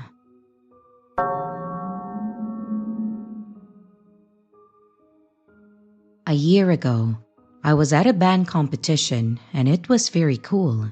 I was 16 at that time, and while I was there, I met a really cute boy, and he was a nerd that likes video games like myself. He looked like a completely normal dude, and I was somehow brave enough and asked for his number, even though I'm really shy usually. Anyway, we texted for a while and I really liked him. He was funny and sweet, and he liked wholesome memes like me. So, we planned a date and we went to the movies together. I had a really nice time. Now comes the weird part. We were texting for a bit and we both asked each other random questions. Just to get to know each other. It was normal and all until he asked me, "What would you do in a zombie apocalypse?" I answered that I would probably be the first to die, which is true then. I asked him back the same question, and he said the following. I think I would be okay, because I've always fantasized about killing people. And then, for like 10 minutes, he told me in great detail some deeply disturbing stuff about how exactly he wanted to do it, what he would use, and how it would look and feel like. I was horrified. I didn't know what to say, so I just moved on and asked what his favorite Pokemon was. Yeah, I know, but I didn't know what to say. Then I ended the conversation that night. I tried to act like everything's normal, but I knew that it was messed up and I was actually really scared of him. So I sent him a text that I don't want to date him because I have to study for the finals and I really have to focus. He was upset and constantly asked to meet me, so I'll explain why. Everyone always tells me that I'm too nice sometimes, and I've got some problems with saying no, so I said yes to him. I'm stupid and I'm well aware, but I just felt so bad.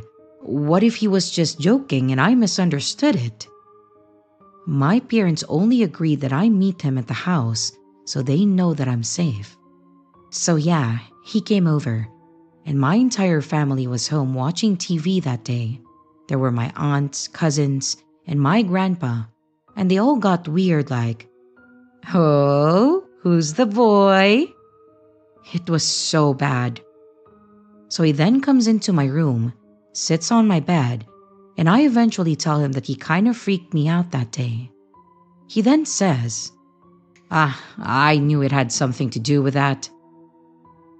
And he then started telling me even more things, like how his school told him at some point last year that he can't come to school because he, and I quote, is a danger to himself and others at school, and that they can't have him there until he goes to a psychiatrist that will make sure that he is stable.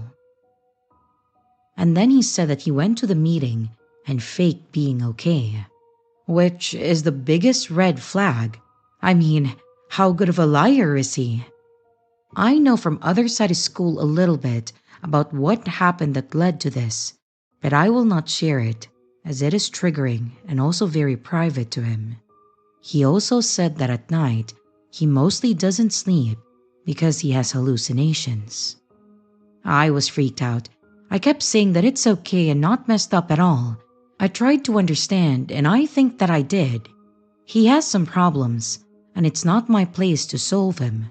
But he is a dangerous person to me, and I should keep my distance. He isn't a bad person. He just needs to solve some things within himself. So I tried to cut things off. But he kept texting me every day around the same time, asking to chat, asking to meet, and every time I said that I couldn't.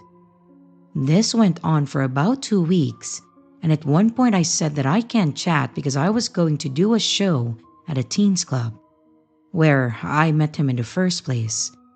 And he just showed up there. He came up to me, grabbed my hand and said, "July, I would do anything to be here with you tonight." And then he started telling me how he can't enjoy the things he loves anymore because we're not together, and how he would love to get one more chance because he felt like we had great chemistry. And I still said no, even though it was really hard, because again, I'm very bad at saying no. After a while of this, I finally texted him that I wished to not speak anymore because I felt like I was leading him on and all of that. He was very upset and tried to convince me not to. But eventually he agreed and we stopped talking. And that was it. I'm still kind of nervous because we live in the same rather small town and he knows where I live. In addition, people who know him told me that after everything went down, he was heartbroken. I mean, we went on one date and he told everyone that I was mean and fat, which I find quite funny, honestly. So yeah, that's my weird story, and I feel like some more dumb drama will come, and if it does, I promise to update you.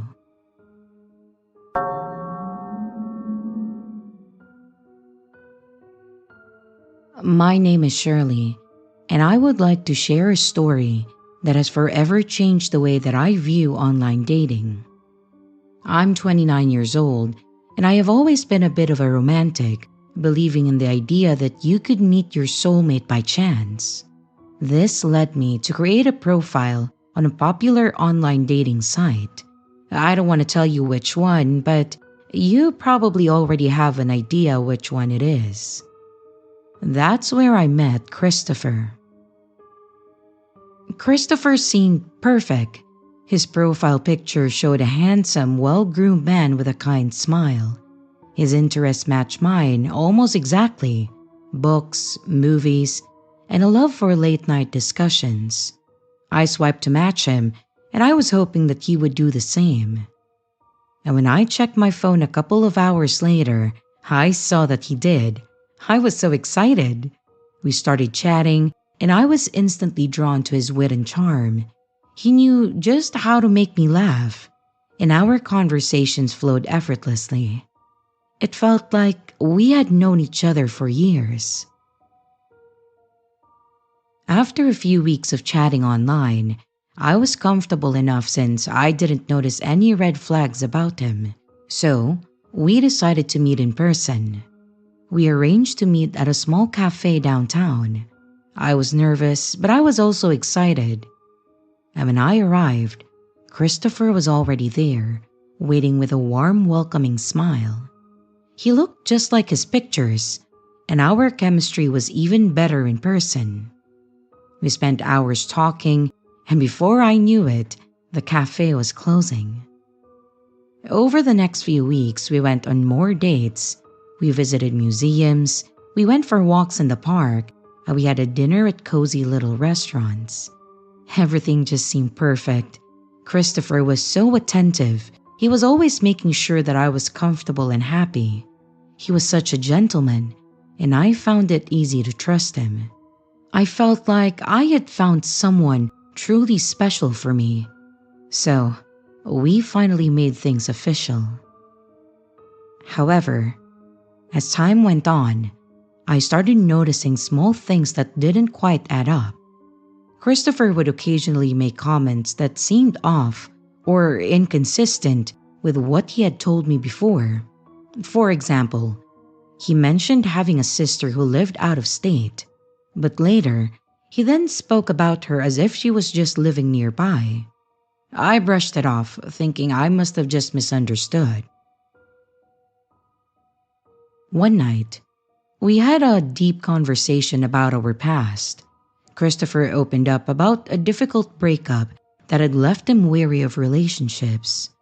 He seemed so vulnerable, and I just felt a strong urge to comfort him and just be there for him, you know? But looking back at it now, I realized that this was the moment that he started to manipulate my feelings. Despite all these small inconsistencies, our relationship continued to grow. Christopher was incredibly attentive. He always knew the right things to say and do. But then, he started becoming a bit too involved in my personal life. He would ask detailed questions about my friends, my family, sometimes making me feel like I was being interrogated. Again, I dismissed these feelings, just attributing them to his caring nature.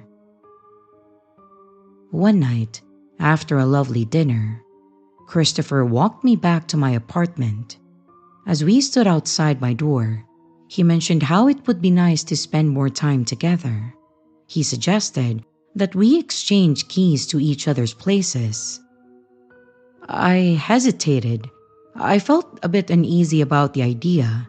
I couldn't decide if it was really weird or maybe it was just a thing and I didn't know about it. He could probably see the doubt on my face, so he reassured me, saying that it was a sign of trust. And against my better judgment, I agreed and I gave him a spare key. Shortly after this, I started noticing strange things happening around my apartment. Small items would be moved, and sometimes I felt like someone had been there while I was at work. If I asked Christopher if he has been to my apartment, he would deny and say that of course he would never do that unless he told me in advance. I told myself that I was just being paranoid and that there had to be a logical explanation for this. But the feeling of unease was in the back of my mind. One evening, as I was getting ready for bed, I received a text message from Christopher. He was unusually cold and distant, saying that he needed to talk to me about something important. My heart sank, wondering if he was about to break up with me. I couldn't think of any reason that he would break up with me though. So, we just arranged to meet the next day at a local park. The next day, I went to the park feeling anxious and worried. When I arrived, Christopher was already there and he was pacing back and forth. Without any preamble, he started accusing me of being unfaithful, saying that he had proof that I was seeing someone else. I was shocked and confused. I haven't done those things. He showed me screenshots of messages that were supposedly from my phone, but I have never seen them before. It was horrible how he was just making shit up about me.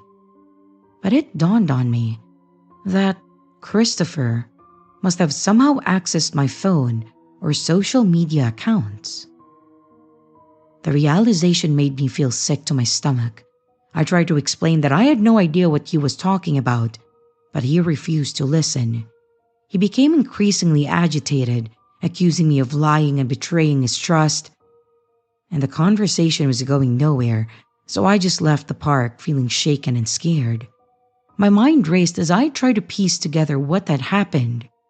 Christopher had never given me any reason to doubt him, yet now he was accusing me of things that I hadn't done. When I got home, I decided to check my phone and my computer for any signs of tampering. And to my horror, I found several unauthorized login attempts on my account. I was desperate for answers. I didn't understand what was going on. Was he accessing my accounts? And even if he did, I didn't cheat on him. Where did he get those messages? I didn't know what to think, so I just reached out to a friend of mine who worked in IT. She agreed to help me figure out what was going on. After some digging, she discovered that someone had indeed been accessing my accounts remotely. It was clear that Christopher had somehow hacked into my personal information. Or maybe he accessed it when he entered my house without letting me know, because my socials are still logged in my computer. It was so weird how my boyfriend was accessing my socials and my devices and then making up lies about me cheating. Isn't that just messed up? Knowing all of this, I confronted Christopher. I told him that I knew what he had done and I demanded an explanation. Well, he didn't deny it at all. Instead, he tried to turn the situation around, claiming that he had only done it because he loved me so much and he wanted to protect our relationship. He had to make sure that no one was trying to take me away from him and that I wouldn't leave him. Well, his manipulation was clear now, and I felt a surge of anger and betrayal. How dare he gaslight me? I ended things with Christopher right then and there. The breakup wasn't messy though, but it was emotionally draining. He protested, saying that he only wanted to make sure that I was loyal, but I couldn't trust him anymore. The realization that the person that I trusted had been spying on me was creepy and just messed up. After the breakup, I changed all of my passwords and I took extra steps to secure my online accounts. I also decided to move to a new apartment. I felt unsafe in the place Christopher had access to. Some might ask, why didn't you just get the key back or change your locks or something? Well, if I get the key back, I don't know if he made any copies of it. And if I change the locks, he still knows where I lived, and I'm not comfortable with that. So, moving was definitely the best option for me, despite the fact that it is extremely exhausting. I haven't heard from my ex for a while, and I do hope that it stays that way. So, creepy obsessed Christopher, stay the hell away from me.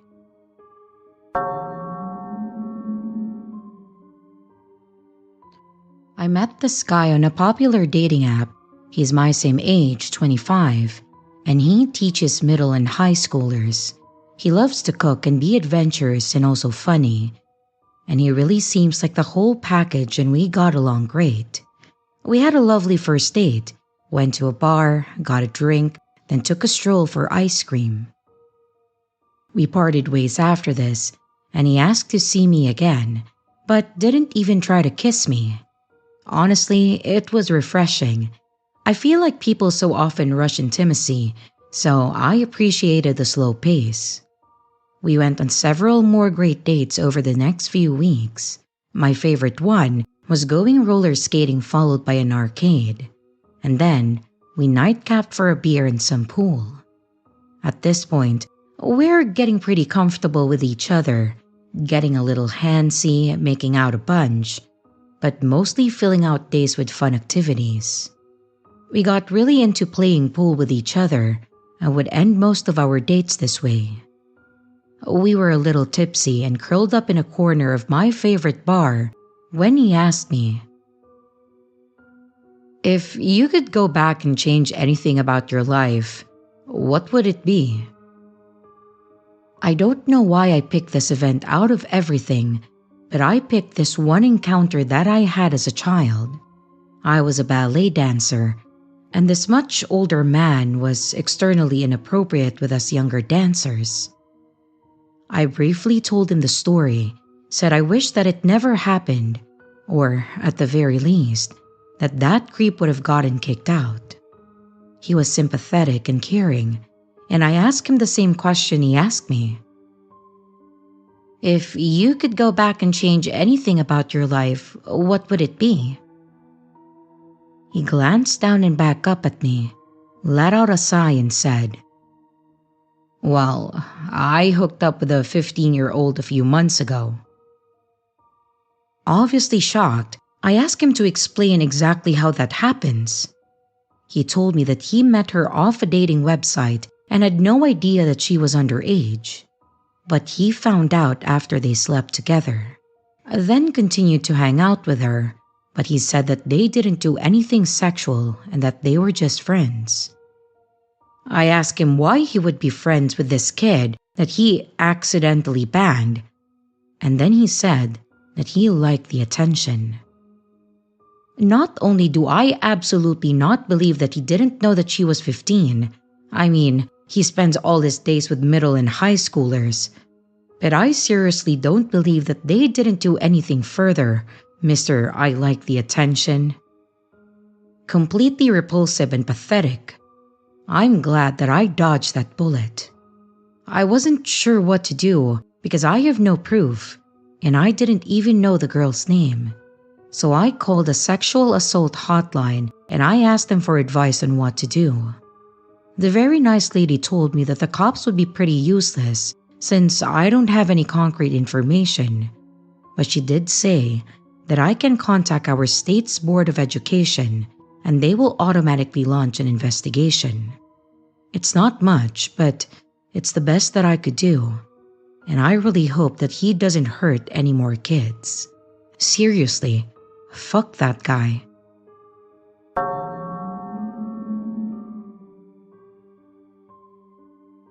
So it's 2011, and I am newly divorced. I am in my mid-20s and a single mother. So, I decide to try out some dating sites. I start talking with this guy on one of the dating sites, and it seems that we have a lot in common. He also seems pretty normal. So I decided to give him my phone number, and we continue chatting via text and phone calls. One day, I suggest that we go get some coffee to meet up. He states that he doesn't drink coffee. Well, okay. So I suggest that we get some drinks at a bar. He also says that he doesn't drink alcohol. Then, he says he has a great idea, and that's for us to go on a hike, and I reluctantly agreed. He wants to go to this place called Batstow in South Jersey, which is a historic village with old abandoned buildings, hiking trails, and is the home of the Jersey Devil. So, I suggest that we meet in the main parking lot. But no, he has a better idea. He says that we should meet at a train station nearby, and then he will drive us over because he knows of another entrance with better hiking trails. I, again, reluctantly agree, not wanting to be rude. So the day of the date comes, and for whatever dumb reason, I don't tell anyone that I'm doing this. I think because I was embarrassed that I was using a dating site, and I knew somewhere in the back of my mind that my friends would have talked me out of it. So, I pull into the train station, and he's there in his late 90s Bronco. Not so bad. We can't all afford newer cars, right? He then gets out, and is actually the guy from the pictures, and I have an internal sigh of relief. We then get into his car and start to head to a secret hiking trail entrance. We have a nice conversation on the way there, and everything seems good. We get there, and as we're getting out of the car, I go to grab my phone, and he says, "Oh, no, just leave it there, I have mine." Again, being polite and not wanting to argue, I comply. I see the entrances, and one directs you towards the village and humanity. So, I naturally suggest that one. But he says no, and then he points to this other trail that goes God knows where. I, again, being the good girl that I say I am, say okay. Right before we go to set off, a bit of a rebellion sets in, and I'm like, you know what? I should really have my phone with me. He then starts to argue, and I'm like, no, I need it in case the babysitter calls about my son. He then gives in and unlocks his car, and I grab my phone. We then set off this trail side by side. We are talking and everything seems okay. I start thinking that maybe I was overreacting before and that everything is all good. Well, we get to a part in the trail where you can only go one by one, so I say that you go first and I will follow. He says, "Oh, no, you go, So in case you trip or anything, I can grab you. I do that nervous giggling thing, and I politely decline saying how bad I am with following paths. But he then insists that I go first in a stern voice, and I stupidly comply. The trail is getting narrower by the second, and the woods are getting darker because of the amount of trees and brush. We are now no longer talking, and the only sounds are the crunching of our footsteps. The panic starts setting in, and I look back at him, and he's just got this scowl on his face and a dead look in his eyes. I try to smile at him, but nothing. So I stop, and I say, "You know what? Let's turn back. I liked it better when we could walk to each other and talk." And I was still trying to be polite. He says that he wants to keep going this way, so I say no, and that I really want to go back the other way, and I start to do just that. As I go to walk past, he then grabs my arm and then blocks my path. I don't say anything, and I just casually grab my phone out of my pocket, not saying anything. He then lets me go, and we walk back towards the car in silence. Me with my phone in my hand the whole time, I amazingly did have a signal. And as we reach the clearing where the cars are parked, he looks at his watch and states that he has to go now, and that he has somewhere to be. We were only on this date for less than an hour, but okay, I'm not complaining.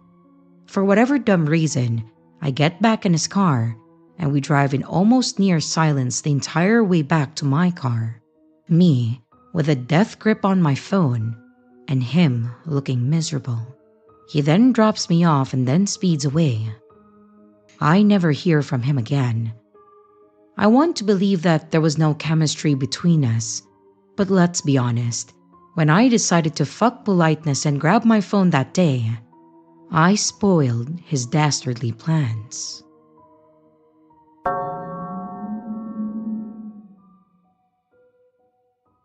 When I just finished college, I was living in a one-bedroom townhouse. I met a guy on Plenty of Fish, and at that time, I wasn't exactly smart about my online digital footprint. Not like I've really changed, but at least now, I'm not as ridiculous. Anyways, he seemed like a decent guy. He was really good looking. Said that he had a good job. He had nice teeth. Don't judge me for that. And he looked like he cared about his personal health. All things that I would typically look for in a guy.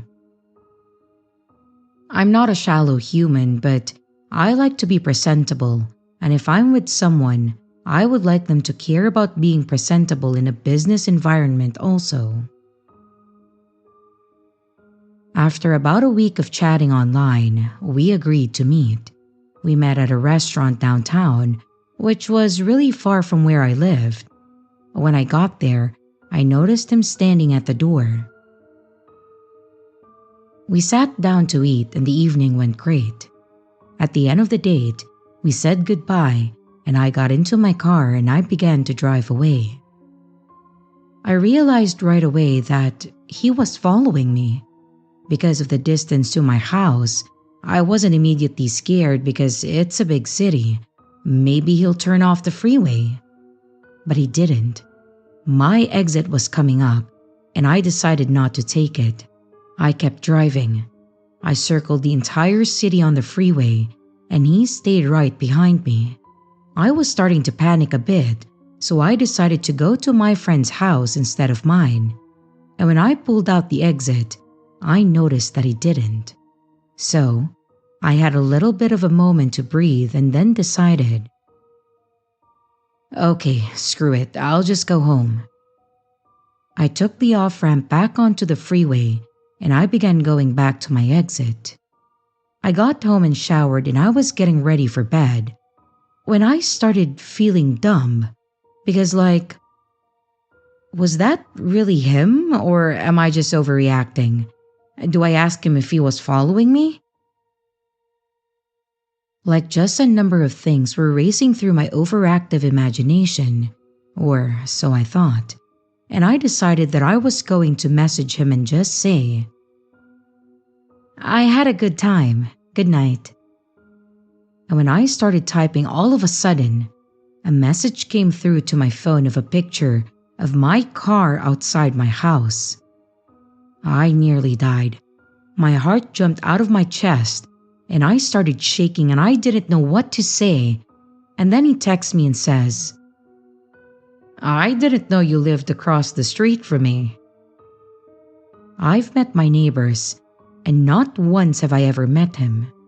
There's a huge apartment complex kitty corner to my townhouse, so maybe that's where he lived and I don't know. I popped up and went to look outside, and there he was, just standing there outside like he was waiting for me. I opened the door and he asked if he could come in and if I still wanted to hang out. I told him that I was exhausted and I'd rather just crash out as it had been a long day. The next morning, I woke up to go to work and my windshield had been smashed, my car was keyed, and my back 2 tires were slashed. And as I was noticing the damage to my vehicle, the guy comes out of his car with 2 coffees and is like, "Oh, I thought that I would surprise you with morning coffee." So again, I'm like freaked out.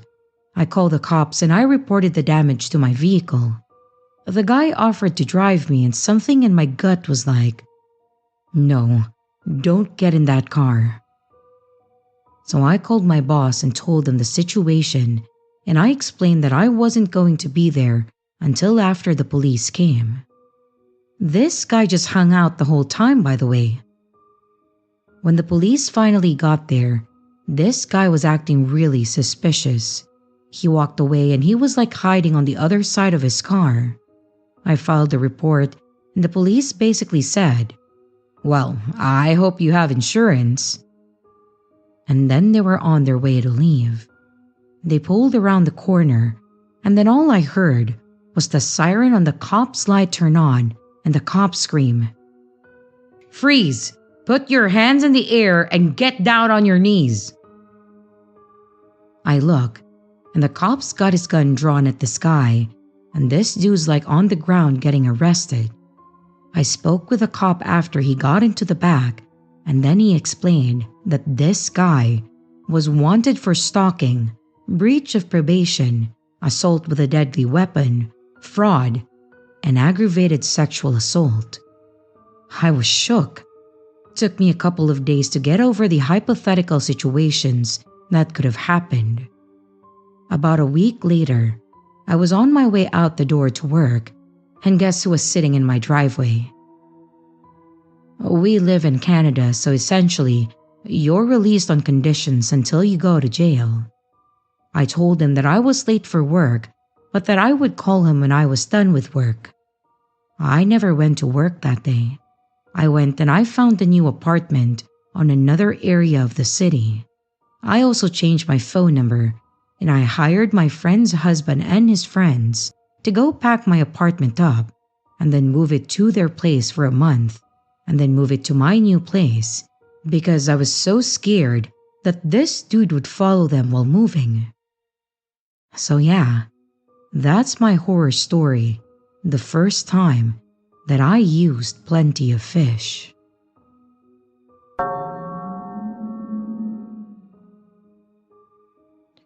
Hello everyone. I'm not sure if this is the right subreddit to post this to, but I would like to share my story. My name is Sarah, and this is the story of a first date that went terribly wrong. I'm 28 years old and like many people these days, I decided to try my luck with online dating. That's how I met Jake. His profile was interesting. He seemed adventurous, liked exploring new places, and he had a quirky sense of humor that matched mine. We chatted, we exchanged stories and jokes, and eventually, we decided to meet up. Jake suggested something different for our first date. He was into urban exploring, so he said that he wanted to visit an old abandoned factory on the outskirts of town. He claimed it was a fascinating place with a lot of history and that it would be fun to explore together. I was a bit hesitant at first, but his enthusiasm was infectious, so I agreed to go. We met at a nearby cafe before heading to the factory. Jake was just as charming in person. He had an easy smile and a confident demeanor. We chatted over coffee, and I felt my initial apprehension just start to melt away. After finishing our drinks, we drove separately to the factory, following a winding road that led us further and further away from the city. When we got there, I saw it. The factory was massive. It was a crumbling structure surrounded by overgrown weeds and broken down fences. It looked like something out of a horror movie. But Jake assured me that it was perfectly safe. He seemed to know a lot about the place, pointing out various features and sharing bits of its history as we walked around the perimeter. We eventually found a way inside through a broken window. The interior was just as eerie as the outside. It was dusty, dark, and filled with the remnants of old machinery. Sunlight filtered through shattered windows, casting strange shadows on the walls. But despite the unsettling atmosphere, I felt a sense of excitement. It felt like we were on an adventure. Jake led the way, navigating through the maze of hallways and rooms with surprising familiarity. I was confused, but he then mentioned that he had explored the place before and knew some interesting spots.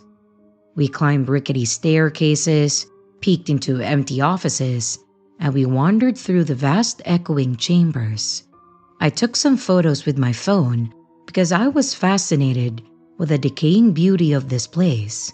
I know, you may think that may sound weird.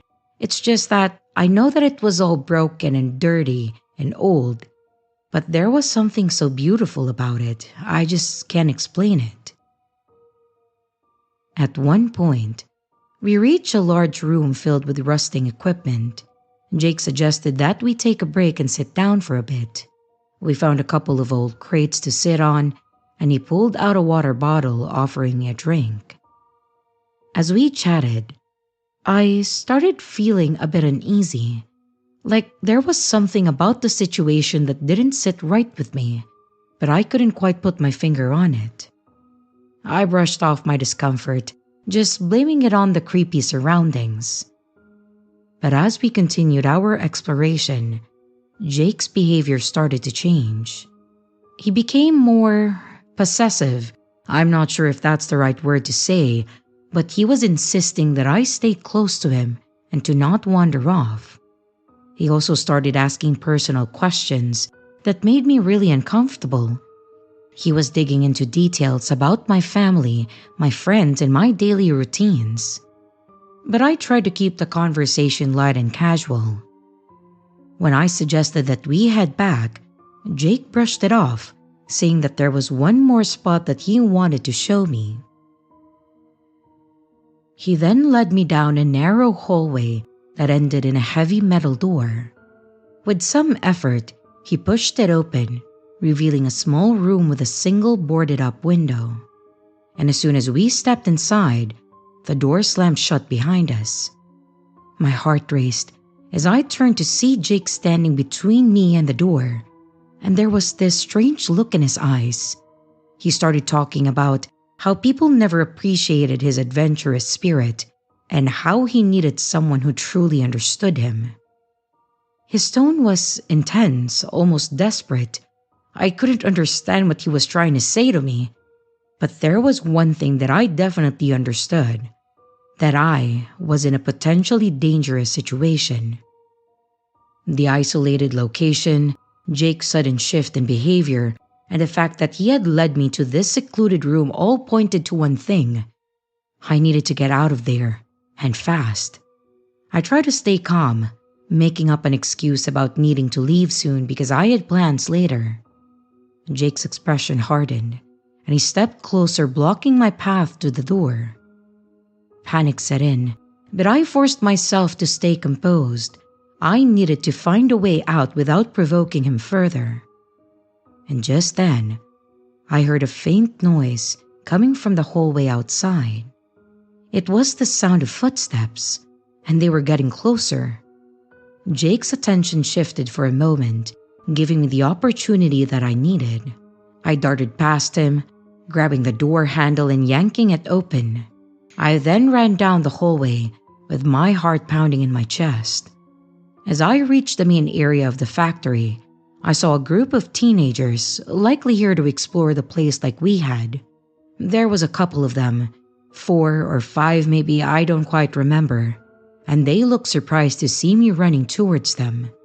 I quickly explained that I needed help and that someone in the building was making me uncomfortable, and they didn't hesitate to come to my aid. With the teenagers in tow, I made my way out of the factory and back to my car. Jake didn't follow me. He must have realized that with the witnesses present, he couldn't do anything to me. I thanked the teenagers profusely, and then I drove away, my hand shaking on the steering wheel. Looking back, I realized how lucky I was that those teenagers showed up when they did. The whole experience left me shaken and paranoid, and I took a break from online dating. I never heard from Jake again, and I didn't try to contact him either. That experience was a strong reminder that I need to be cautious about the people I meet and where we meet. Some adventures are just not worth the risk. So to Jake, wherever you are, let's never meet again.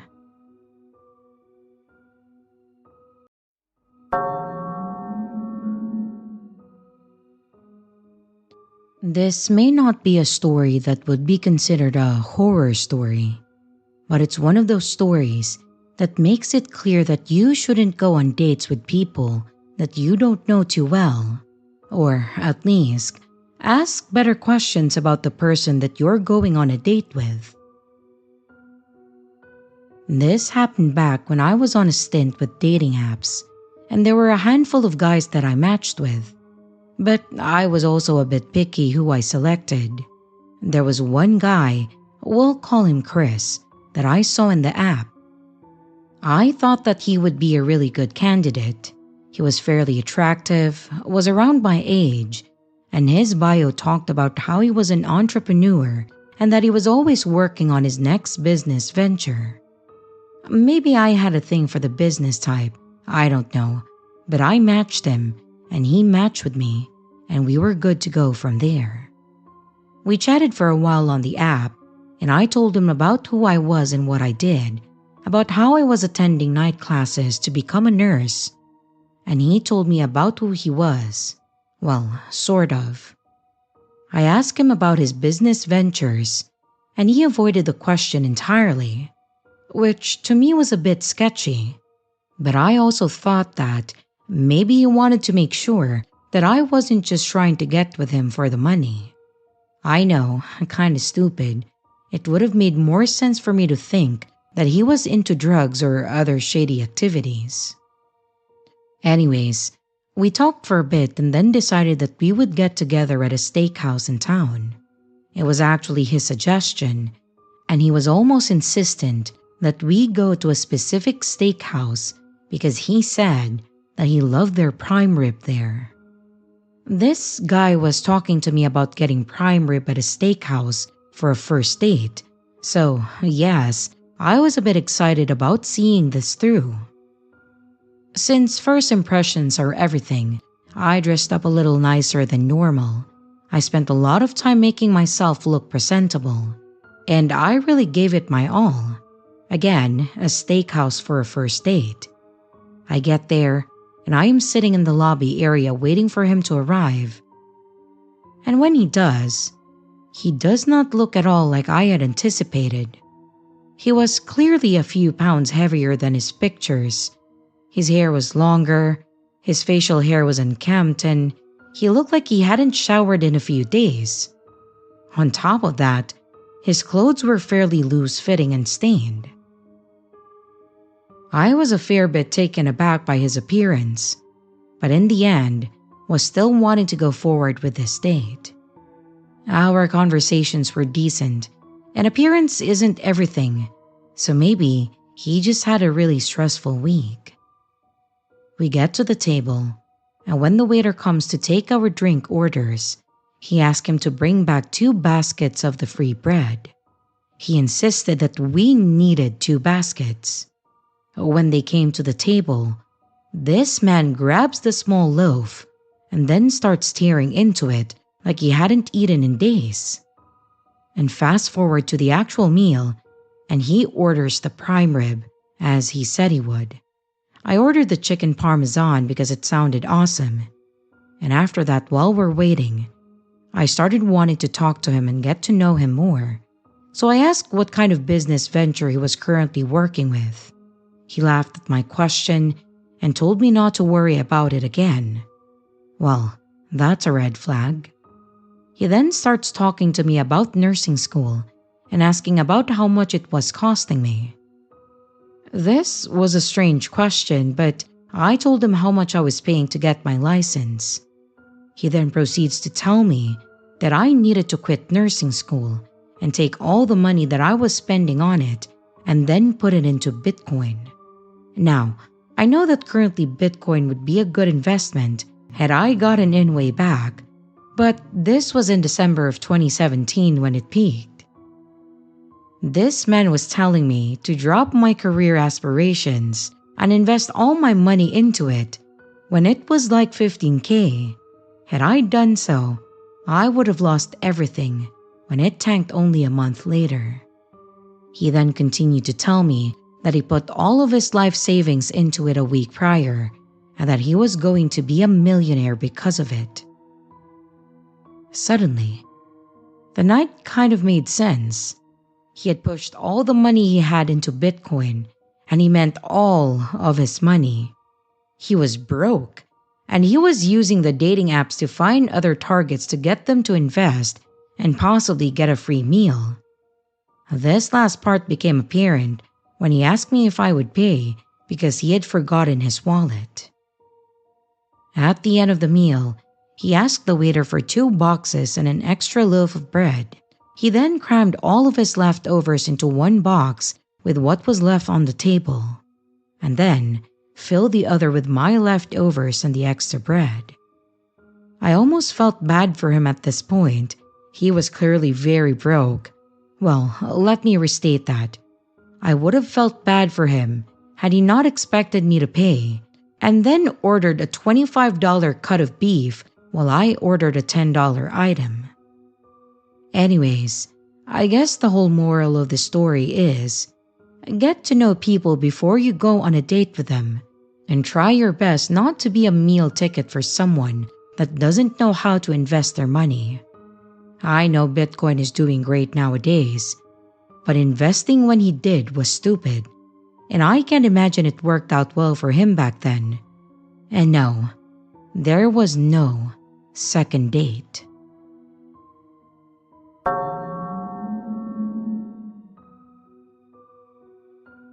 I got into online dating due to being introverted. I don't like going out to bars or other highly social places, and I prefer spending time with a few people only. So, I made a profile, uploaded some pictures, left some information about myself, and I started chatting to people. I wouldn't say that I found anyone that I clicked with. Some of them were okay. There were obvious scammer accounts where they would have models as their profile pictures. When Henry, not his real name, contacted me, his pictures were of a handsome man. But they weren't too handsome, if you get what I mean. They were still realistic and not too polished, so I didn't think that they were fake. We started chatting, and we had a lot of similar interest. In fact, I've never met anyone as into the things that I'm into. I didn't realize at that time that he was just mimicking me and wasn't actually interested in what I was talking about. The conversation got flirty, and I admit that I indulged in it. I started talking to him every day, and it was part of my routine. And to be honest, I really enjoyed it. We talked on the phone, and he sounded exactly what I imagined him to. We would go and talk for hours, and after another week, we decided to finally meet. He said that he hoped that I would like him in the flesh. I laughed, telling him how silly he was being and not to worry. The day came and I got to the restaurant first and I sat down on the table. He texted me to warn me that there was some traffic and that he would be a little late. I didn't mind. I sat and people watched when an old man approached the table. He then stood there with his arms wide for a hug, and I awkwardly said hello.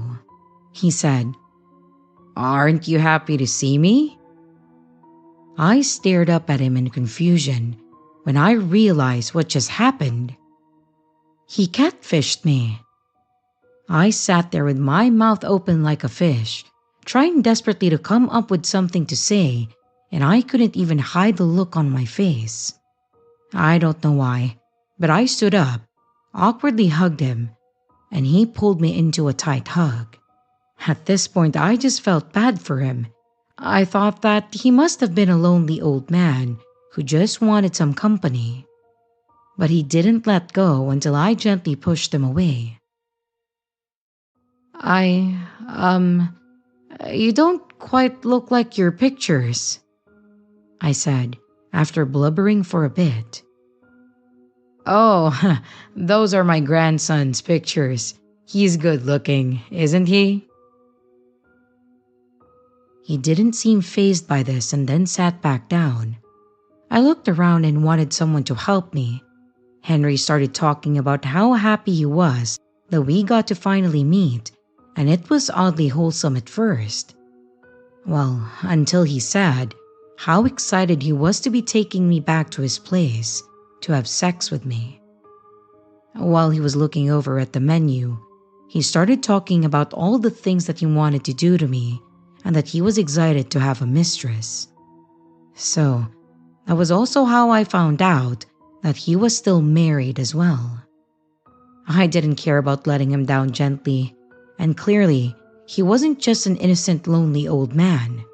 I stood up, told him that I would never be interested in someone like him, and to never contact me again. I picked up my bag, I started walking away, and he then reached over and grabbed my arm really hard. It hurt, and I had dark bruises on my arm afterward. He told me that he came all this way to see me, and he called me quite a few horrible names, telling me that I was a tease and that I had led him on. I pushed him away again and I screamed for him to leave me alone. A waiter approached and asked what was the problem. I told him, and fortunately, it gave me enough time to get away and then get to my car. I drove as fast as I could within the speed limit. I got home and I saw that he had sent me so many messages. Some were him begging me to come back. Others were calling me a variety of slurs. Others saying how horrible I was, and I just blocked him. After that, I would get some messages from other accounts, and the writing would be similar. One managed to slip through and I recognized him. I yelled at him to leave me alone, and I reported the account. So, I've learned to do video chat with every prospective date before I go to see them. All of this just to avoid any issues, and so far, it has gone pretty good. I found someone and things are going well, so I didn't need the apps anymore. I deleted them all. The creepy old guy is a story that gets a lot of giggles now when I say it, but it was exhausting at that time.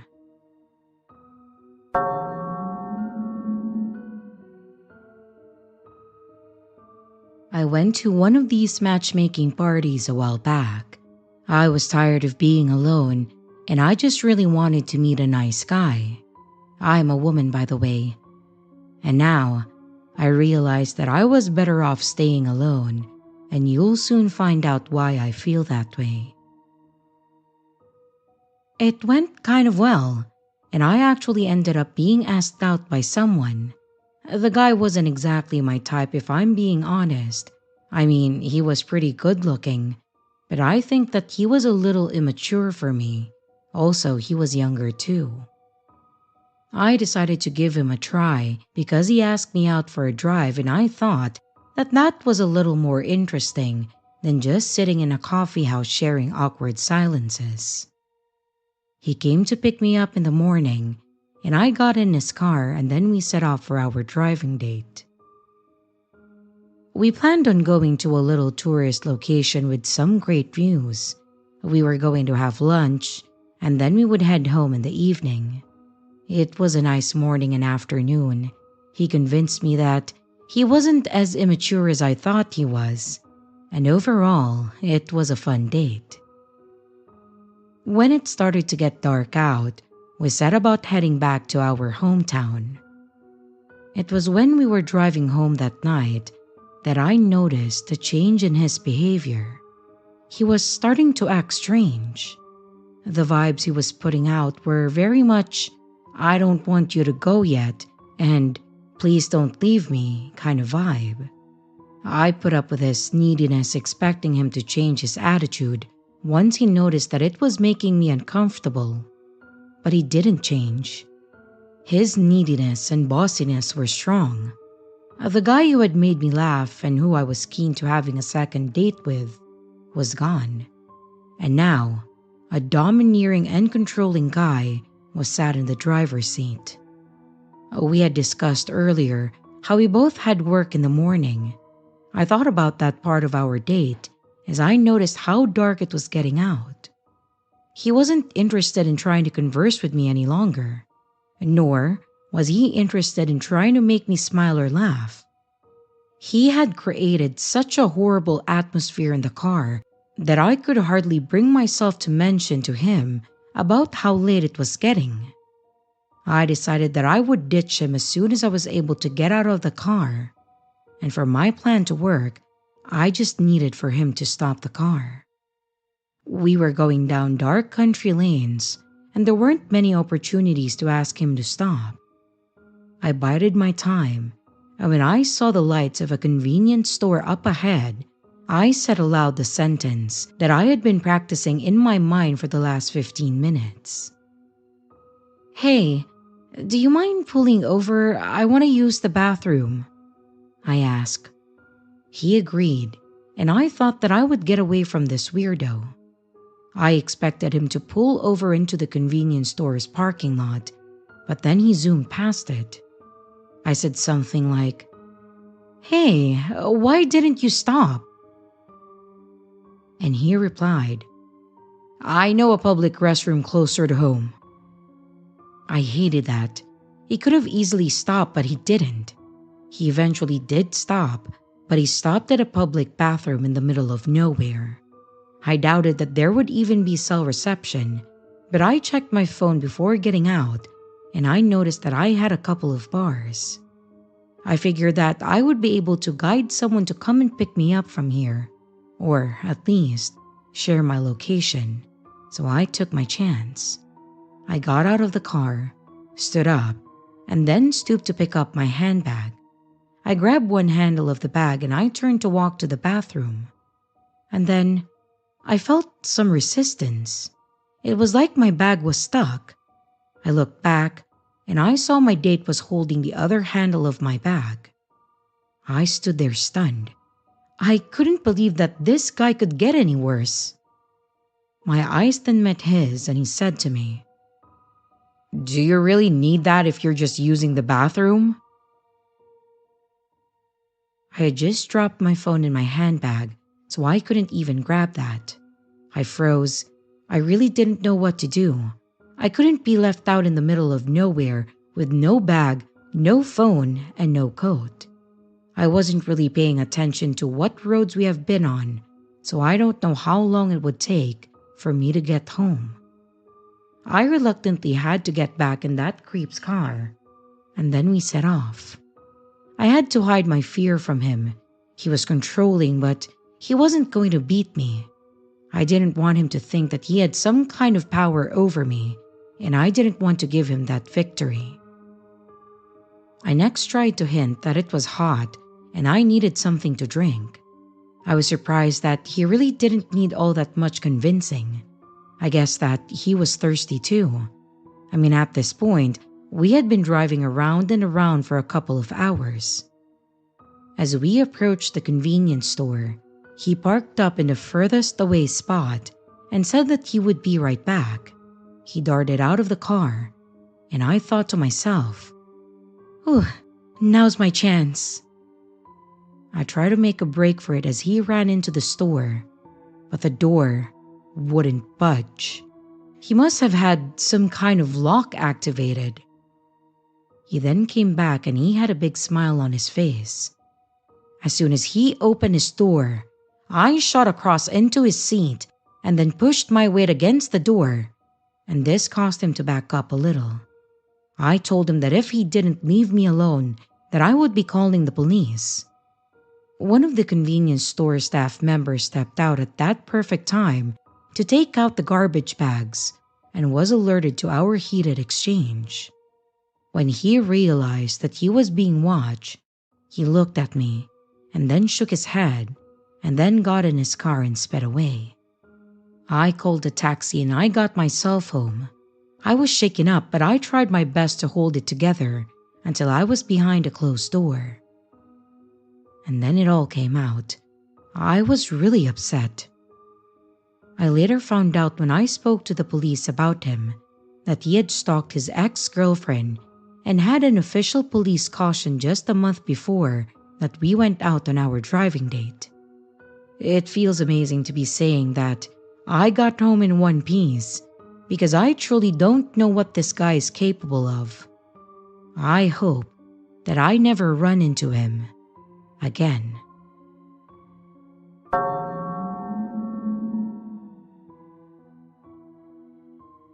When I first met Alex, everything seemed perfect. We met at a local coffee shop, one of those cozy places with soft jazz playing in the background and a comforting aroma of freshly brewed coffee. He was sitting at a corner table, absorbed in a book, when I accidentally bumped into his chair. Apologies were exchanged, followed by small talk, and before I knew it, we were talking like old friends. There was an immediate spark between us. Alex was charming, with a warm smile and an easygoing manner. We started seeing each other regularly, and I was quickly drawn into his world. He seemed to have a fascination with art and literature, often surprising me with tickets to gallery openings or literary readings. I found his interest intriguing and refreshing. Usually my partners loved partying and drinking, but this was new to me, and to be honest, I liked it. I didn't even know that I had this side to me. As weeks turned into months, I fell for him deeply. He seemed to know me so well, always knowing the right things to say, and he was incredibly attentive. My friends noticed a change in me, and they were happy that I found someone who seemed so genuine and caring. Yet, there was always this small voice in my mind that wondered if everything was too good to be true. Despite the happiness, little things started to not add up. Once, I noticed that he was uneasy when I asked about his family. He changed the subject quickly, and I thought that he was just a private person or had a difficult past that he didn't want to discuss yet. But then, other inconsistencies started to pop up. His stories about work often changed, and there were times when I couldn't reach him for hours or even days. He never invited me to his place, and he often gave me vague excuses about renovations or how he was embarrassed about his messy home. Suspicion began to gnaw at me, so I decided to do a little investigating on my own. I started with the simplest step, Googling his name. And to my surprise, there was hardly any trace of Alex online. No social media presence, no mention of him in any articles or professional directories. It was as if he didn't exist prior to meeting me. But then again, there are people like that, those that keep to themselves and don't really put anything online. Feeling uneasy, I would gently probe him for more information, subtly asking questions about his life and his background, and he always had answers. But the more he talked, the more I realized how little I actually knew about him. One evening, I decided to follow him after our date. I know, it was wrong of me, and I'll allow you to scold me in the comments about it, but I just needed to know who Alex really was. I watched as he walked down the street, turning into an unfamiliar neighborhood. I followed at a distance, feeling a mix of anxiety and guilt. And he then entered a small apartment building, and I waited outside, unsure of my next move. And after a while, I saw something that I did not expect. I saw him through a window, but he was not alone. A woman and a child appeared, greeting him warmly. My heart sank. Is this his family? Is he living a double life? What a psycho. My confusion turned to anger and then to betrayal. I left. I needed time to process what I had seen, and over the next few days, I kept my distance, avoiding his calls and his texts. My mind was a whirlwind of thoughts and emotions. Who is this guy really? What was he hiding? I decided to confront him eventually, not with accusations, but I just wanted to seek the truth. When we met, he sensed that something was off. I chose my words carefully, expressing my concerns and what I had discovered. His reaction was unexpected though. Instead of denying or becoming defensive, he seemed resigned, almost as if he had been expecting this moment. Alex confessed that he had been living under a false identity. He's using a fake name and background to escape a troubled past. The woman and child that I saw were his sister and niece, not a secret family, but he had hidden them because of the issues with a dangerous former acquaintance. He explained that his real name was Timothy and that he had been trying to start anew, free from his past. His confession left me with mixed feelings. Part of me understood his need to protect himself and also his family, but I also felt deceived and hurt. My trust had been broken, and I wasn't sure if it could be rebuilt. So I told him that I needed time to think, to decide if I could continue the relationship, knowing everything that he has hidden from me. In the days that followed, I reflected on everything. I realized that while the truth was unsettling, Timothy was still the person that I had grown to care for. Yet I couldn't ignore the weight of his deception, and also the possibility of being in danger. It was a really hard decision, but I knew that I had to prioritize my peace and my safety. We eventually parted ways, amicably, but with a lingering sadness of what could have been. The experience taught me valuable lessons about trust, honesty, and the importance of truly knowing someone before giving your heart away. So, Timothy, or Alex as I once knew him, I genuinely hope that you and your family are safe and doing okay. But let's not meet again.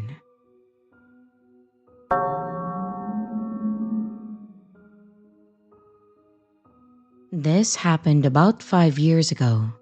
I randomly just felt like I wanted to share this with someone, and I also hope that this can help other people in a similar situation. I had just gotten out of a 2-year-long relationship, living in the city I moved to my then boyfriend for. And after he left, I felt lonely and heartbroken. I was stuck in the apartment that we had shared, so I downloaded Tinder to chat to guys as a way of coping with a breakup. There, I matched with this guy. He was about 4 years older than me. He was extremely handsome and charming, and he was very much into fitness and had an amazing body.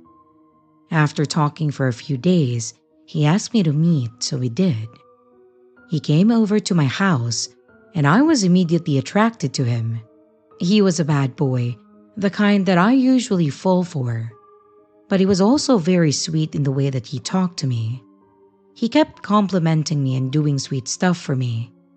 And after a few days of meeting, we ended up having sex, and it was honestly the best sex that I have ever had.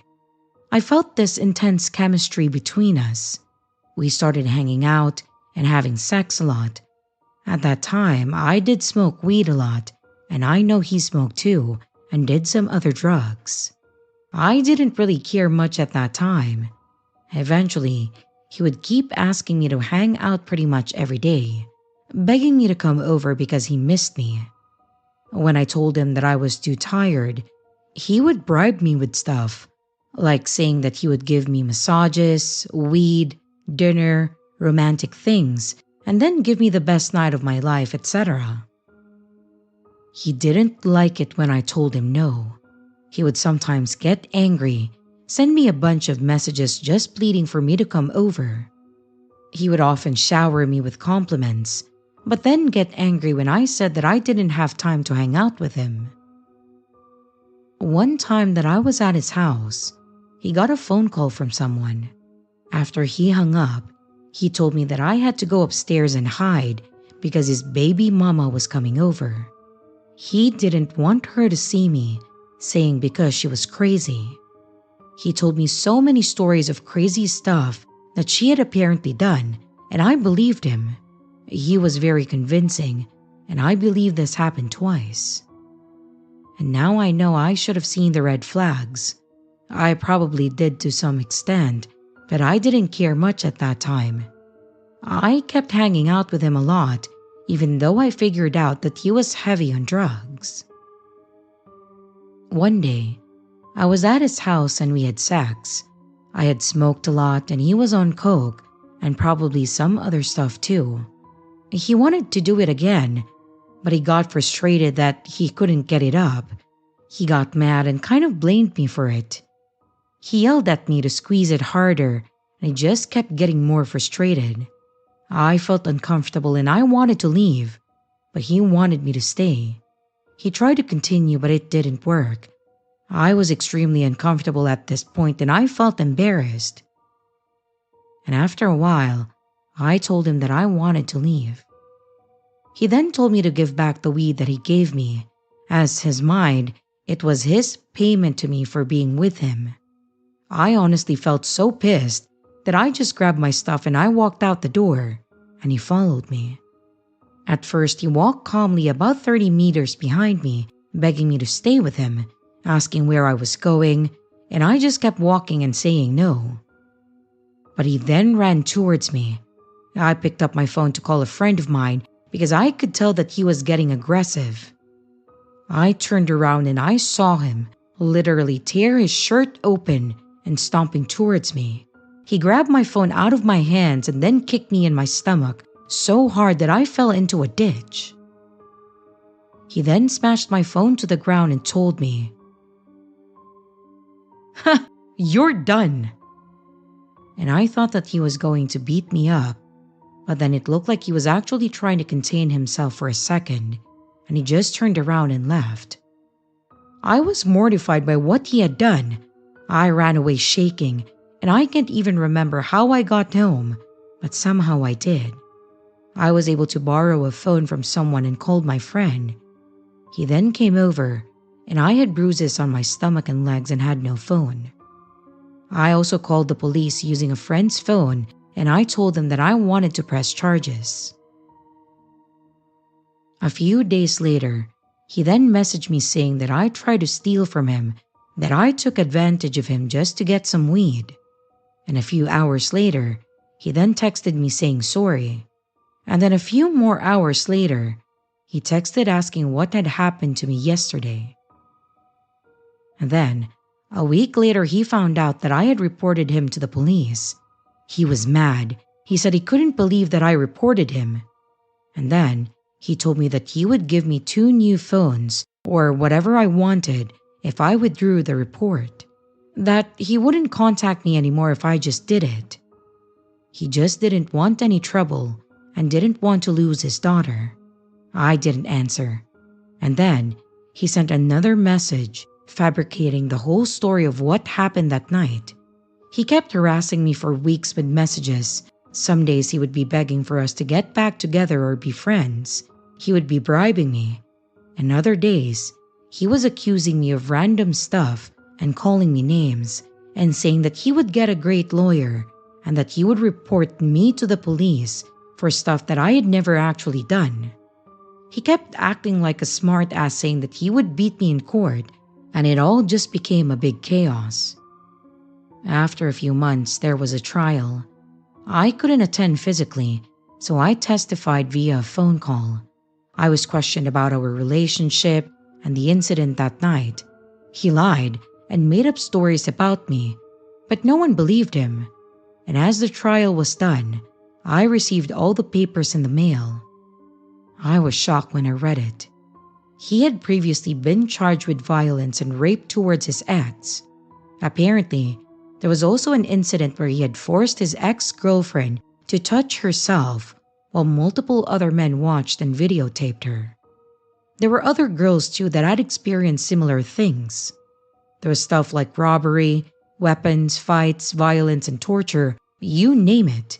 He had been to jail multiple times. I had no idea that I had been dealing with such a dangerous man. I'm pretty sure he's a psychopath. He has no understanding of what he has done. And the sick part is, I recently came across a post about him on Facebook.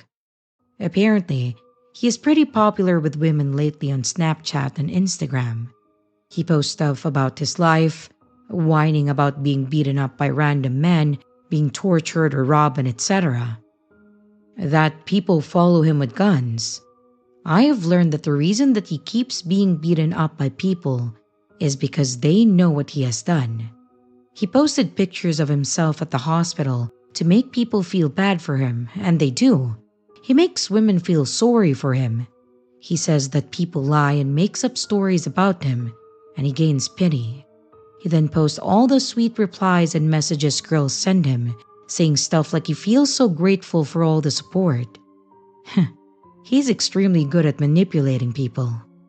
I honestly feel so lucky that I got away at the time that I did, and that it didn't escalate any further. I checked his Facebook and apparently he has a girlfriend now, and I just pray that he doesn't hurt her in any way.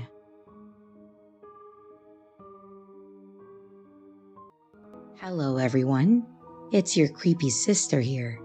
Thank you so much for watching the video. I really appreciate it. I would also like to give some extra love to my Patreon members, my channel members, and also my tippers. Thank you so much.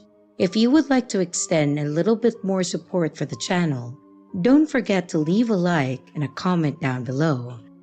If you would like to become a Patreon member, a channel member, a tipper, or even to buy merch, check out the links in the description below. Again, thank you. And I hope you stay scared, because your fear feeds me.